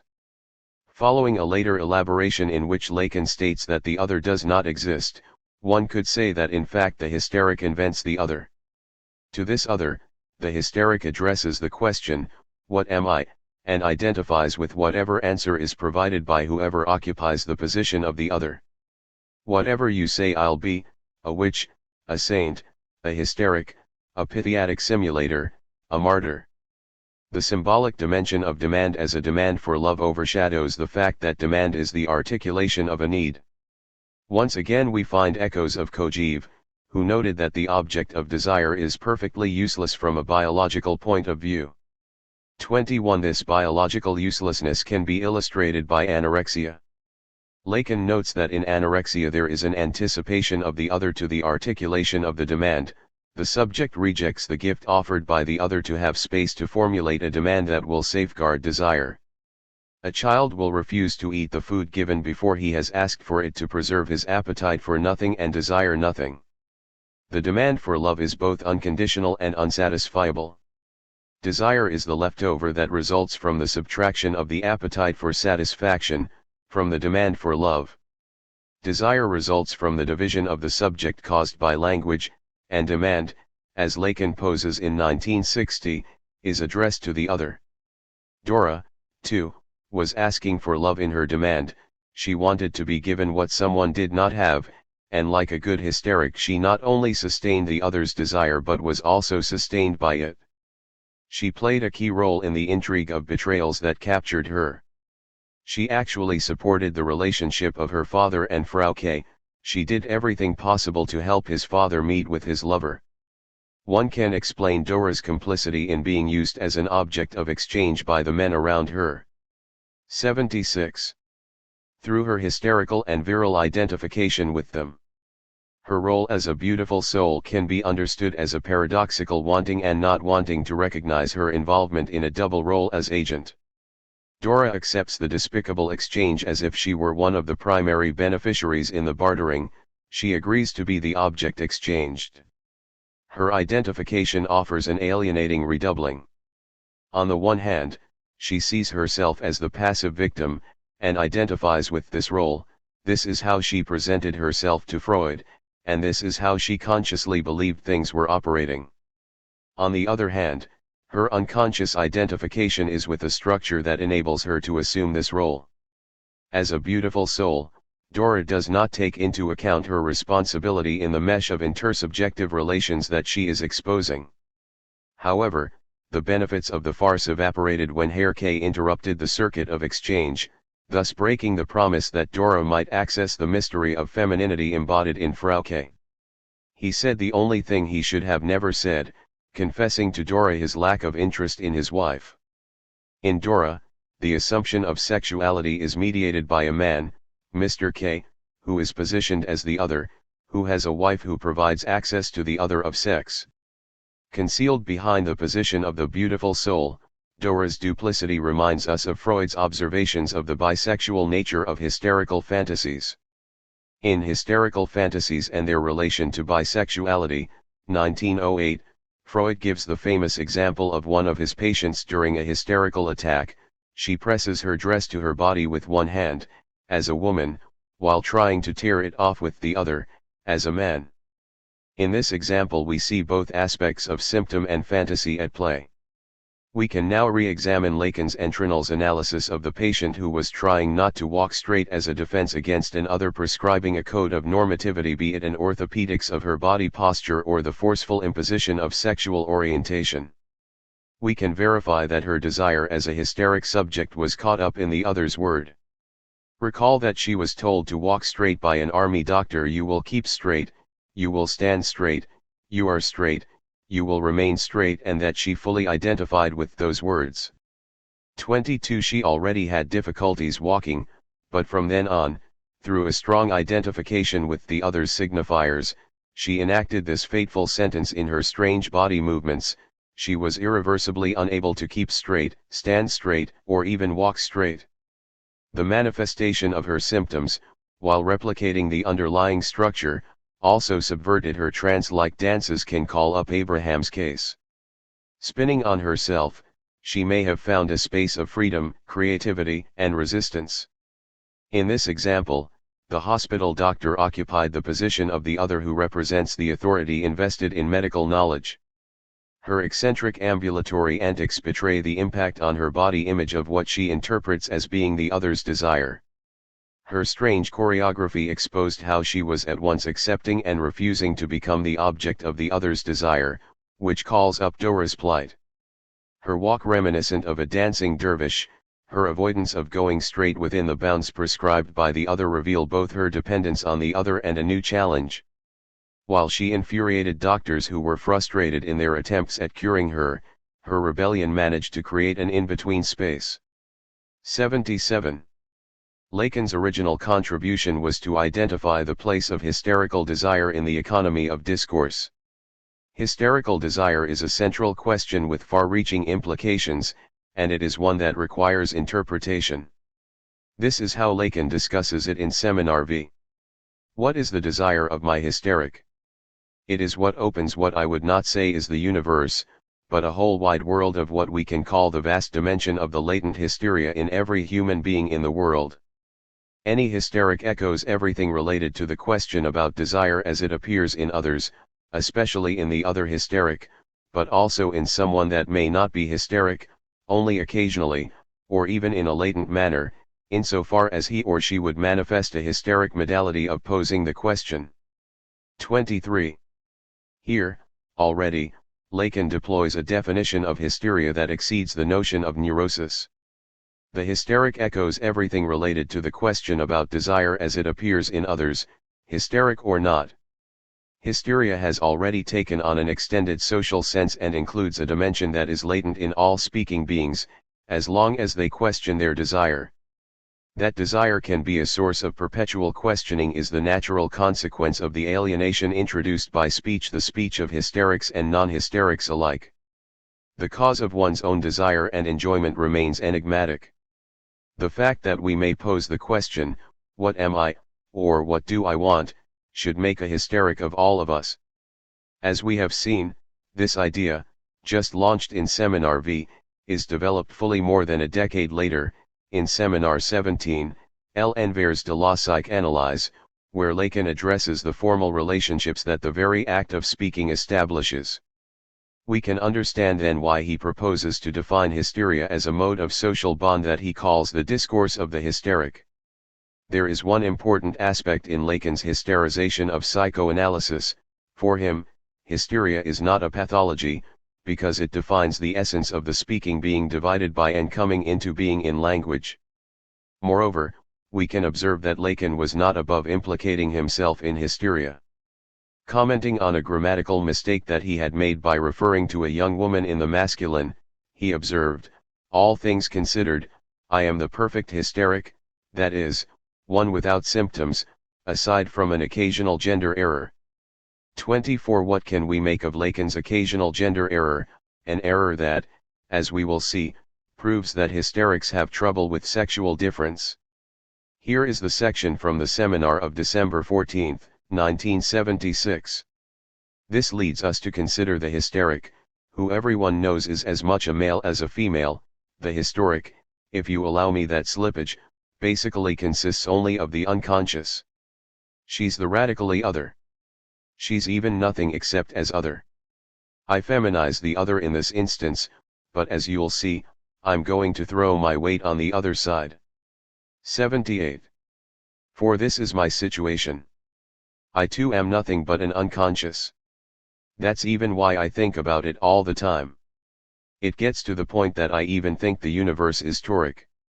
It means nothing else. I consist only of an unconscious, which I think about night and day, and this renders the unbevu inexact. I make so few blunders. Of course, I make them from time to time. It happens that in a restaurant, I'll say, the lady is reduite to eating nothing but crayfish à la neige. Mademoiselle en est reduite à ne manger que des crevisses à la neige. The correct expression should have been en est reduite. As long as we make an error of this kind, it doesn't amount to very much. All things considered, I'm the perfect hysteric, that is, one without symptoms, except, from time to time, such errors of masculine and feminine. 25. Lacan's gender error goes back to the bisexuality discovered by Freud at the root of hysteria. The fact that Lacan made a gender error in French grammar illustrates his definition of hysteria. It combines elements of topology and the idea of the unconscious as the unbevu, a French transliteralization of Freud's unbewusste, one gaffe, a one blunder. One might translate it, as Dan Collins wittily does, as unbewups. 26. With the coining of the unconscious as unbevu or one blunder, Lacan distances himself from the Freudian idea that hysterics suffer from memories that need to be recovered and takes a direction that paradoxically brings him back to his Babinskian point of departure, however, with a difference. The unconscious as unbevu introduces the dimension of the blunder, of the error, that we saw is so recurrent with transgender people who feel they are inhabiting the wrong body. Such an error can be traced back to Freud's notion of hysteria as founded upon the hysterical proton pseudos, a term which means both logical error and lie. 27. The notion of proton pseudos is complex. In his early manuscript project for a scientific psychology, Freud connected hysteria with logical theory in a passage entitled The Hysterical Pi Sigma Omega Tau Omicron Nu Pi Sigma Epsilon Delta Omicron S, Proton Pseudos, that condenses the case of young Emma who is unable to enter in a store alone. This phobia started when she was 12. She entered a store and saw two salesmen laughing. She rushed out in panic, thinking that they were making fun of her, but felt guilty. Freud brought out an earlier memory from when she was 8. She had gone to a grocery store and the owner had molested her by touching her genitals through her clothes. She went back once more, as if to repeat the scene. Only at the age of 12, When she was old enough to understand what had happened, did she experience disgust and panic, and the phobia started? Emma's associations run like parallel series of memories. The two series intersect. The laughter of the shopkeepers evokes the smile of the grocer 5 years earlier. When she was older, Emma had been attracted to one of the shopkeepers, which made her feel responsible for the first seduction scene. In her chains of images and memories, only clothes and guilt remained. There is no direct causal link here. The first scene of seduction could have turned into a scene of rape that would have constituted a trauma in the classical sense. Here, it brought an unknown pleasurable excitation to be reactivated later, triggering the panic. 79. The memory of the first scene became pathological within the unconscious reconstruction operated by the second scene. This defines the hysterics proton pseudos, an expression abridged as P. Freud borrowed the term from Aristotle's organon. This is a logical error about premises. For Aristotle, falsity in an argument rests on the first false statement, proton pseudos, which the argument contains. Thus any error in the premises vitiates any subsequent reasoning. The translators themselves erred when they rendered Freud's Greek phrase as the first lie, as it is in the Standard Edition. Leaving the expression in Greek, Freud played on the two meanings contained in pseudos.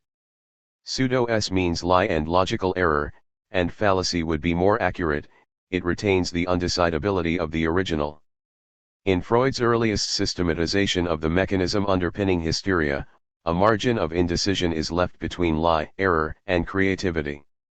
If hysterics suffer from reminiscences, as Freud always insisted, and memories are always screen memories, hysterics suffer from proton pseudos. Hysterics were thought of as being caught between deception and wayward thinking, between simulation and flawed logical reasoning. Lacan's Babinskian past showed that hysterics were not sick because of their repressed memories, but were sustained by an armor that was founded upon a deceptive mistake. If they are simulators, even quite professional at it, they may be telling the truth with a lie. Language cannot lie even if it never tells the whole truth.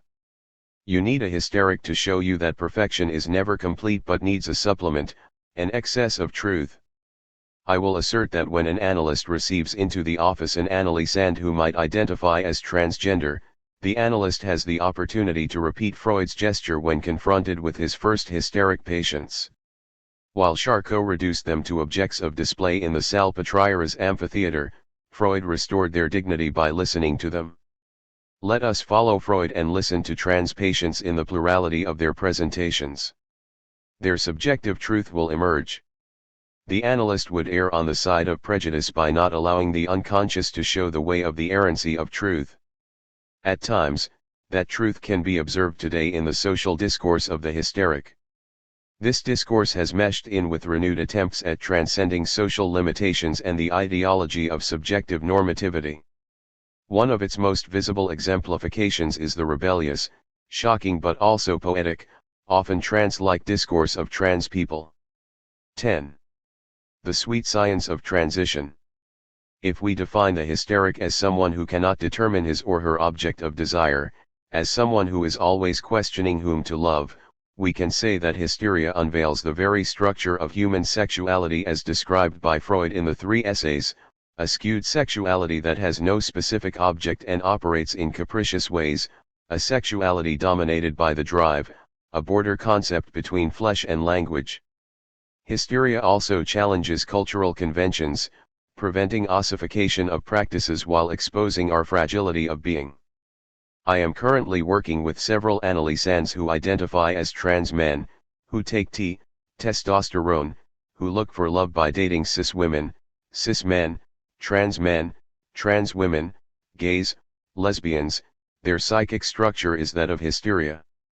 This fact has both clinical and political implications. Metapsychologically, Freud's general thesis was that hysterics had bisexual tendencies that they could not reconcile. At the heart of hysteria, there was the irreducible presence of a bisexual fantasy. In Hysteria from Freud to Lacan, Juan David Nazio took Lacan's insight about the difficulties experienced by hysterics about being an object of desire trapped in eternal dissatisfaction as a point of departure. Nazio then pushed the analysis further by asserting that hysterics were not just bisexual but not sexual at all. For him, hysterics are asexual, outside sex. 1. This radical exteriority would derive from a structure of indecision. Fundamentally, a hysteric would be someone who cannot know whether he or she is a man or woman. For Nazio, the hysteric has not managed to appropriate the sex of his body.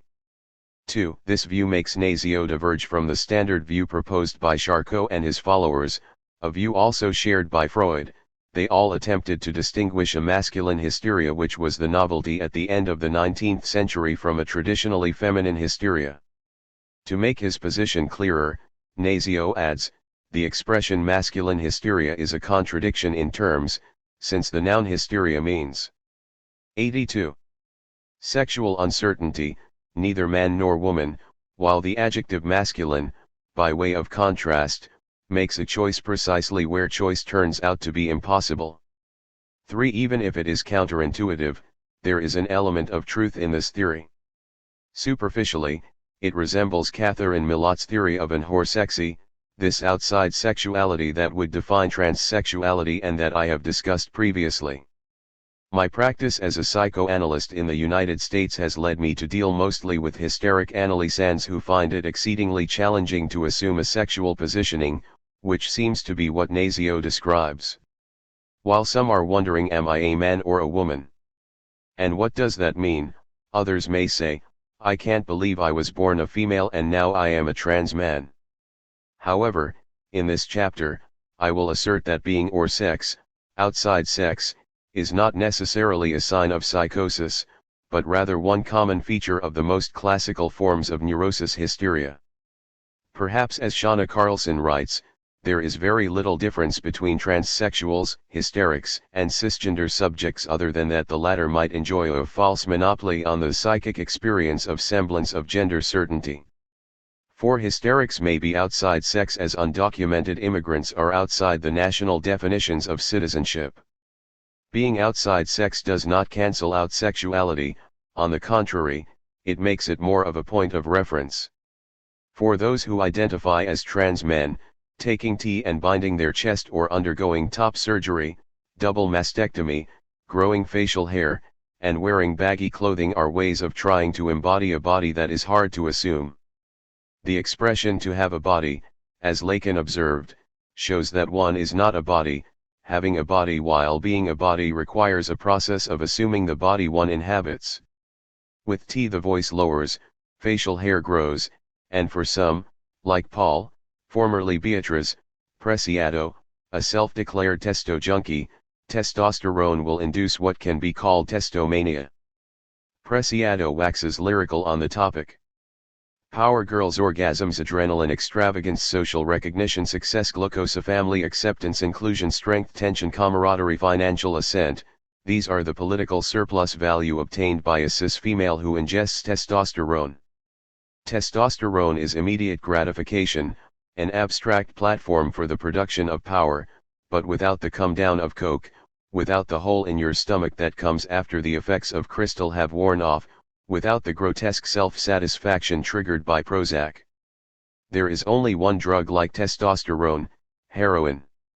5. However, the best tea cannot guarantee against the dissatisfaction that is inherent to hysterics' desire, even when they are in love, for indeed satisfaction is elusive for hysterics. Paul Preciado writes, right where satisfaction is supposed to emerge, frustration emerges.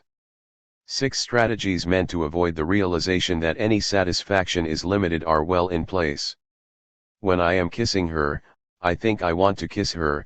When I am talking with her, I think I have an urgent need to talk with her. The present moment, the instant of assimilation, has no importance compared with the overwhelming necessity for what must come immediately after. More as quickly as possible. A moment later, desire will be still more intense, and on and on. 83. More and more. Desire doesn't destroy itself. It transforms itself, changing into an unconscious state during fatigue or sleep. I desire to continue desiring, without any possibility of satisfaction. 7. Psychoanalysis helps us understand that satisfaction is always obtained with limited means. Any other form of satisfaction beyond these constraints would fall within what Lacan calls the other's jouissance or the jouissance of the other, which is a jouissance that cannot be properly qualified as sexual because it is not constrained by castration. It is also very different from the other's jouissance, which is found on the feminine side of the sexuation formulae. The other's jouissance is a form of satisfaction that, if realized, would put in danger the subject's whole being. If satisfaction is postponed, dissatisfaction, nevertheless, has its benefits. Let us recall Freud's interpretation of the dream of smoked salmon. The hysteric creates an unfulfilled wish. Her dream represented this renunciation put into effect. Although she craves for caviar, she does not want to be given any. In order to maintain her desire for caviar eternally alive, she limits her satisfaction and purposely avoids finding an object for her desire.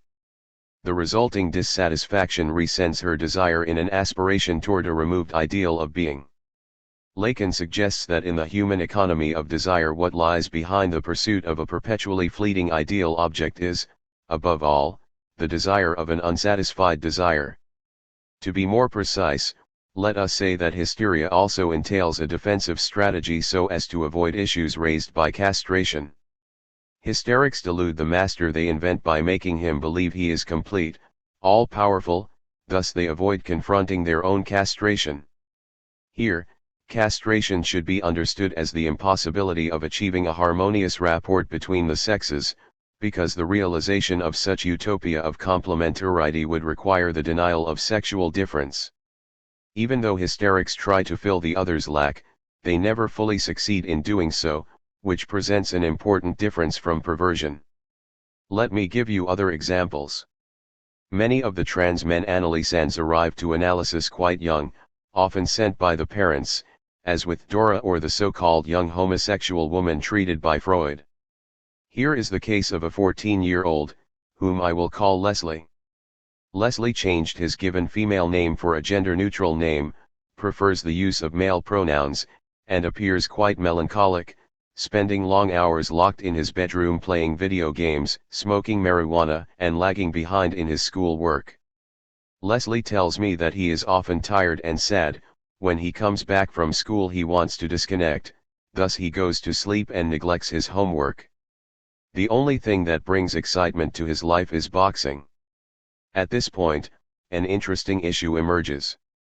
Leslie has amazing knockout power, incredible balance, and swift footwork for a female. Everyone admires his abilities that exceed those of any of the women boxing. But if Leslie were to compete as a man, his performance would be unremarkable. He is strong insofar as he is considered a female boxer, not as strong if he competes as a male. He is not sure what to do about this predicament. As if only in boxing, Leslie could ask, "What am I? A man or a woman?" 84. Among causes for his sadness, both parents suffer from depression and both are currently taking antidepressants. Leslie's father is from India, an engineer from a distinguished family of poets and scholars prone to nostalgic reminiscing. He is the only member of the family living in the United States. Leslie's mother is fourth-generation American and has a big, close-knit family originally from the American Midwest. The mother is an only child. Her birth was preceded by a series of miscarriages and followed by the premature death of a younger sibling, a baby born with a congenital disease that died as an infant when my analysan's mother was 5 years old. Besides her depression, her mother tells me that she agrees with non-normative choices since she herself had an important lesbian romantic liaison for several years before meeting and eventually marrying Leslie's father. Since her college years, she has been active volunteering in several LGBTQ organizations, first during the 1980s AIDS epidemic, and now offering support for social justice initiatives. While she seems very supportive of Leslie's gender questions and explorations, intense conflict arises between Leslie's preferences and the sartorial requirements demanded for formal family engagements. Leslie has been allowed to wear a suit for baptisms, weddings, and funerals. However, a great controversy was created when the family recently attended a funeral. Leslie was allowed to wear a suit, but not a tie, because it is okay to look lesbian but not okay to look trans, his mother said. Leslie can work well in the session, laughing at the polysemic implications of the tie or not tie discussions. Leslie's trans identity appears tied to his mother's lesbian past as well as his need to let that identificatory tie with mother become looser. For instance, both wear similar unisex hairstyles and wardrobes. Leslie tells me that his mother observed that simply wearing earrings could make everyone think that someone with short hair is a female. The manner in which Leslie reports this observation seems to imply that femininity is mostly a strategy of deceit. Leslie appears to conform to Nazio's diagnosis of an asexual hysteria. He has not managed to appropriate the sex of his body. This indecision reminds me of the recent comment of another Annalise And who also identifies as trans, but I have to tell you, I have friends of friends who identify as women, who transitioned at 18, took T, had mastectomies, and now they are feminine, oh, very feminine, they say. I had to become a man to know I wasn't one. In this example, the itinerary goes from woman to man and then back to woman. The movement between gender seems to be done in order to reclaim an elusive femininity that could only be assumed once it was first erased and, then, retroactively, rewritten. The question brought about by boxing tournaments, in which he still chooses to be paired with women, landed Leslie in several situations in which there was a tie and the judges were unable to decide who had landed more punches. Leslie would often win not through a knockout but because he showed more control, style, and technique, in fact, exhibiting more know-how or a superior knowledge about the sport. Hopefully, the analysis will produce another type of knowledge and know-how about subjective identity. So far, Leslie has changed pronouns and first name. There will be time to decide whether or not he is a man or a woman. 85. All these worries took place during the Rio Olympics in August 2016, a time when many female athletes were confronted with the prospect of invasive and humiliating gender testing in order to ascertain whether they were actually female or male. Leslie had observed the case of Castor Semenya, a non-gender-conforming athlete married to another woman, and knew the entire process by which the effects of high testosterone are measured. The International Athletic Association's protocol involves measuring and palpating the clitoris, vagina, and labia, as well as evaluating breast size and pubic hair scored on an illustrated 5-grade scale. There was also a measure of testosterone and determination of chromosomes. This process upset Leslie, who followed the controversies closely. That entire discussion can be taken as a good example of a shift in social discourse. It moved from hormone levels to women's rights, and from endocrinology to an ethics of difference. Unlike Paul Preciado, Leslie rejected vehemently the idea of taking testosterone, precisely because this seemed to be an almost fetishistic object of gender testing in sports. Men and women generate testosterone in small quantities, greater of course for men. Some congenital disorders produce elevated levels of testosterone in women, but it is not clear that they offer a clear advantage in a competition. But if you take testosterone, it is considered a performance-enhancing substance.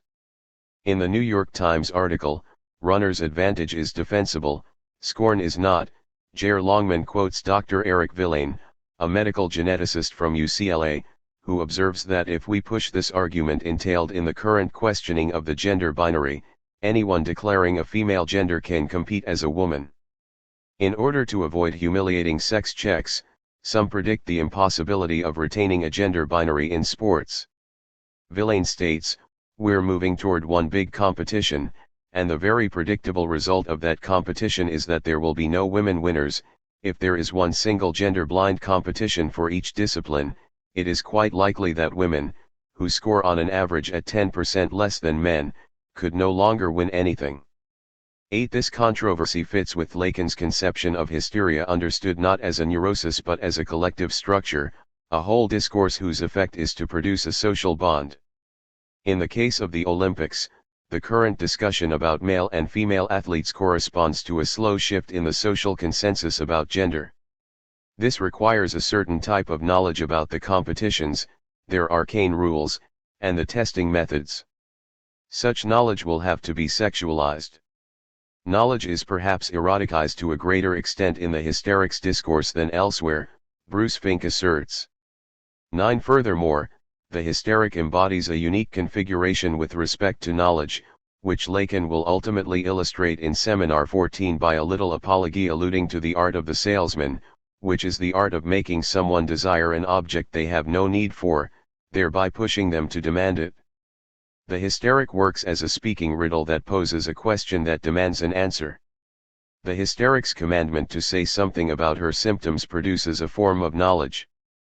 This movement has inspired extensive knowledge medical, from ancient wandering wombs to contemporary panic attacks, and religious knowledge, from demonic possession. 86. To miraculous sanctity, and even psychoanalysis, from a missing organic lesion to Freud's discovery of the unconscious truth concealed in bodily symptoms. Thus the conditions under which the hysteric causes the production of such knowledge are the conditions for the production of knowledge in general. This is what I mean by learning from transgender. 11. The singular universality of trans. Today's practitioners may not know that Lacan was the first psychoanalyst in France to work with a gender-variant patient in a manner that expressed an ethics of sexual difference. Lacan's intervention should have put an end to psychoanalytic gender identity narrow-mindedness.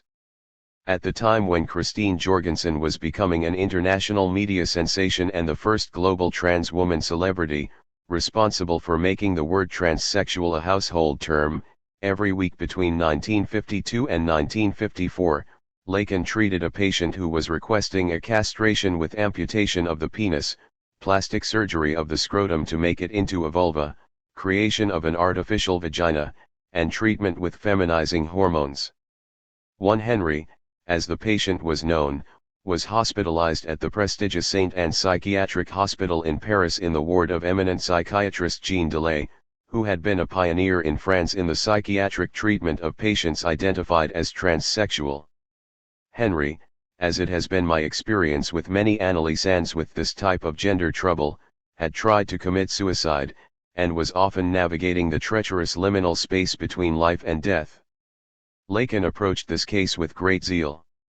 Forgive me for returning to several relatively unknown transgender cases treated by Lacan I discussed in Please Select Your Gender. I will revisit Lacan's treatment of gender-variant persons to highlight how his prudence hints at an ethics of sexual difference. Even though Lacan did not write about this case, Delay, who is also known for his excellent psychobiography of André Gide, published a detailed description of Henry's case in which he drew general conclusions about the clinical management of transsexual patients. This text sums up Lacan's work by saying that Henry found in him Lacan an unrivaled understanding. 2 Henry/and Henriette's case is quite complex. 3 Henry was 40 years old when he began a 2-year hospitalization to determine whether he was a suitable candidate for gender realignment. Henry identified as a man and had been living as 88. Such since age 16. At birth, he had been declared a girl. Henry had been born with undescended testicles, cryptorchidism, and presented as a full-term newborn, the characteristics of a premature baby. The family initially doubted the child's survival. They named the baby Anne Henriette, assigned her as female in the birth certificate, and raised her as a girl until her adolescence. Following the birth of a half-sister whose gender was also not easily determined, just when Anne Henriette was entering a late puberty and started showing romantic interest in a man, all of a sudden, the father, who had been distant and uninvolved, made a sudden demand, the forceful injunction, "You can't help but make a choice." For thus Anne Henriette was forced to give up dresses, cut her hair, and wear only male clothing to assume a male persona. The teenager acquiesced without any protestation. According to Delay, Henry welcomed that transformation with obvious indifference and a lack of surprise that still astonishes him today. He was already aware that he was not like other people. 5. This change marked the beginning of a period of intense emotional suffering, which led to a suicide attempt by ingesting pills at age 31, and practical challenges since his legal gender was female. Henry concocted false documents and often impersonated his brother. This precarious arrangement put him in a danger when he attracted the attention of the Gestapo during France's occupation. In terms of his gender identity, Henry said that he had a feminine soul. "I'm morally like a woman." He dreamt of having a relationship as a woman with a heterosexual man. If we consider that Henry/and Henriette was born with ambiguous genitalia, grew up as a girl and was forced to switch genders at age 16, one may ask, was this actually a strictly transgender case, or an intersex case? Henry underwent an exhaustive multidisciplinary assessment during his 2-year stay at St. Anne Hospital. Besides his 2-year weekly treatment with Dr. Lacan, Henry went through numerous tests by a team of endocrinologists. Before his hospitalization, Henry had taken both testosterone, which he abhorred, and estrogen, which created a welcomed breast tissue development. He had multiple visits with surgeons, and underwent evaluations by both psychologists and psychiatrists. This thorough examination process led the team to deny Henry's request. What happened then? Henry and Lacan quickly agreed on the uselessness of pursuing an attempt at changing his condition, a change to which the patient apparently never subscribed. 6. The use of the word subscribe is quite puzzling. One might speculate that it meant that despite the length of the hospital observation procedure, Henry accepted the refusal without much protestation, a fact quoted by DeLay's team to confirm that for Henry the quest of his chimera was more important than its realization. 7. Did Henry feel not fully entitled to his own request? That Henry evinced no haste to realize his gender realignment is quite revealing. It teaches us something crucial about Lacan's direction of this treatment. For Henry, gender appeared as an injunction that was imposed by others, and that had been done and undone in capricious and sudden ways. Sexual identity was a destiny in which one 89 had no say, and that had to be accepted without protestation. This dynamic was repeated during Henry's stay at St. Anne, where he spent a long time waiting for the medical authorization and passively accepted a decision that perhaps contradicted his wishes. Did Lacan grant a little bit of freedom by sending the decision back to Henry? Henry was declared a girl at birth and raised as one as the consequence of a common error, the same error that the character of Lily Elba makes in the film The Danish Girl, as we have seen, that of taking the presence or absence of a natural organ for an organon, a system of principles, an organizer that allows someone to assume a body.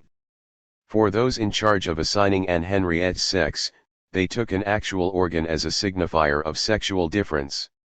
An extreme example of this same error is still seen today in some intersex cases, in which gender assignation on newborn babies with ambiguous genitalia is at times based on the size of the clitoris or penis, a controversial practice dubbed as phallometrics by Anne Fausto Sterling, because of the use of the word phallus in current medical terminology.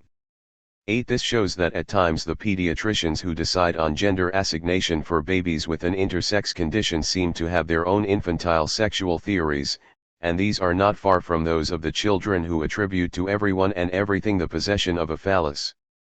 This gender attribution predicated on a phallic premise was obviously a mistake, which in the case of Anne Henriette was abruptly corrected during puberty.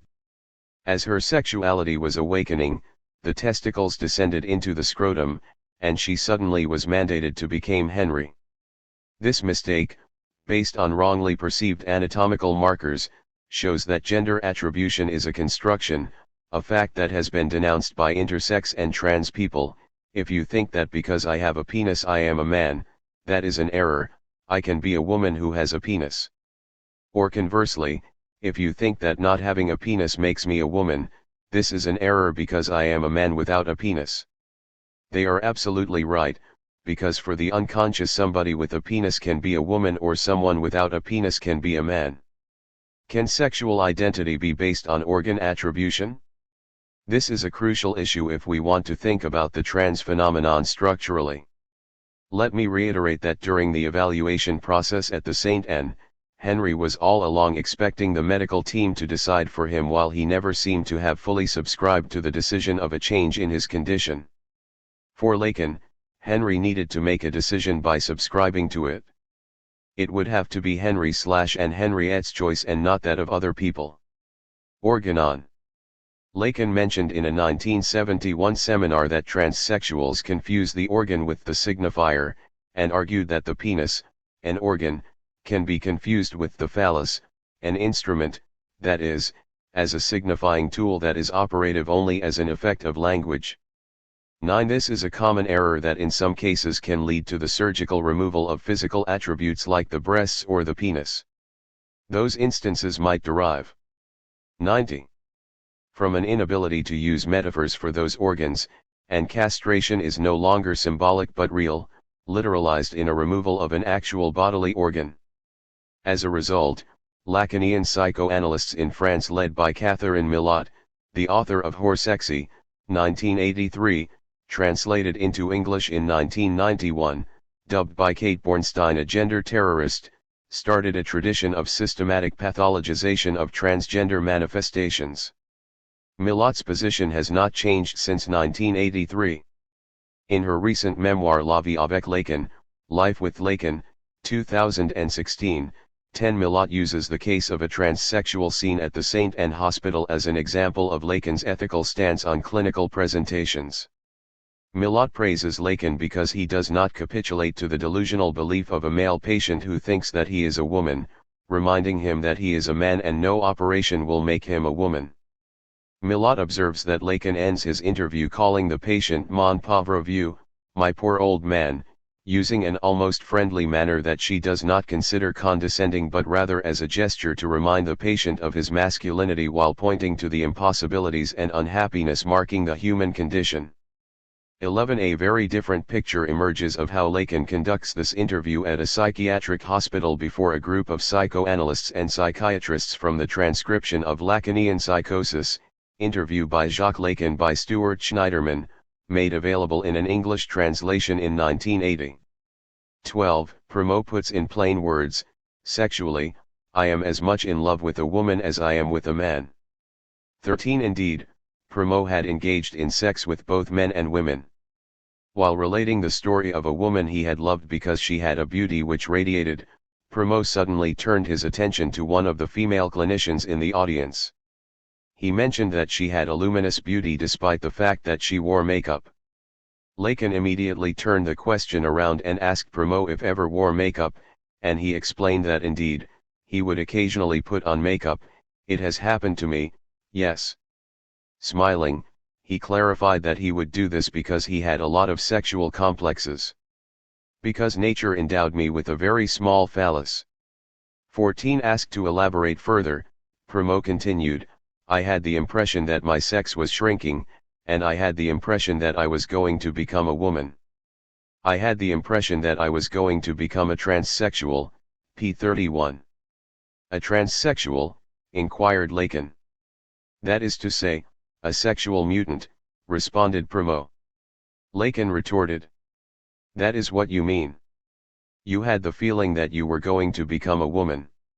Yes, confirmed Primo, well aware that he still had a masculine organ and that he had never felt what it was to be a woman.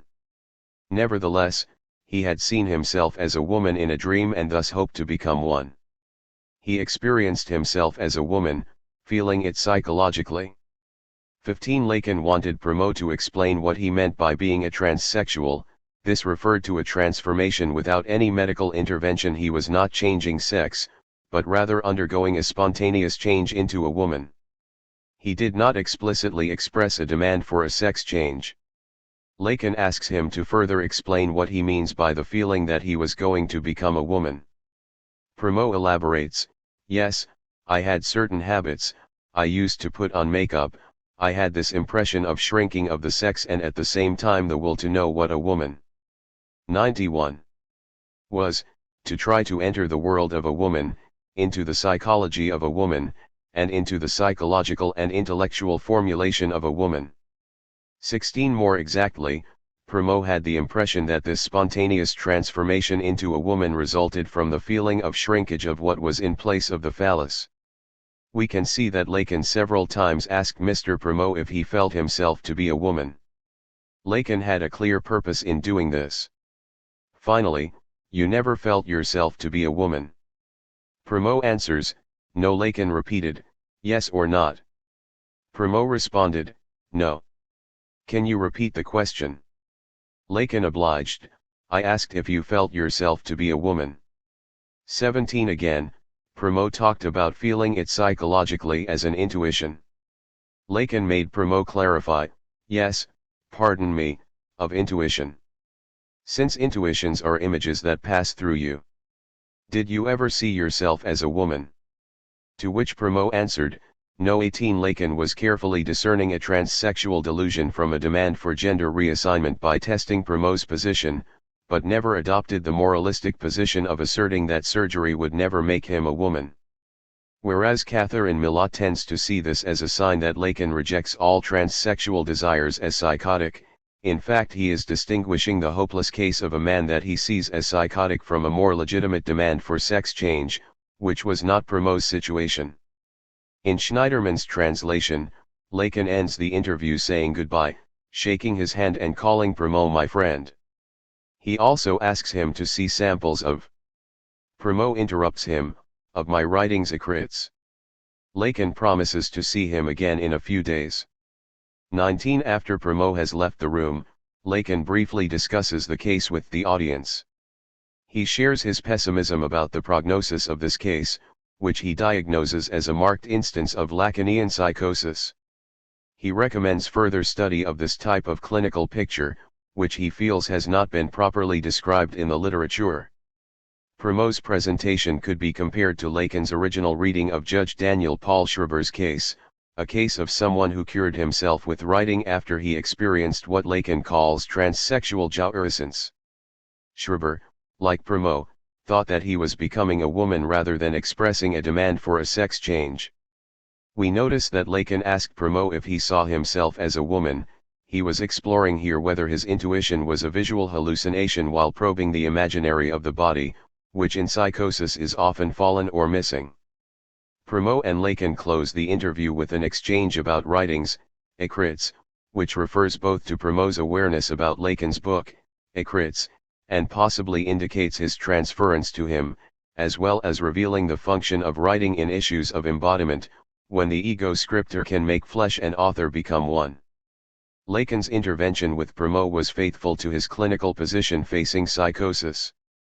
He never challenged a delusion. As we know, the delusion is for Lacan an attempt at self-cure. It is a metaphor that functions as a supplement, suppleance, so as to make sense of chaos and help frame jouissance. Lacan reminded Mr. Primo that nonetheless, you still have a masculine organ. 20 Not to question the delusion as such but to loosen a conviction coming to the patient as the imposed speech and 92. Imposed sentences he experienced in what looked like a return of a foreclosed idea in the real. Lacan's strategy was not to dispute the feminization experienced by Primo, which is a common feature of psychosis, 21 but he was not complicit with a delusional conviction either. Lacan mentioned Primo's masculine organ in a skillful clinical maneuver that introduced something of the phallus so as to set a limit to the excessive jouissance that invaded Primo. Primo was not the only case of a trans patient approached by Lacan, as we have seen. Indeed, the same clinical finesse is visible in Lacan's reading of the case of Schreiber, whose memoirs had been commented on by Freud. Lacan's theoretical elaboration about Schreiber in his seminar differed markedly from that of Freud and was colored by what he had learned with his work with Henry and Henriette.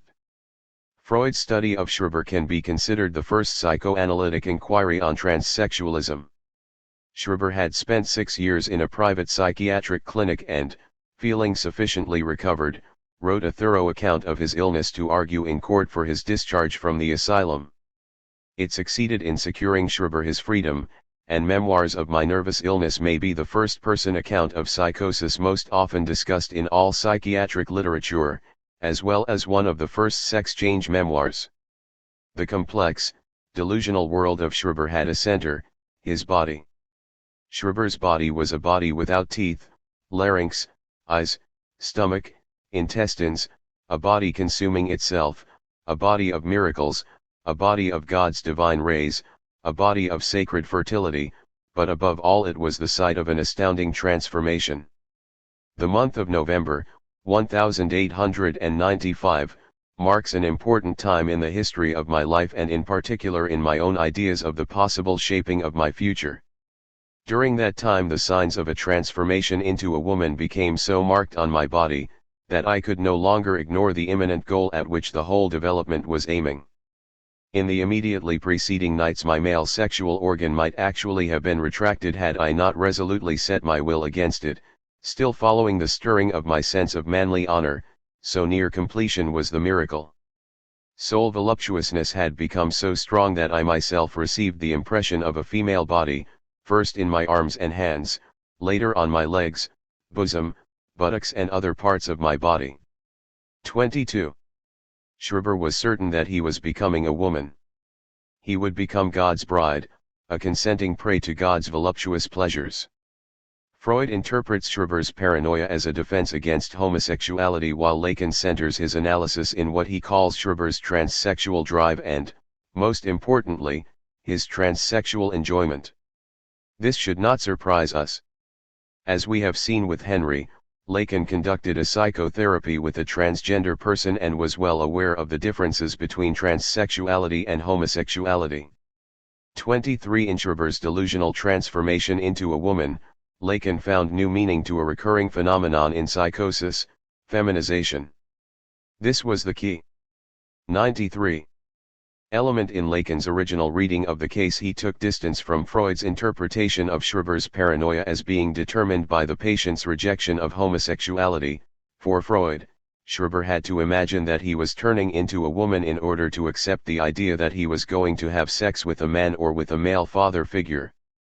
In Schreber's transsexualist delusion, in his conviction of being transformed into a woman, Lacan found the lineaments of a new theory of sexual identity. 12. Portraits in a two-way mirror. What is the common point between Elsa, who wanted to wear male clothing in public, E, who wished to be a woman, Primo, who called himself a sexual mutant, Henry, who requested a medical intervention to be an Henriette, and Judge Schreber, who thought he was forced to become God's wife? Today it is likely that they all would identify as trans persons. How should a psychoanalyst consider this uncanny convergence? First, today's analyst would want to distinguish clinical structures that are different because they range from straightforward neurosis, hysteria, to severe psychosis, paranoia. Second, the clinician should acknowledge that patients' symptoms evolve with historical contexts because they draw their material from what is provided by culture, high and low religion, talk shows, television programs, the internet. Such openness to the other is observable whether analysans are neurotic or psychotic.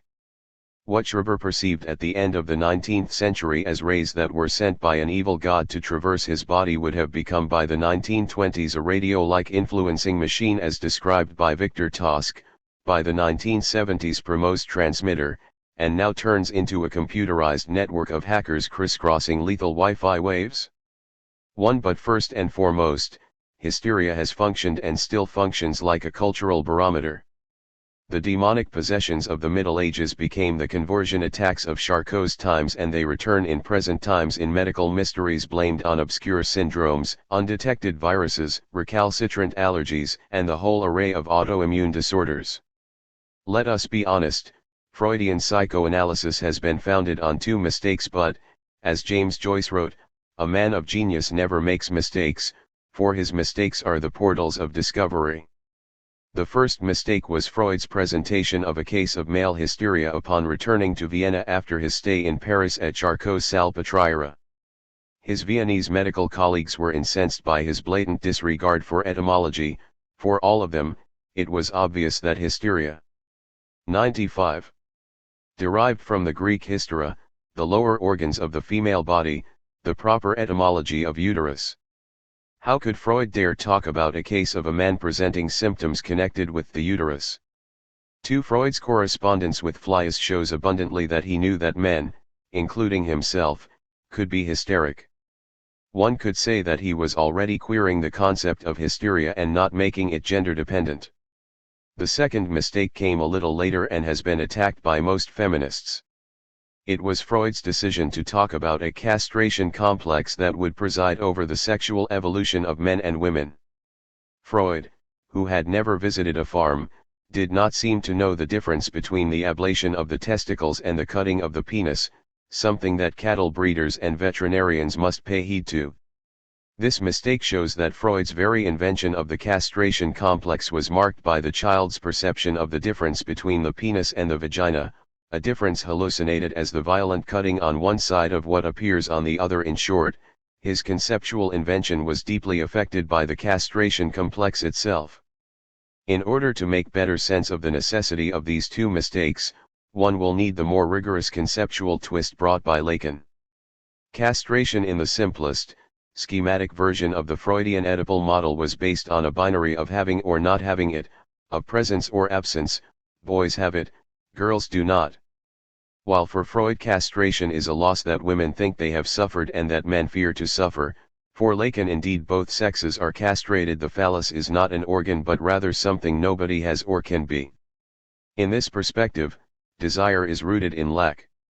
How people relate to their sexual bodies is determined by the way they relate to lack. This is what Lacanian psychoanalysis calls castration. A relation to lack will be the foundation of structures of desire, whether neurotic or perverse. In what follows, I will elaborate on the benefits of holding to the concept of castration. This is key to the psychoanalytic treatment of trans persons because of the role played by castration in the clinic of trans symptoms. In what follows, I will elaborate on the benefits of holding to the concept of castration, so as to argue against Catherine Millot and classical Freudians that the wish to change one's gender by cutting either a penis or one's breasts is not a strategy of eluding or negating sexual difference, but on the contrary usually entails a heightened concern for sexual difference. Understanding the prevalence of castration is crucial to the psychoanalytic treatment of trans persons. Narratives of how people grapple with identification beyond the metrics of straight, gay, bi are proper to psychoanalysis, and they should not be resisted in the field as they have been in the past. I will illustrate this with a brief clinical example. A woman in her 50s whom I will call Amanda consulted me because she was unhappy with her husband. She was surprised that he had not left her yet. As she acknowledged blandly, she was horrible to him, disrespecting, demeaning, and even abusing him. Amanda added with a smirk that nothing happens in bed, because we are like brother and sister. However, she admitted that when he made a sexual advance or even tried a tender gesture, she rejected him violently. 96. Then Amanda told me an anecdote. In her 20s she was in love with a man. They met in a hotel and were to make love for the first time. When he embraced her, she became aware that he really loved her and she was scared by the intensity of his attraction to her. To find a way out, she blurted out a lie and said that she was pregnant. The encounter came to an abrupt end. He left, and their relationship ended. In spite of her desire for him, Amanda pushed him to reject her because she could not tolerate his love. For reasons unknown to her, Amanda could not put up with a man's investment in her. Why did she stop the sexual encounter and force the relationship to end? It was by inventing a lie that inhibited the possibility of being this man's desired object, his phallus. Her lie moved her from being a desired woman to pretending to be the impersonation of an untouchable mother-to-be. The lie about being pregnant enabled her to avoid her own desire for him. One may say that at the moment of the sexual act, the blade of castration suddenly appeared and with it, anxiety. Having sex with a man, Amanda would have to come to terms with her position not only as an object of desire as her partner's phallus, that is, as the representative of what a man is missing, but also as a desiring woman. She might have seen him as the holder of the phallus, of what she may be missing, thus potentially implying a threat of castration for both sexual partners. Amanda's maneuver accomplished a transfer of her own anxiety to her boyfriend, with a ruse, the anxiety she experienced as a result of his palpable attraction to her became her boyfriend's. In psychoanalytic terms, her anxiety and its avoidance pose several problems. This analysand also asserted that whenever she liked a man she took extreme care of her appearance. Amanda would choose her clothes carefully, get her hair done at a beauty salon, and put on a lot of makeup. She said that when all her grooming was completed, she looked at herself in the mirror and thought that she looked like a man cross-dressing. As a result of this impression, Amanda kept adding layers of makeup, which exacerbated her feeling of looking like a man. Her comment calls up Lacan's remark that the virile display in human beings seems feminine. 3. This means that even when the positions are not symmetric, there is an element of deception in both masculinity and femininity. One could even speak of imposture as Joan Kopjek does when she describes the fraudulence at the heart of every claim to positive identity. For in masquerade and imposture, the phallus plays a role. Masculinity implies the pretense of having the phallus and femininity the pretense of not having the phallus while being the phallus. What happened when Amanda tried to become what she imagined made a woman desirable, like wearing fashionable clothes, an elaborate hairstyle, fancy makeup? In fact, Amanda felt that her feminine masquerade was a sham, and rather than feeling like a woman, she felt like a man with a mask. The more she wanted to look feminine, the less she felt like a woman. Amanda could only pretend to be a mother, otherwise she felt like a man in drag. It was as if Amanda could not be seen as a woman precisely because she tried so hard to look like a woman. Ultimately, the meaning of woman is sexual difference, upon which the castration complex 97 is predicated. Hence, to avoid the threat of castration, Amanda avoided being woman insofar as she no longer tried to attract a man who liked them. She gave up the bluff, despite all her efforts at artifice, fake eyelashes, hair extensions, and so on. She needed an even stronger recourse than merely pretending, so she made up a big lie. Amanda moved from feminine masquerade as a strategy to embody the object of desire, to masculinity as a travesty. It seems difficult to make sense of this case without any reference to a problematic notion of sexual difference. For psychoanalysis, sexual difference is not a norm but a real impossibility, which is to say, it is a limit to the speakable and the thinkable. Sexual identity for both males and females is always precarious because the human infant becomes a sex subject in a symbolic system of language in which there is no signifier of sexual difference. This unconscious sexual reality about which the subject has no knowledge, does not know what is to be a man or a woman, is one that psychoanalysis presupposes. The speaking body loses flesh and gains physique in the symbolic. It is sexed through castration, which works at both a symbolic and imaginary level. As Lacan maintains, the body knots the elementary structures of social functioning, its sexual reality, and its imaginary aspects. 5. From a psychoanalytic perspective, sexual identity is not determined by biology or any other innate factor but rather learned through language, symbolic, and identifications, imaginary. Identity is constructed around loss, a loss that dates to the inaugural moment when we were born and a sex was assigned to us. For psychoanalysis, unconscious choice has nothing to do with a voluntaristic free will. In this choice, the two alternatives available are not isomorphous, thus, discordances emerge between one's erogenous sex and one's declared sex. In the unconscious there is no representation or symbol of the opposition masculine, feminine. Sexual identity for both males and females is always precarious because the human infant becomes sexed without fully symbolizing unconsciously a normal, finished sexual positioning. Psychoanalysis attempts to clarify how not only sexuality fails to conform to the social norms that regulate it but also how the various fantasies are constructed to veil the structural failure. Anxious. Castration is the solution. The so-called Freudian wars have not ceased. They intensified at the end of the 20th century. In the 1970s, they surged with the feminist critique of psychoanalysis associated with Betty Friedan, Kate Millett, and Germaine Greer. There were also the Freud doubters like Frederick Crews and Frank Soloway. Then, there was Jeffrey Musai Masson, who denounced Freud for allegedly abandoning his early seduction theory as a cover-up for perverted fathers, deliberately suppressing evidence of childhood sexual abuse. The casualties have been abundant and Freud's death has been announced periodically.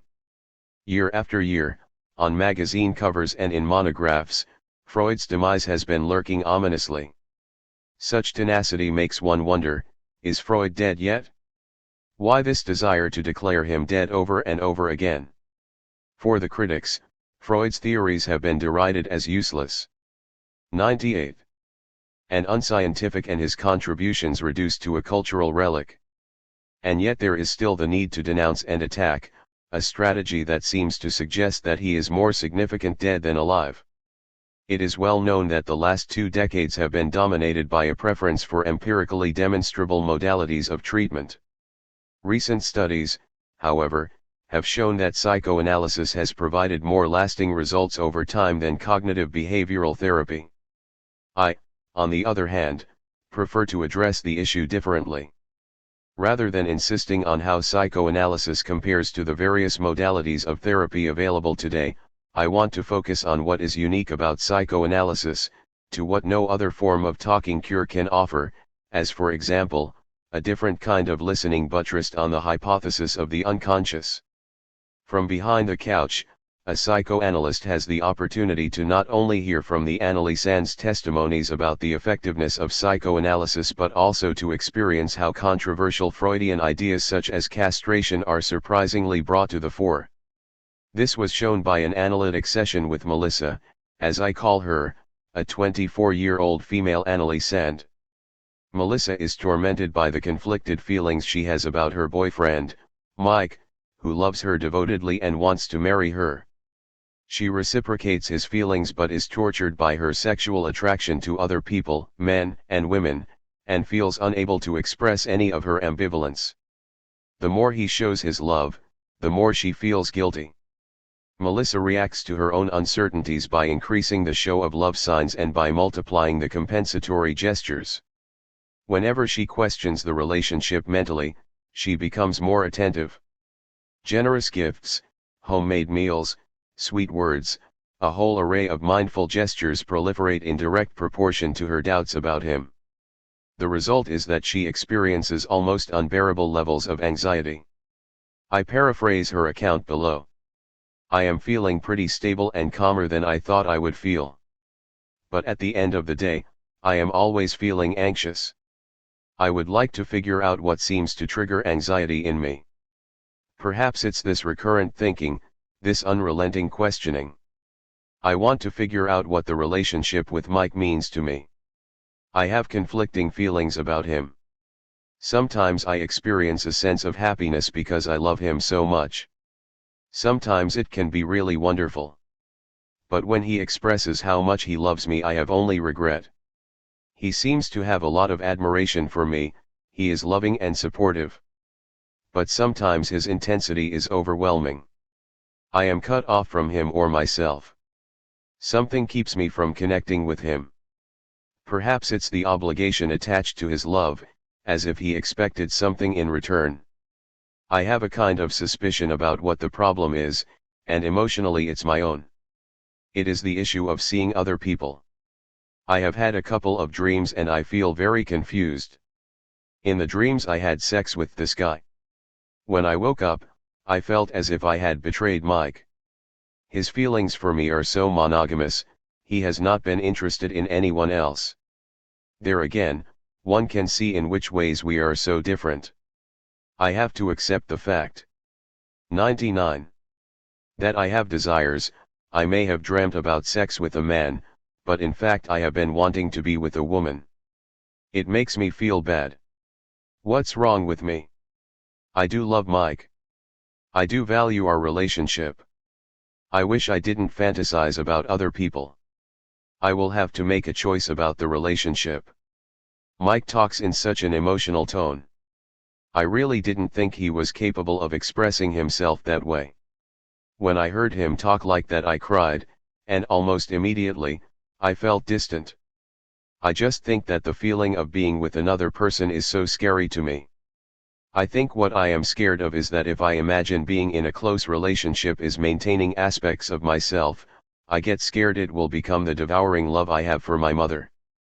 I forged my own way outside my relationship with my mother but acquitting my own sexuality. It is scary for me to have sexual desire for Mike. He is the main focus of my sexual attention. I can't do that. What feels really scary for me is that I haven't had any real relationship with a woman but this is part of my sexuality. It is really confusing. I would not identify as lesbian but I do not really know if I am really myself with Mike. What's the difference between men and women? My mother would say that gender is societal. How much do I disagree? Men and women are different. Yes, there are women who are masculine and men who have feminine sides. But still this is very confusing for me. I feel attraction to both men and women. It is physical. I think that's how I know, this physical attraction to women is not going to go away. I also have emotional and intellectual attractions to women. Being around women feels right. What is the source of the attraction? It has to do with issues of gender and sexuality. How can I accept Mike's love? I enjoy sex with him but feel that a part of me is excluded. I feel dirty being sexualized by him. I backtracked. Actually being with him is strange for me. I did feel comfortable with my sexuality before him. My sexuality was not a source of shame or anxiety. Maybe the issue is, am I straight or bisexual? Why was Melissa anxious? Were her words motivated by the desire to understand an issue about gender and sex, or did she confuse object choice with identity politics? Was Melissa truly bisexual because she fantasized about having an affair with a woman? When she asks, am I straight or bisexual, is she in fact asking, am I a man or a woman? If that is the case, then the traditional question of sexual identity that we find at the core of hysteria is shifting from a question of gender identity, am I a man or a woman, to one of sexual orientation, am I straight or bisexual? Melissa's comments remap the whole terrain of sexual politics, namely compulsory heterosexuality, sexual choices, monogamy, love, reciprocity in relationships, attachment, and sexuality. She became aware of her boyfriend's love but while she admitted that she was happy with him, this realization made her experience regret. It was then 100. That she questioned her sexuality while becoming distant, or, as she put it, cut off from him or myself. What kind of cutting was this? Did Melissa's account replay the classic Oedipal familial scenario of identifications and rivalries? Did she question her sexual identity as a phobic reaction to intimacy? Was her sexual ambiguity a strategy defending her from desire while canceling out the mother? As she said, she produced a way out of a devouring relationship with her mother, acquitting my own sexuality. Was her uncertainty about her sexuality a sort of father substitute, a stand-in for a name or no, which separates mother and child? Which leads us to a theoretical issue. Do contested notions such as phallic attribution and castration work in clinical practice? Melissa is not the only case of someone who seemingly breaks away from the paradigm of social conformity to normal sexual orientation or even of gender identification. But does it escape the traditional psychoanalytic paradigm of castration and the anxiety linked to it? Another Annalise came to see me full of questions because, despite being a happily married woman, she became restless and had sex with a woman once. This was just because, as she said, she wanted to find out how a woman's skin felt and how it smelled. Given that she admired and wanted to resemble the seductive, aggressive woman she had the sexual encounter with, was this also an issue of identification? Was she fascinated with an idealized femininity that would help her define her sexual identity on the basis of sexual practice? Or was she done with men, as she once blurted out exasperatedly and had, at last, followed her desire? I could also reference the Annalise Sand who ran away from a marriage proposal from a man she said she was in love with only to rush into the arms of a lesbian friend, whom she claimed she did not find attractive. I remember a declared feminist Annalise Sand who defined herself as bisexual but never had a sexual encounter with a woman. She detested makeup and girly things and insisted that she wanted to be loved for who she really was, without being objectified by a male, but then appeared smitten by a boyfriend who told her almost offensively that she should wear sexy clothes and constantly compared her to other women he was ogling. Or the stay-home dad who doubts his masculinity and is torn by guilt, hoping to gather the courage to confess to his wife that he is convinced he is bisexual because he fantasizes that he is watching her have sex with another man. All these cases offer variations on a universal theme, the inconsistency of the subject's relation to sex. These cases seem to position themselves in a zone of sexual ambiguity, as Genevieve Morel calls it. 6. This uncertainty should make us rethink how we define sex and sexuality, especially if we contrast the previous examples with other cases that hinge more explicitly around issues of sexual attributes, like that of a trans man who was deeply unhappy in his sexual life because, not having a penis, he was certain that he lacked the phallic attribute that he thought was desired by all women. Or the case of a patient explaining that in the past someone like her would have been thought of as a man with a mental problem but that it's just the opposite. I am a woman with a physical problem, the worst birth defect a woman can have, I was born with a penis and testicles. 101. These Annalise Sands who ask whether they are straight or bisexual seem lost in their sexuality, they fail to distinguish sexual orientation from gender, a reasoning that, as Stephen Frosch argues, results from an obvious category confusion, because there is no necessary connection between object choice and gender identity. 7. The normative slant in classical psychoanalysis, which has led to troubling standards of normalcy such as elevating the genitals to the status of fetish organs of a mature heterosexual genitality or to the pathologization of homosexuality, was indeed a post-Freudian deviation. It was based on what Lacan would consider as delusional notions of normalcy. Perhaps those Annalise Sands who confuse object choice with identity are searching for a totalizing answer that introduces a paradox. They ask whether they are straight or bisexual as if the simple fact of posing the question would mean that they are neither, but if they are neither, they feel obligated to choose what they are. Jacqueline Rose has observed that the unconscious always reveals the failure of identity. Rose goes as far as to say that there is no stability in sexual identity because there is a resistance to identity at the very heart of psychic life. 8. For Rose, this failure is not a fact of individual pathology or a special case of deviance from the norm but rather a general psychic feature that appears in all forms of the unconscious, dreams, slips of the tongue, and jokes, as well as in forms of sexual pleasure that are pushed to the sidelines of the norm. 9. From a psychoanalytic perspective, identity is an artificial construct that results from imaginary identifications with an other who grants a sense of self. Identity relies on the assumption of an image and is something that eventually may come to an end during a psychoanalysis because the subject emerges exactly there where identity fails. Rose's reading of identity's failure is central because it contradicts the usual reading of lack as a loss or injury that women suffer and that men fear.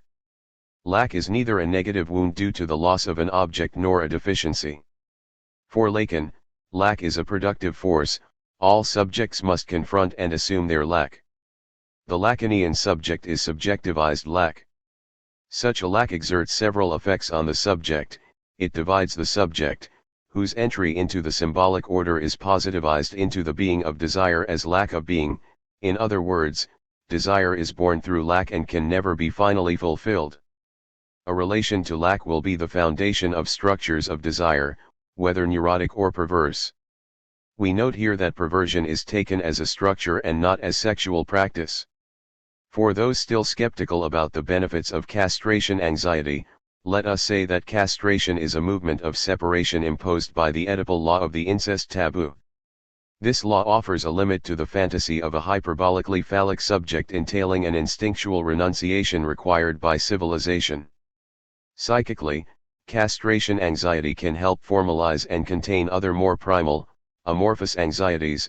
As we have seen, the most anxiety-provoking situation is when lack is lacking. One might say that psychoanalysis is due to undergo its own castration, to experience a depletion of prejudice, ushering in new forms of desire. If heeded, this might radically transform the fraught relationship between psychoanalysis and transgender people. 13. Plastic sex, the beauty of it? As the poet John Ashbery says, everybody has a body, that's why they're called everybody. I discovered something about the body in my psychoanalytic practice when working with some analysans who identify as trans.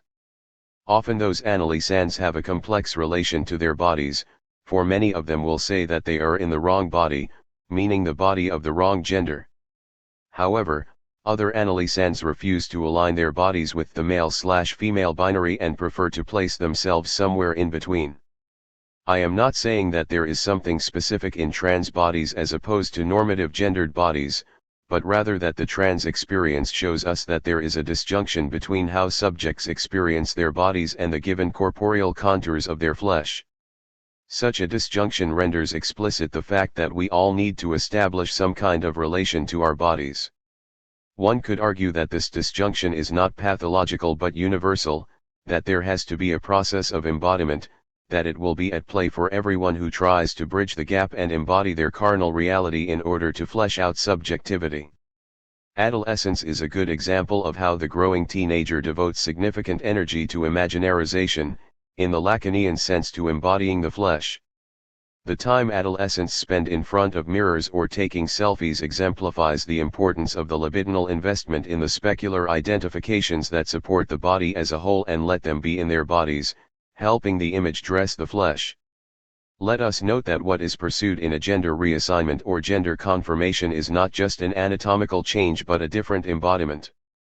This is why sex reassignment is now called gender-affirming surgery, the official ratification of an experience. This process has been described by Janet Mock, the journalist and trans activist discussed in Chapter 1, and she calls it realness. To embody realness enables 104. Trans women to enter spaces with a lower risk of being rebutted or questioned, policed, or attacked. Realness is a pathway to survival. Mock explains further.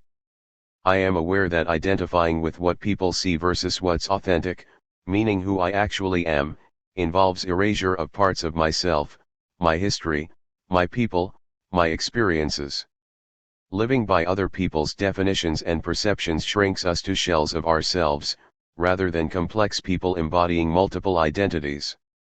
I am a trans woman of color, and that identity has enabled me to be truer to myself, offering me an anchor from which I can uplift my visible blackness, my often invisible trans womanhood, my little talked about native Hawaiian heritage, and the many iterations of womanhood they combine. 2. Realness is not passing, neither is it conforming. Was that what took place in the very public gender transition of Caitlyn Jenner? Recall that when Jenner's gender change became official on a Vanity Fair cover captioned "Call me Caitlyn," Jenner tweeted, "I'm so happy after such a long struggle to be living my true self." 3. But what truth holds that self and body? What makes the body and the perception of the self cohere? What makes a body more or less authentic to the self it contains and expresses?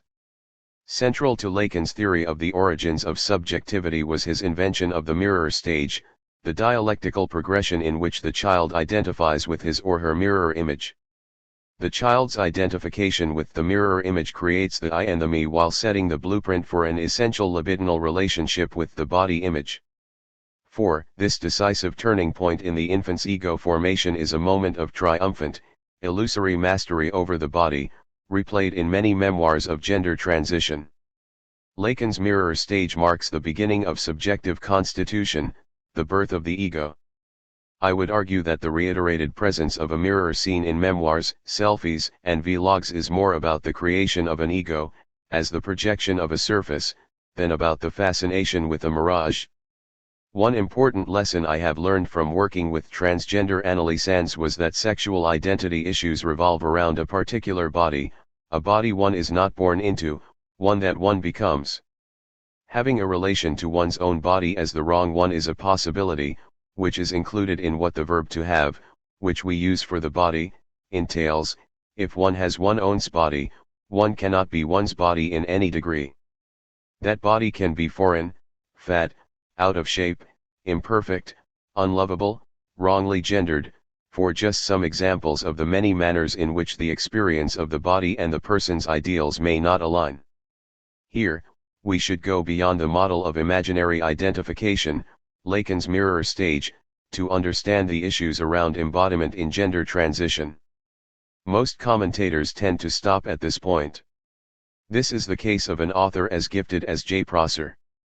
5. The mirror stage, Lacan hypothesized, is a stage that infants pass through in which the external image of the body, reflected in a mirror or represented by 105. The loving gaze of the main caregiver, often the mother, is internalized as a unified body. This image, which will become the I, is an idealized imago and will be the blueprint for emerging perceptions of selfhood. It anticipates a bodily perception of unity that does not correspond with the infant's real neurological immaturity and vulnerability. It also creates an ideal of perfection that the subject will always strive to achieve. Here we can see how the ego is dependent on an external object with which the infant identifies, how it is produced in alienation, that is, as other, as an illusion of reciprocity and a promise of wholeness, when the real experience of the body is fragmented because at this early stage the infant cannot even control its bodily movements. In the mirror stage, the subject becomes an I in anticipation and alienated from itself. The dual relation of the body to the ego, which is at the basis of the body image, Lacan hypothesized, was quite different in the case of an artist such as James Joyce, involving identification not with an image but with writing. As Morel has it, his ego was supported by his art. 6. When Lacan turned his attention to Joyce's art, he discovered a new relation to the body. He observed that Joyce had a peculiar body, one that could fall, slip away, like an open envelope letting go of its contents. Lacan focused on a passage of a portrait of the artist as a young man, when the hero Stephen Dedalus recalls a moment of rage at his schoolmates that suddenly falls from him as easily as a fruit is divested of its soft ripe peel. 7. For Lacan, such a transformation of anger was revealing and could be generalized as defining a Joycean body, that is, a body that could fall from one's self, like a wrapping that does not fully hold. 8. Joyce's solution would be to invent a writing that would hold the body.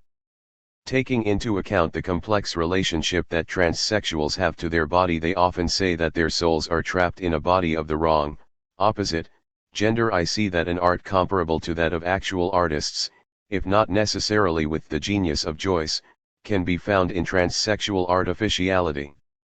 The image of the body as a vacant shell, as an enclosure oppressing the self, is a recurrent theme in autobiographical narratives of gender transition. Raymond Thompson, a female-to-male transsexual, poignantly describes this experience of the body as an ill-adjusted container.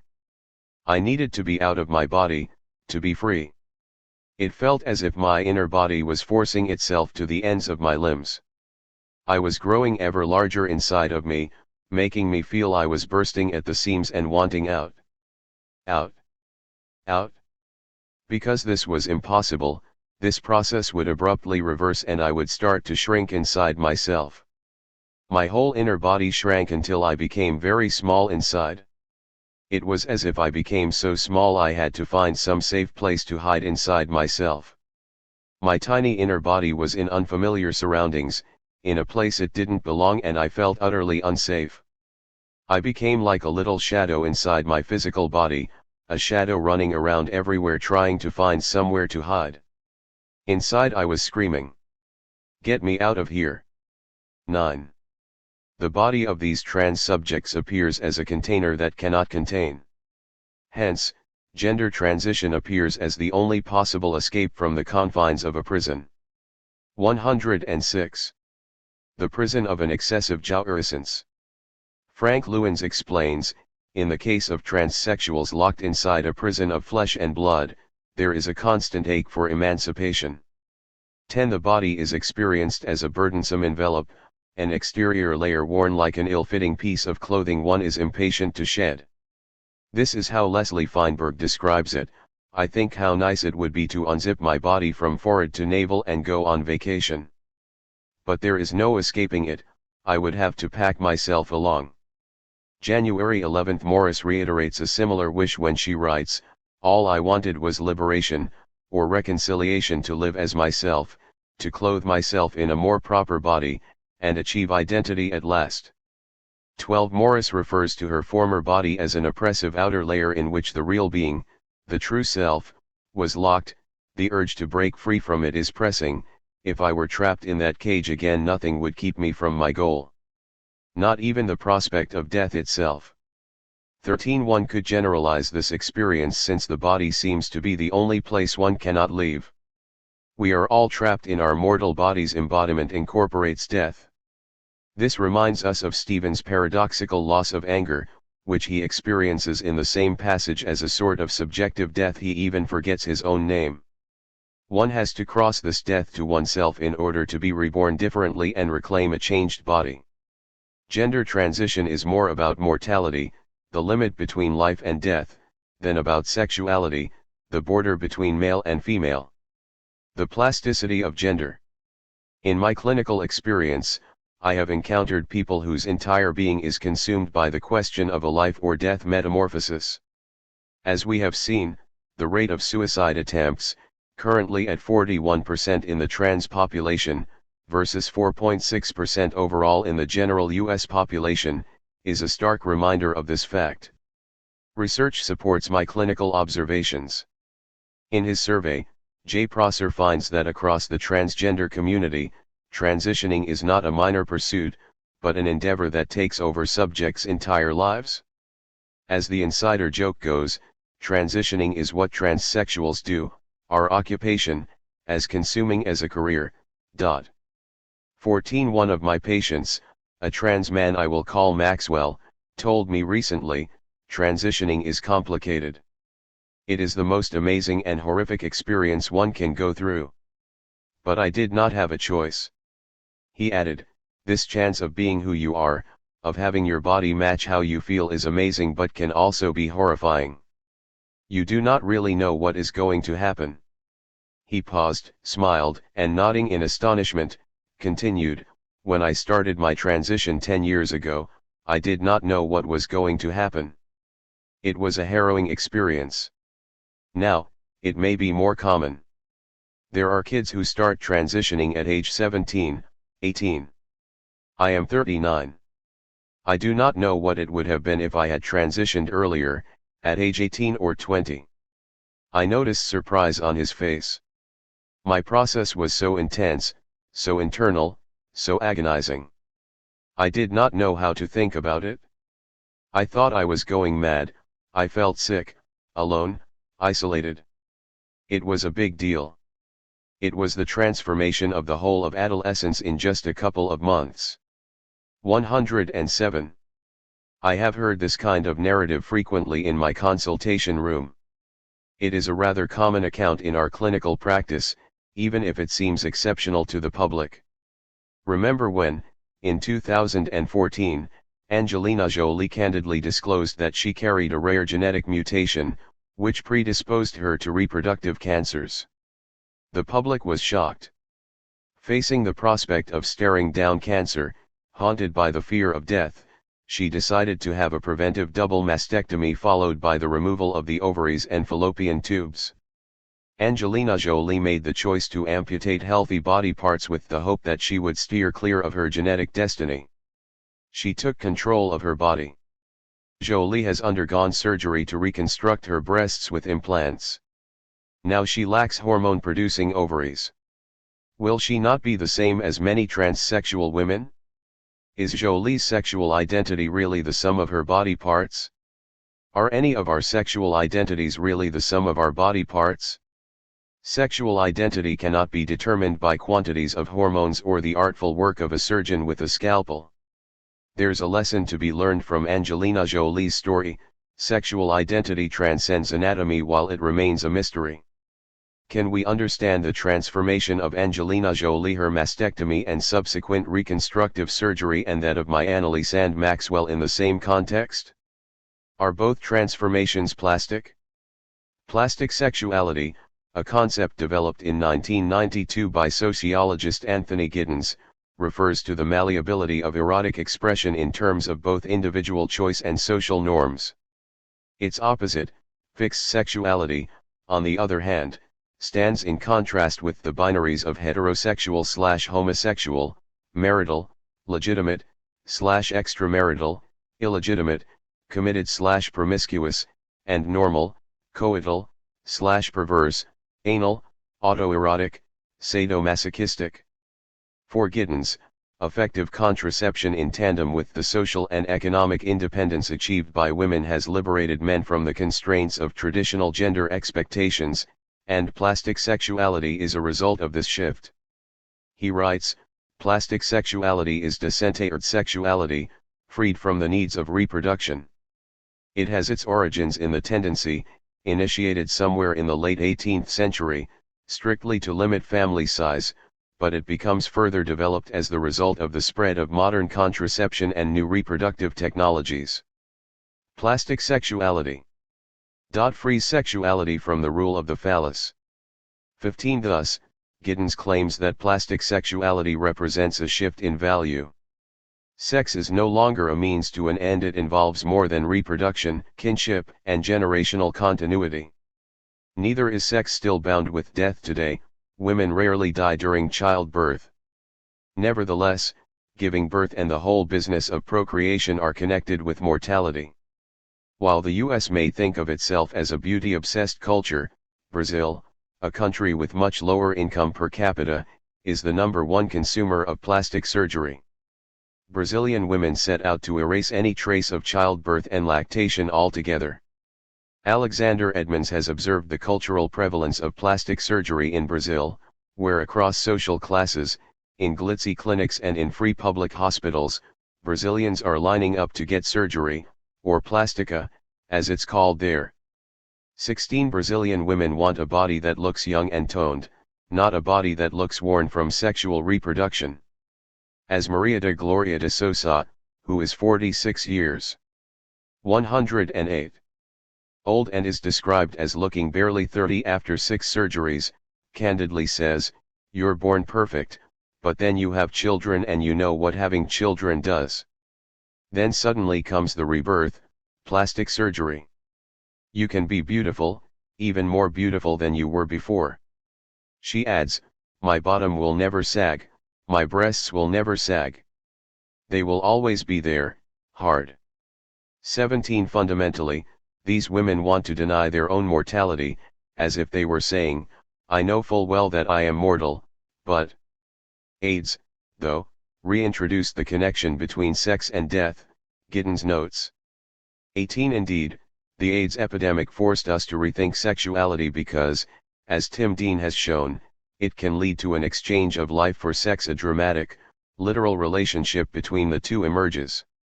19 This relationship is a complex one. I will focus on the return of the death drive because I see such a drive as a limit to the plastic promise. One remembers Judith Butler's conception of gender as performative, as a promise of endless plasticity. Isn't the transsexual the most radical example of the plastic drive, or, as Hegel would suggest, our desire to work against nature?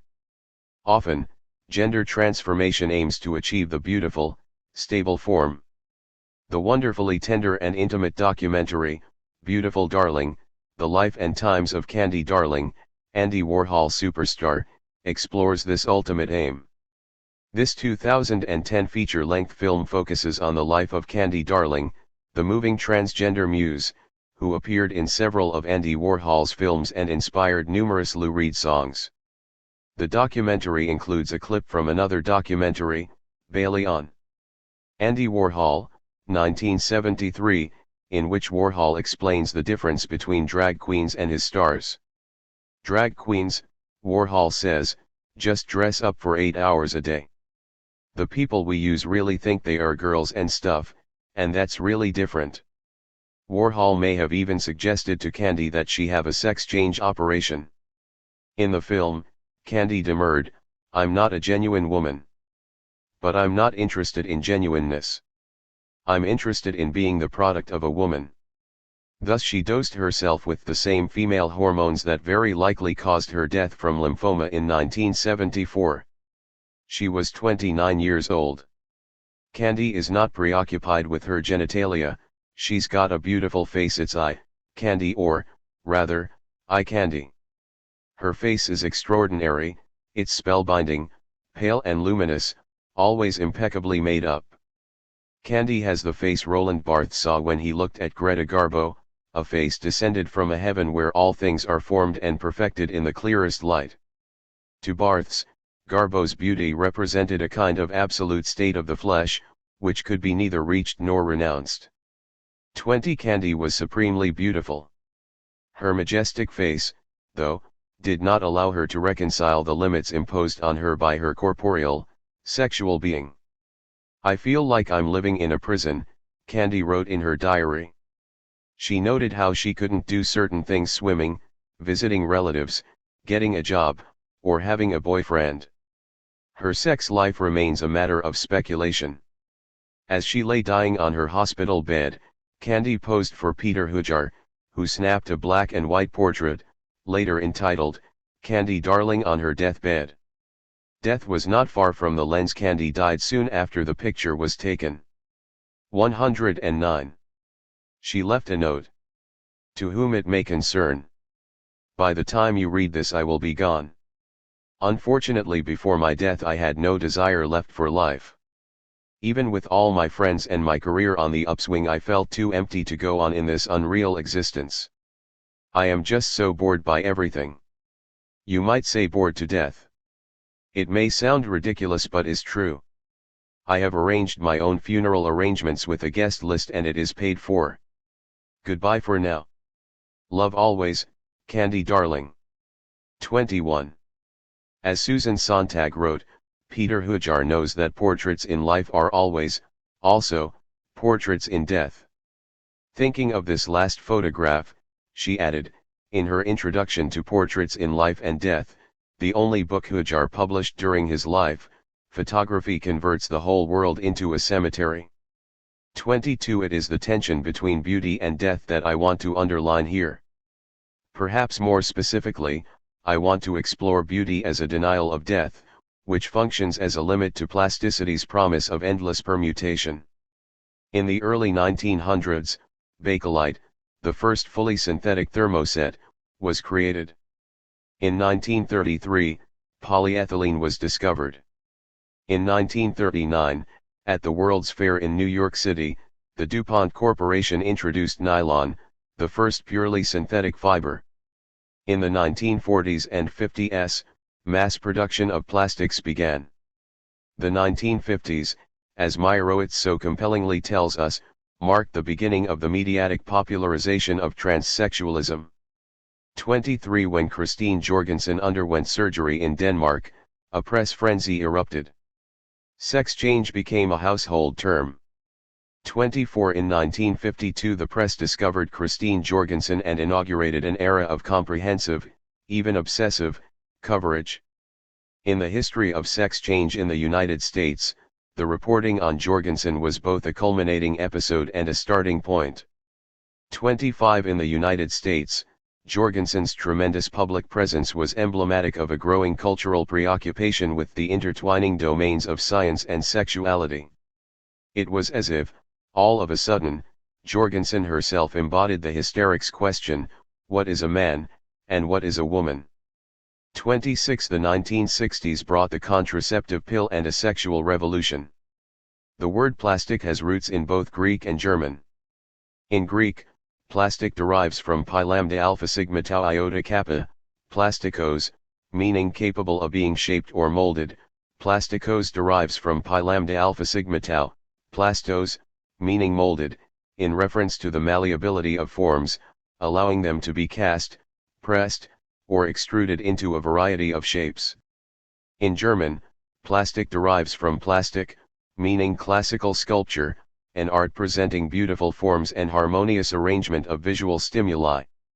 In her groundbreaking meditation The Future of Hegel, Catherine Malabou pivots from Hegel's discussion, in aesthetics, of Greek art and sculpture as the plastic art par excellence. Malabou writes. 110. The sense for the perfect plasticity of gods and men was preeminently at home in Greece. In its poets and orators, historians, and philosophers, Greece is not to be understood at its heart unless we bring with us a key to our comprehension and insight into the ideals of sculpture, and unless we consider from the point of view of their plasticity not only the heroic figures in epic and drama but also actual statesmen and philosophers. After all, in the beautiful days of Greece, men of action, like poets and thinkers, had this same plastic and universal yet individual character both inwardly and outwardly. 27. Malabou understands philosophical plasticity as a philosophical attitude, the behavior of the philosopher. To her, philosophical plasticity applies to philosophy, to the rhythm with which the speculative content is unfolded and presented. In The Science of Logic, Hegel states, a plastic discourse demands, 2. a plastic sense of receptivity and understanding on the part of the listener, but youths and men of such a temper would calmly suppress their own reflections and opinions, in which the need to think for oneself is so impatient to manifest itself. Listeners such as Plato imagined, who would attend only to the matter at hand, could have no place in a modern dialogue, still less could one count on readers of such disposition. 28. I will not engage with the nuances of Malabou's argument. I will just note that she has chosen to emphasize the idea of a continuous productivity of forms, namely plasticity, whereas plastic by itself hesitates awkwardly between a certain concept of beauty and the technical possibility of transforming matter according the canons of beauty. Hence plastic surgery. Plastic surgery aims to reshape or move a tissue, fill a depression, cover a wound, or improve an appearance. Let us note that today, one of the most popular surgical interventions along with the likes of tummy tucks, chin and breast implants is vaginal plastic surgery. Labiaplasties and vaginoplasties are among the fastest growing cosmetic procedures as the quest for a designer vagina intensifies. Curiously enough, most vaginal reshaping aims to create the kind of symmetrical vagina produced by sexual reassignment surgery for male to female persons. Giddens assumed that plastic sexuality is a sexuality unconstrained by the rule of the phallus, from the overweening importance of the male experience. 29. I was quite surprised by something I discovered in my research about intersex folks. Androgen insensitivity syndrome or testicular feminization syndrome is a genetic condition suffered by male XY fetuses unresponsive to testosterone during gestation. It results in babies born looking like girls who have a standard-looking vulva, a vagina shorter than usual, and no uterus, fallopian tubes, or ovaries. This syndrome is often detected during adolescence, when these girls do not start having menstrual periods. 111. All medical descriptions converge on this observation. Women with this syndrome tend to be exceptionally beautiful. They have wonderful skin complexion, the lack of androgen prevents the development of acne, are extremely tall, with lean bodies and long arms and legs, a possible effect of the masculinization of the skeleton, have generous breasts, and lack pubic hair. What is surprising is that they seem to embody the current ideal of female beauty in Western society, and many women with this syndrome pursue careers, such as modeling or acting, in which beauty is prized. The irony here is that our contemporary ideals of women's beauty are most perfectly embodied by persons who are chromosomal males. Today, transgender top models like Andrija Pejic, Gina Rossero, Hari Nef, or Li T are regularly seen in major fashion shows and in high-profile publicity campaigns.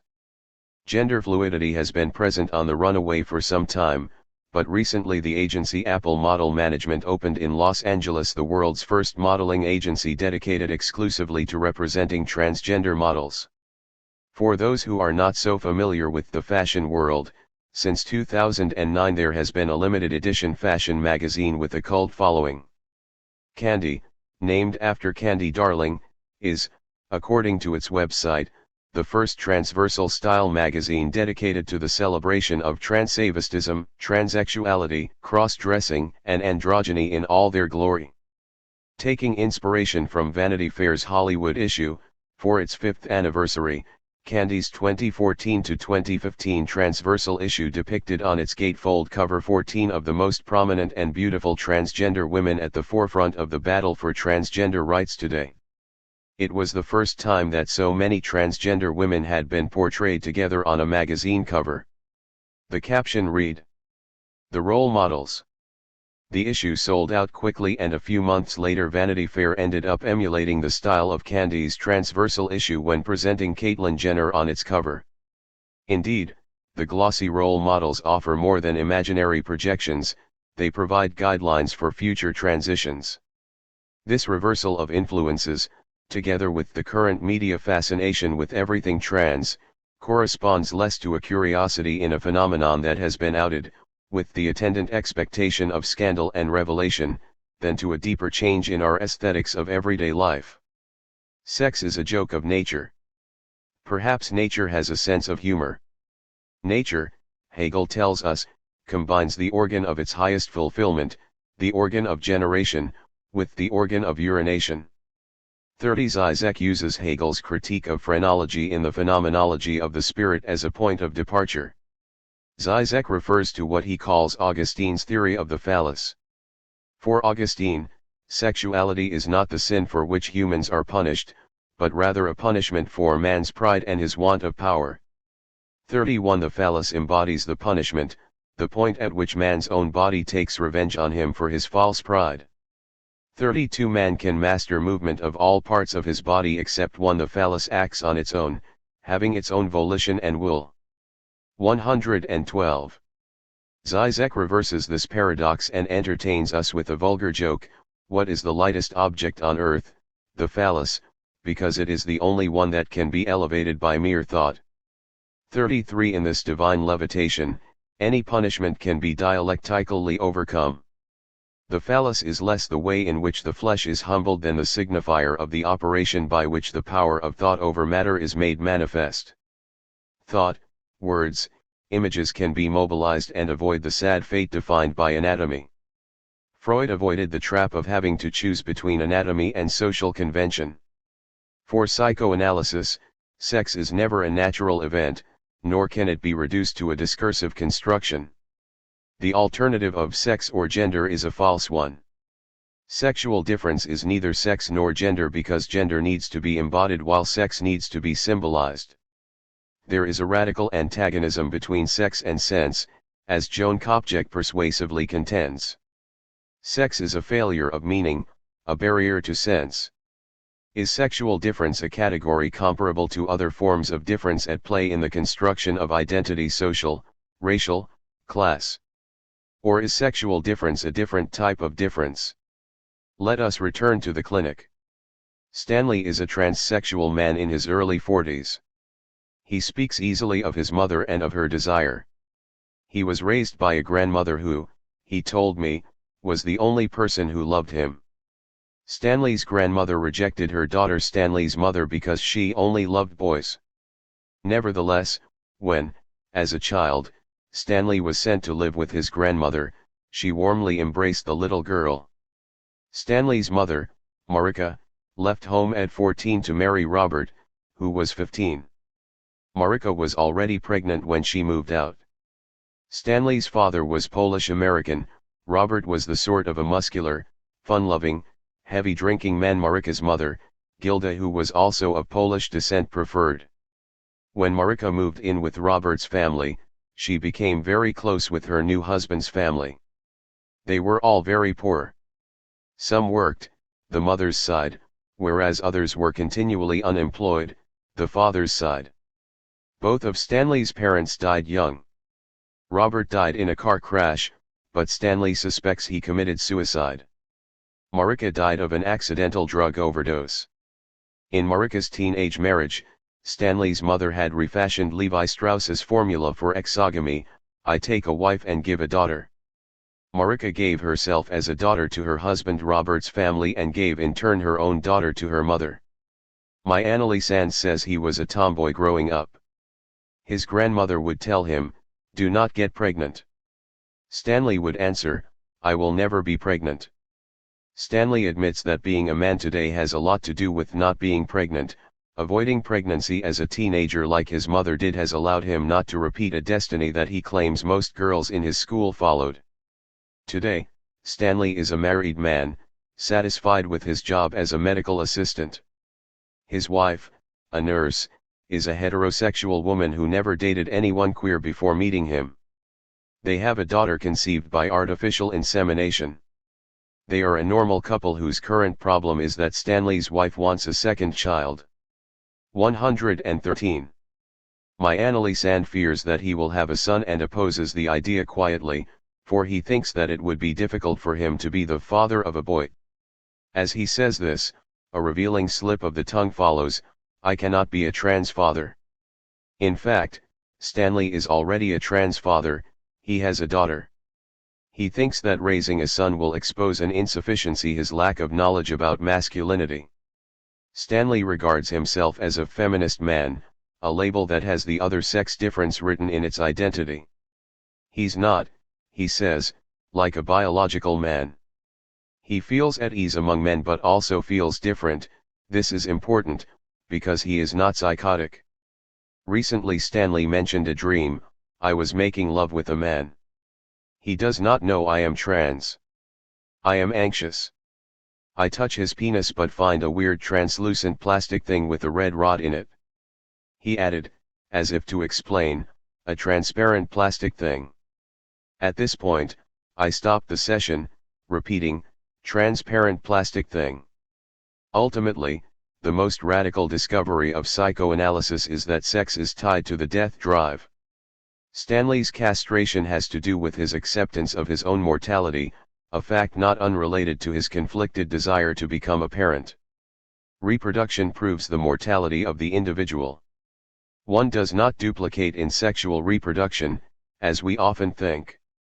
We do not buy a share of immortality by having children, quite the contrary. As Lacan puts it, sexual reproduction means that the living being, by being subject to sex, has fallen under the blow of individual death. 34 Reproduction does not guarantee immortality through replication but rather shows the uniqueness, and death, of each individual. In Stanley's case, this is made absolutely clear: his wife will get pregnant using sperm from an anonymous donor. And Stanley is aware of this fact. He is quite relieved that, thanks to the artificial insemination, his offspring will not carry the defective, addition-prone genes in his family. For Stanley, the cut of castration or mortality with which he is struggling to come to terms is also an expression of his singularity as a subject, as a feminist man, as a trans parent. The bewilderingly varied aesthetics of trans people has been given a contemporary voice in the irreverent and innovative videos made by Ryan Trecarton, who has been presented as one of the major young American artists launched by the new museum in the Younger Than Jesus group show, and who recently showed Any Ever and other videos to huge acclaim during the Venice Biennale of 2013. Trecarton's zany video art is a hymn to plasticity, playing on gender transformation and bodily modifications. In an interview for The New Yorker, Trecarton said, "What identifies people is not their bodies anymore. 35 Flesh is post-production plastic in a vertiginously fast and mobile world." Patrick Langley has said of his art, "If Facebook had a nightmare, it would be like this. The aim is to put the death drive at center stage in the place of the drive to be beautiful." 36 His work exceeds comparisons and defies linear narratives. The handheld camera shows us with chaotic speed a crescendo of disjointed scenes of cartoonish destruction, young men and women in a multiracial social bubble, all dressed up, lounging in semi-abandoned and half-destroyed houses, drinking and passing out, setting fires, crashing mailboxes, throwing televisions from speeding cars. Young people breaking rules while trying out different identities. Trecarton's 114. Videos are never static, there is a dynamic oversaturation of images, a text-talk vernacular mixed with corporate slogans, a mix of aphoristic inanities in the unmediated muttering of a digital unconscious. 37 General ugliness is flaunted as a comic mode of transgression. Death will cure many of the desire for immortality, as Beckett wrote about Proust, but Tricarton inoculates us with parody and raunchy laughter. 38 Tricarton rejects the binarism of real versus virtual, male and female, self and other, gay and straight, rationality and madness, surface and depth, style and content, time and space. He proposes a post-Joycean playfulness by rescripting and re-editing our current constructions of identity, and does not shy away from death. For Freud and Lacan, sexual reproduction and death are two sides of the same coin. Sexual reproduction requires more than one individual, one person, or partner alone simply cannot produce a new being. In principle, the sexed living being implies the death of the immortal individual. Sexual difference and sexual reproduction account for the constitutive lack in the subject, a lack Lacan ascribes to reproduction, through the sexual cycle. 39 As we have seen, there is no pre-programmed biological dictate in the psyche that determines why somebody will situate herself or himself, independent of her or his body, as a man or woman. Further, there is no biological dictate that seeks a fitting complement. To occupy a sexual orientation is to accept a primal loss. Again, sex needs to be symbolized and gender needs to be embodied. The major signifiers at work in Stanley's unconscious transparent plastic may perhaps reknot themselves in a synth home. This feminist man is at ease in the world because he can pass in his masculine persona. His being a man is never questioned. He is tall, lean, muscular, and good-looking and has all the markers of what, in our society, is seen as virile masculinity. Once more, he is obviously not psychotic. Stanley often says in session that it is weird to be a trans man, that his transition is hard to explain, even to himself, but that he needs to invent something to survive. In the years preceding his transition, he was drinking heavily, and ruminating about suicide. I want to emphasize the strong drive to beauty within the transsexual transformation. We encounter many trans folk who hope to be seen or read in the gender with which they identify. These folk talk about passing or not passing. I cannot help but wonder, is this a purely imaginary beauty, or one like that of Antigone, in whom Lacan sees sheer radiance or unbearable splendor that is a beauty purified of the imaginary? 40 In his description of Antigone, Lacan regards her beauty as a protective barrier that forbids access to a fundamental horror. For Lacan, her beauty is a screen that protects us from the destructive power of the impossible, which Lacan calls the real. Beauty can be a limit to reckless jouissance and an intermediary site between two deaths. This may lead us to conclude that transgender individuals want to be recognized in their being. When they say I am beautiful, the stress is more on I am than on beautiful. Theirs is more an ethical than an aesthetic concern. 14. That obscure object. Doch mildernde Wort auch hier der Zeitenlauf, last, was schon war, immer schon erschienen. Time in its steady course will temper and dull, allowing what was beautiful to appear always beautiful. Daniel Paul Schreiber, from a poem to his mother Pauline on her 90th birthday, June 29, 1905. 1. President Daniel Paul Schreiber wanted to become a woman for aesthetic reasons above all. As he explains, a dream brought him the revelation that it would be rather beautiful to be a woman, moreover a woman with whom God has sex. It must be beautiful, recht schon, to be a woman succumbing to the act of copulation. 2. The preoccupation with beauty had run deeply in Schreiber's family.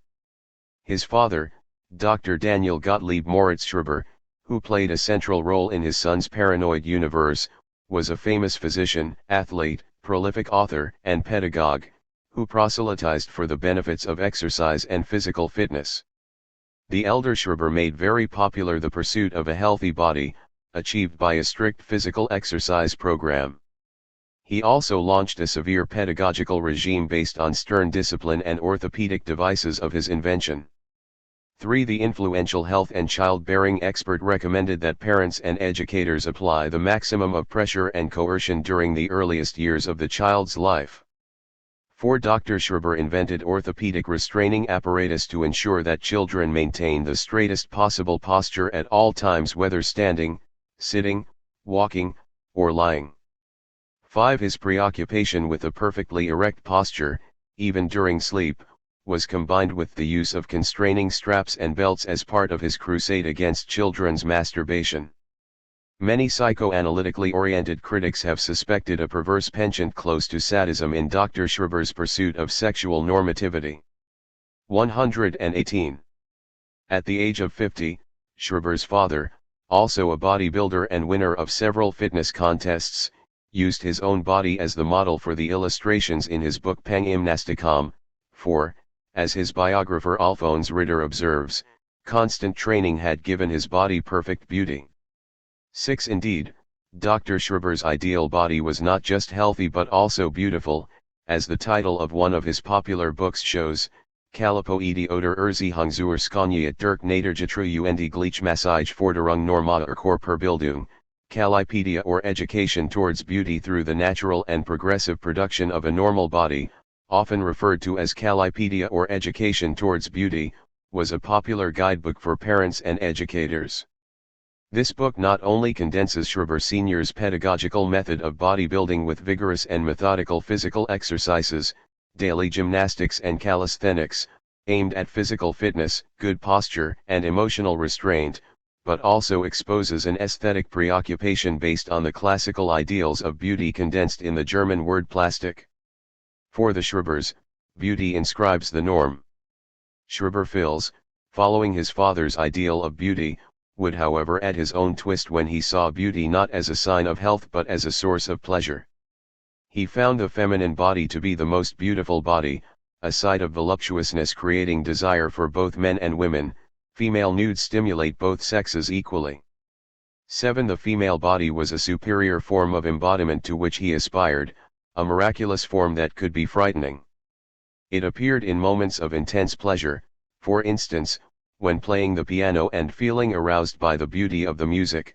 224.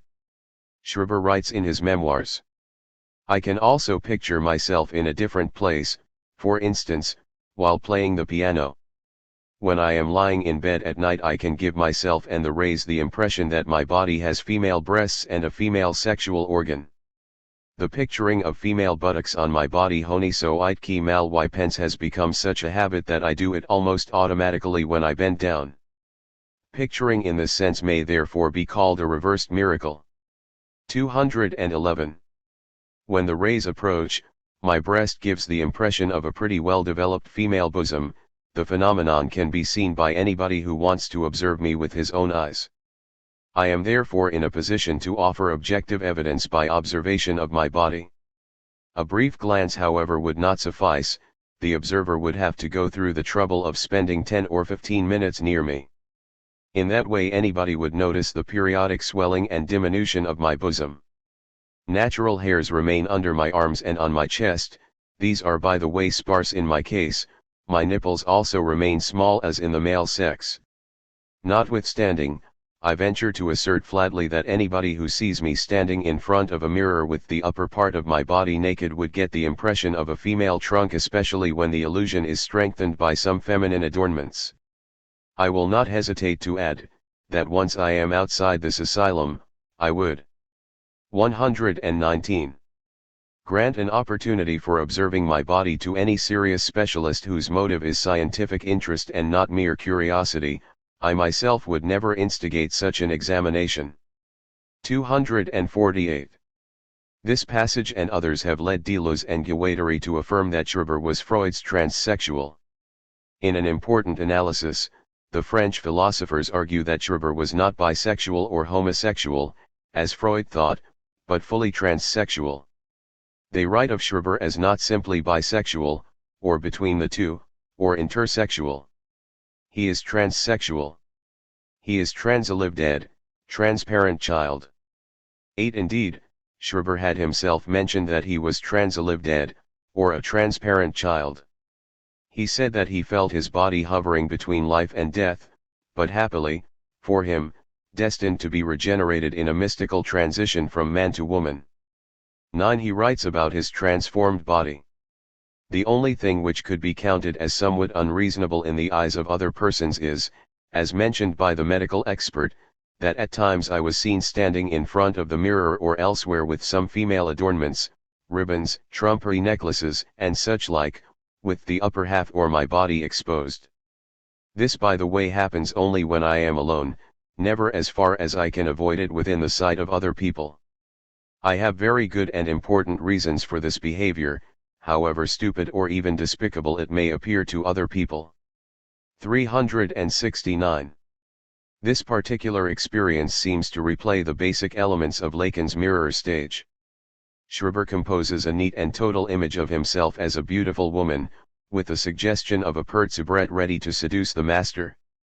This Victorian cliché has a parodic function since the father's gaze is both omnipresent and cancelled. The father's hypermale idealization has been inverted into a female mockery, in which however he finds a temporary reassurance. The rays embody pure jouissance and seem to come from the outside. The feminine embodiment offers a solution to make sense of the intense voluptuousness Schreber experiences. I can produce a feeling of female sensuous pleasure, particularly if I think of something feminine. I do this, by the way, not for sensual lust, but I am absolutely compelled to do so if I want to achieve sleep or protect myself against otherwise almost unbearable pain. 246.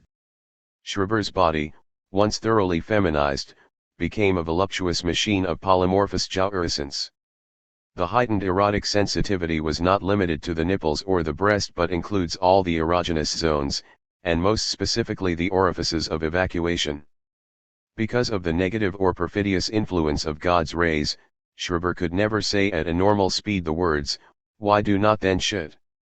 202. Here is how he elaborates on the miracles that took place in his body. Like everything else in my body, the need to empty myself is also called forth by miracles.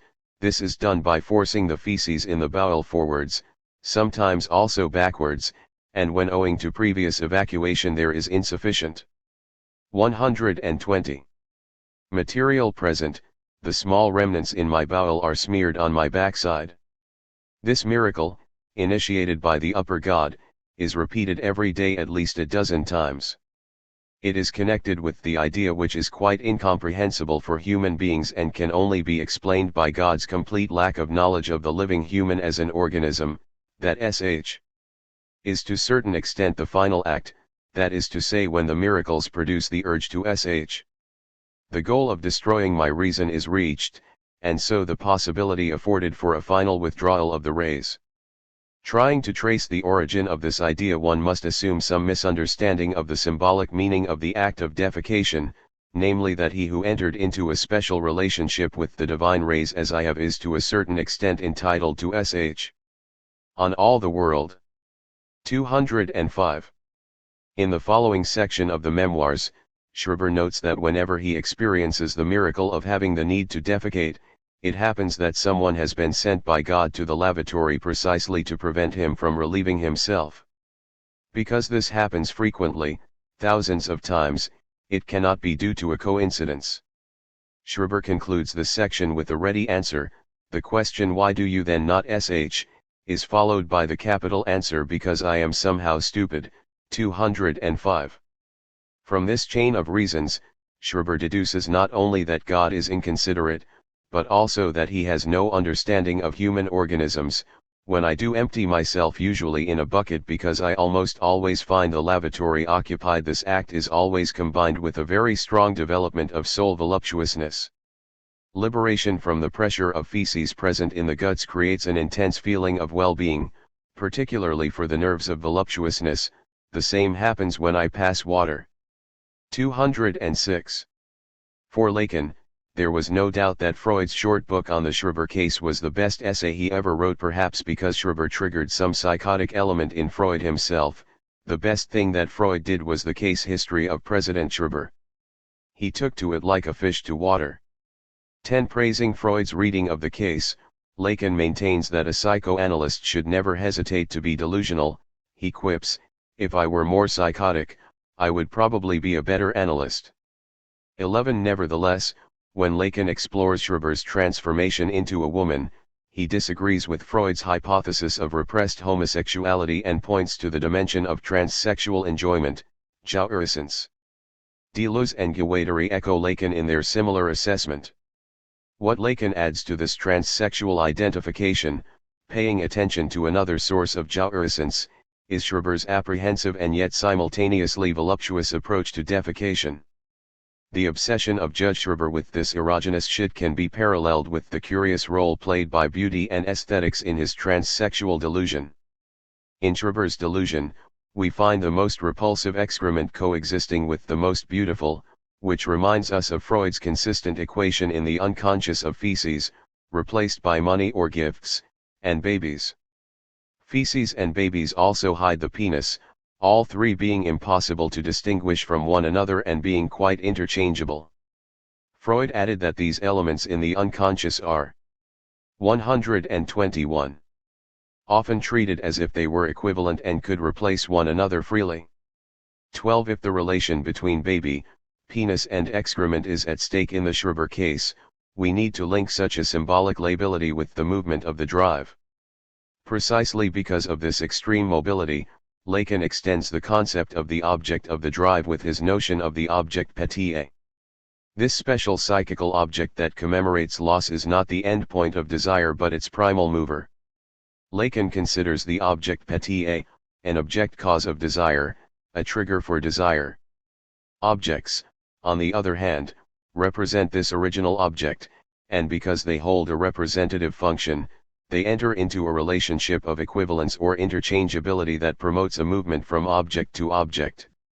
Very early on, Freud had detected three types of objects that are the prototypes for libidinal objects: the oral, anal, and genital objects. He was able to substantiate the exploration of the second type of object when he read a catalogue of excremental rights, John Bork's Scatologic Rights of All Nations, a dissertation upon the employment of excrementitious remedial agents in religion, therapeutics, divination, witchcraft, love philters, etc. in all parts of the globe. Freud was invited by the renowned folklorist Friedrich Krauss to write the foreword for its 1913 German edition. We have seen that in 1903, Krauss had coined the term paraphilia favored by Stekel, Gethyle, Money, and others, introduced into English in 1913 by urologist William J. Robinson. Krauss's annual magazine Anthropophydia condensed several of Freud's interests: folklore, ethnography, and anthropology. Freud was one of its avid readers. In 1910, the magazine was the object of furious accusations. It was said that, under the pretext of anthropological divulgation, the magazine was distributing obscene, pornographic material. At that moment, Freud intervened, writing an open letter in support of the magazine, published in Anthropophydia, and between 1910 and 1912 his name appeared as a member of the editorial board. In 1913, the year Totem and Taboo was published, Krauss's revised version was issued with Freud's foreword. Bork's book was a pioneering anthropological text that was, as the subtitle states, based upon original notes and personal observation, and upon compilation from over 1,000 authorities, and was deemed not for general perusal. It is often referred to as Scatologic Rights of All Nations. Originally published in English in 1891, the book had been penned by John G. Bork, 1846 to 1886, a military man of Irish ancestry born in Philadelphia. Captain of the 3rd U.S. Cavalry, he studied the same Native Americans that his troops planned to exterminate. He was an amateur historian and ethnologist whose legacy includes hundreds of pages about life on the frontier after the American Civil War. The subtitle explains that the topic may sound unpleasant and indelicate. Bork had dared explore rites and customs that would have to be excluded from all polite conversation in educated company. The warning happened to be a major draw, and the book attracted huge interest. The warning disappeared when the 1913 German translation under the direction of Krauss was printed, accompanied by Freud's prologue. The title changed and was condensed: Der Unrat in Sitt, Brauch, Glauben und Gewohnheit der Völker, literally, filth in customs, uses, beliefs, and 122. Customary laws of all nations. Freud's contribution to Borch's text was later reproduced in the German edition of Freud's complete works under the title The Excretory Functions in Psychoanalysis and Folklore. It was included in the fifth volume of an anthology of texts written by Freud in English published in 1950. In 1994, Louis P. Kaplan re-edited an abridged version of Borch's book. It had only 30 chapters and 165 pages, instead of Borch's formidable 500 pages and 52 chapters. This new version was published in New York under the title The Portable Scatologue. It was promoted not as an anthropological text but as humorous toilet reading material. Kaplan attributed the disappearance of the marks of censorship to Freud's appearance in the volume. He considers, tongue-in-cheek, that a prologue written by the master of the anal stage has given the text a direct stamp of approval. 13 Freud, for one, was sure to remain unfazed, for he knew that the unease generated by the book's subject matter would only stem from the unavoidable conflicts that exist between the demands of instinct and the restrictions imposed by culture. In his 3 essays on the theory of sexuality, Freud had already alluded to how civilization cripples sexual impulses and breaks the body into parts, to which it grants the label of normal or abnormal in the context of sexual pursuits. John Borch was a prolific author who kept a meticulous diary throughout his adult life. This detailed personal record is a valuable ethnographic document that served as a basis for his books. Scatological Rites of All Nations was inspired by an exceptional event. In 1881 Borch was invited to attend a covered religious ceremony of the Zuni natives of New Mexico. There, he was able to observe that during the ecstasy of the ritual dance, the natives drank human urine. He later discovered that their rituals included not only urine but also the ingestion of human and animal excrement. The first report of this experience was published in 1885 in a 56-page monograph, Notes and Memoranda on Human Ordure and Human Urine in Rites of Religious or Semi-Religious Character in Various Nations. Uncomfortable with the pioneering role of participating observant that Malinowski would have recommended, Borch mentions that, fortunately, the rite that he attended did not include the usual ingestion of animal and human excrement. In spite of its unpleasantness, the amateur ethnologist provided an explanation as to the rationality of this ritual. He notes that, among the Zunis, the Nihu were an order or a medical sect. Their dances had the objective of strengthening the stomachs of the participants so that they would be able to tolerate any food, even the most repugnant. In that way, they not only developed a resistance that allowed them to survive in situations where food was scarce but also allowed them to combat digestive problems. Borch underlines the fact that this was not an isolated rite but a known and sanctioned practice among all communities of the peoples native to the American Southwest. He adds that excrement and its attendant rituals should be the subject of studies and become a rich source of information on the life of primitive peoples and modern civilizations, and that scientists should not be squeamish about death and waste. Borch's fascinating unabridged text is too extensive to be summarized here, but I will attempt to briefly outline it. This text inspired James Fraser, author 123 of The Golden Bough, as well as Freud, and addresses the excremental diet of the native people of Florida, Texas, and California. It describes the outlandish modes of Siberian hospitality. Let us not forget that hospitality originates from the Latin root hostis, stranger, enemy 14, and customs where women are offered to strangers so that they may drink their urine. It describes how, in Africa, it is neither rice nor showers of petals but the urine of the bride that one throws onto the guests of the nuptial celebration. Borch finds that urine appears in psychotropic rites in which drugs are combined with the shaman's urine. Borch does not omit mentioning aberrations, such as the use of human excrement by the mentally ill. Borch recounts that, among the Arabs, the excrement of kings was used to produce sacred incense and that, for Tibetans, the lama's bodily waste was used for amulets. He even mentions the feces of baby Jesus, presumed to have miraculous powers. Borch studies the role of cow manure in religious rites, especially among the ancient Israelites and Assyrians, whose altars were filled with votive dung, and describes Egyptian and Roman excremental gods.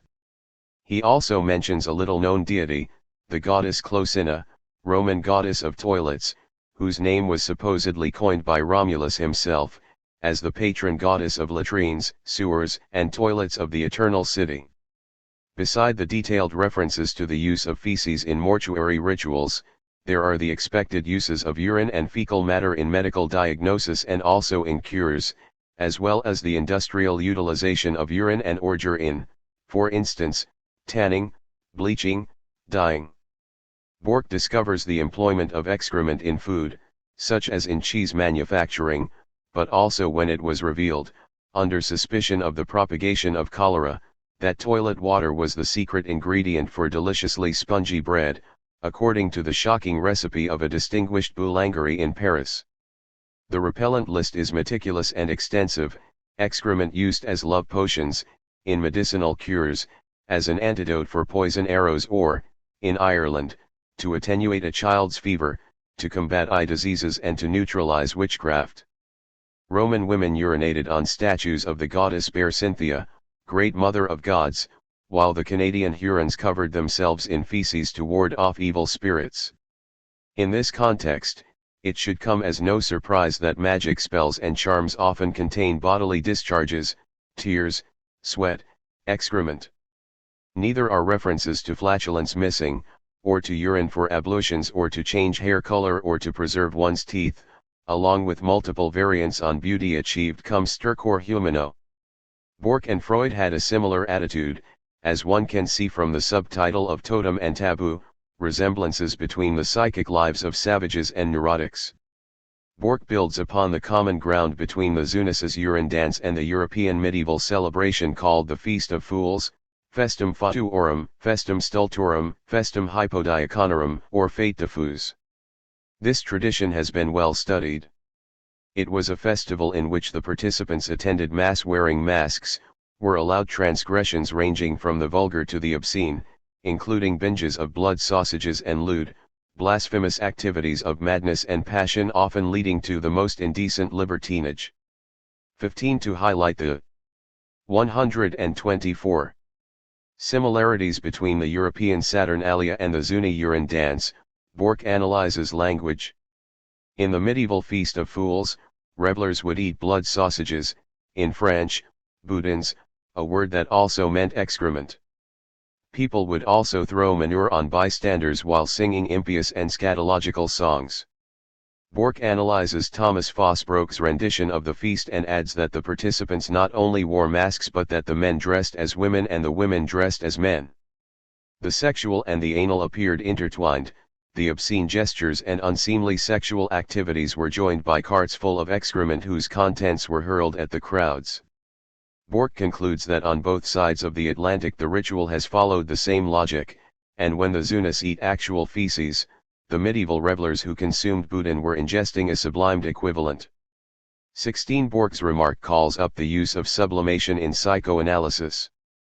The equivalence that Bork proposes between excrement and its substitute appears explicitly in Freud's prologue when he describes a child's coprophilic interest that falls victim to the effects of repression, and as a result of education the interest will shift to other objects, for example, from fecal matter to money. Freud maintains that the separation between interest in excrement and sexual interest is only produced later in the life in children. Such a passage is never absolute. Coprophilic inclinations continue to operate in later life and are expressed in the neuroses, perversions, and bad habits of adults. 17. This lingering coprophiliac inclination was exemplified by Freud's patient, the rat man. At the beginning of his analysis, the patient saw a young woman on the stairs of Freud's office and assumed it was the doctor's daughter. That night, he dreamed that the woman had manure caked onto her eyes. For Lacan, this meant that the rat man would imagine that Freud wishes nothing less than to give him his own daughter, who becomes in his fantasy a person laden with all earthly riches and whom he imagines in the rather peculiar form of a person with glasses of dung on her eyes. 18. Fearlessly reading this as a union of myth and fantasy, Freud's interpretation is drastic: you have fallen in love with my daughter not because of her beautiful eyes but because you are interested in her money. In the dream of the rat man, the gaze and excrement are linked, the glasses play an important role in his obsession with an unpayable debt and an anal torture, which may be paralleled in glasses of dung with manure filling the eye cavities. In the Freudian interpretation, money is linked to an interested love in this dream that recreates his fundamental fantasy. The rat man repeats in the dream the story of his father, marrying a rich woman out of convenience, but not out of love. Objects follow a circuit that is not fortuitous but trails the trajectory of the drive. This itinerary is not determined by a normative object, as could be assumed in the case of the function of the genitals, but by the personal drama of the neurotic, his private mythic structure that he follows to the letter. Another connection between Bork's text on scatological rites and Freudian theory appears. He describes a custom of the inhabitants of Samoa in Polynesia whereby, when a woman is about to give birth, they pray to the god or protective spirit of paternal and maternal families. This god will be the protector of the infant. 125. That will be born. As a way of showing respect for this deity, the prayers offered by the family allude to the baby as the excrement of the god. This custom continues throughout childhood, with the child's nickname becoming, affectionately, Togo's excrement or Satia's excrement, according to the protective god's name. Bork notes that this crude phrasing nevertheless expresses piety and respect towards the divinities. 19. Here is anthropological proof of what Freud discovered in the clinic by following the path marked by the circuit of the objects of the drive. He developed this on transformations of instinct as exemplified in anal erotism, an article published in 1917, 3 years after the German version of Bork's text. 20. There, Freud proposes a series of equivalences between various objects of the drive: child equals penis equals feces equals money equals gift. Freud observes, in the products of the unconscious spontaneous ideas, fantasies, and symptoms the concepts feces, money, gift, baby, and penis are ill-distinguished from one another and are easily interchangeable. He adds, these elements in the unconscious are often treated as if they were equivalent and could replace one another freely. 21. Thanks to this permittability, a child is considered a lump, little turd, as seen in the analysis of little Hans, that is, as something which becomes detached from the body by passing through the bowel. A certain amount of libidinal cathexis, which originally attached to the contents of the bowel, can thus be extended to the baby born through it. Linguistic evidence of this identity of baby and feces is contained in the expression to give someone a baby. For its feces are the infant's first gift, a part of his body which he will give up only on persuasion by someone he loves, to whom indeed, he will make a spontaneous gift of it as a token of affection, for, as a rule, infants do not dirty strangers. There are similar if less intense reactions with urine. Defecation affords the first occasion on which the child must decide between a narcissistic and an object-loving attitude. He either parts obediently with his feces, sacrifices them to his love, or else retains them for purposes of autoerotic satisfaction and later as a means of asserting his own will. If he makes the latter choice, we are in the presence of defiance, obstinacy, which, accordingly, springs from a narcissistic clinging to anal erotism. 22. Feces are the baby's first gift of love that later transfers its libidinal value to interest in money or in a wish for a baby, with, in the latter, the anal erotic and genital drives overlapping. As for the penis, Freud ascribes its significance to anal eroticism. He speculates that the penis had already a prototype in the anal sadistic phase when the fecal mass stimulated the mucous membrane of the rectum, which will later be replaced by the vagina. 23. Freud also indicates that a woman shifts her desire for a penis to a desire for a man, with the possibility of a passing regression from man to penis, as object of her desire. Freud's theory makes several heterosexist assumptions, but we should pay attention to the fact that, while he attributes to the male organ an important role, the penis is already functioning as a substitute. Both Freud and 126. Even more systematically, Lacan speak of the phallus as a separable, transformable object, and, in this sense, a partial object, that is the last element in the series of interchangeable objects. Lacan adds two more objects to the Freudian list.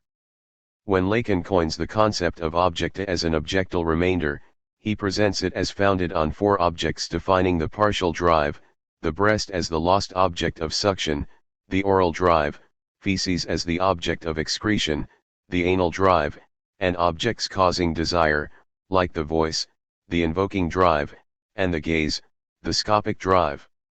For Lacan, when there is an object A, there is castration, because the object, as such, is always a lost object. While discussing the oral object, Lacan clarifies this point. The object Patia is not the origin of the oral drive. It is not introduced as the original food, it is introduced from the fact that no food will ever satisfy the oral drive, except by circumventing the eternally lacking object. 24. We will now turn to the anal object. Since the anal object is not gendered, it is a more universal model for subjective loss, applicable to cis and trans people alike. It is not only that as civilized beings the release of excrement falls under the impositions of culture. When we go, where we go, and what we do with what we produce will introduce a difference determined by imperatives that depend on signifiers such as ladies and gentlemen. The libidinal importance of the anal factor was perfectly condensed when one of my analysans unwittingly testified to the importance of our cloacal destiny: I am an asshole letting my partner treat me like shit. 15. Freud's scatologue. Scatology has an important contribution to offer to psychoanalysis because the anal object is the first object of loss and castration. Lacan takes excrement as the model of subjective loss, of primordial castration. He develops Freud's observation that feces are the first part of our bodies that we had to give up as tokens of love. It is through them that we find the entryway into the castration complex. Tim Dean notes that this loss is universal. Lacan's model for subjective loss is not the phallus but feces, an ungendered object. In the face of this object cause of desire, the controversy over the concept of the phallus pales into insignificance, since whether or not we're all men as well as women missing the phallus, certainly we've all lost objects from the anus. And this distinction remains universally true irrespective of gender, race, class, nation, culture, or history. One Zizek observes that the anal object functions as a signifying element, highlighting the role that excrement plays in the economy between subjects as a proof to the other of self-control and discipline in a child, or of obedience to the demands of the other, or as a first gift to the other. Two feces, before becoming a symbolic object, have been elevated to the status of gift. They are objects, parts of the body that fall and are lost to then acquire a symbolic role. This type of functioning denotes that the anal object has passed through the sieve of symbolic castration, which transforms it into what Lacan names as the object A, that is to say, the object that causes desire. Developing this primordial function, in the seminar on anxiety, Lacan wonders why excrement holds such a great importance in what he calls an intraliving and interliving economy. 3. Lacan suggests that the importance of excrement derives from its being the object of the demands of the other represented on this occasion by the mother. Education teaches children to control their sphincters, which is not obvious. The ability to retain feces outlines the child's dominion of something that is a part of the body and can be released.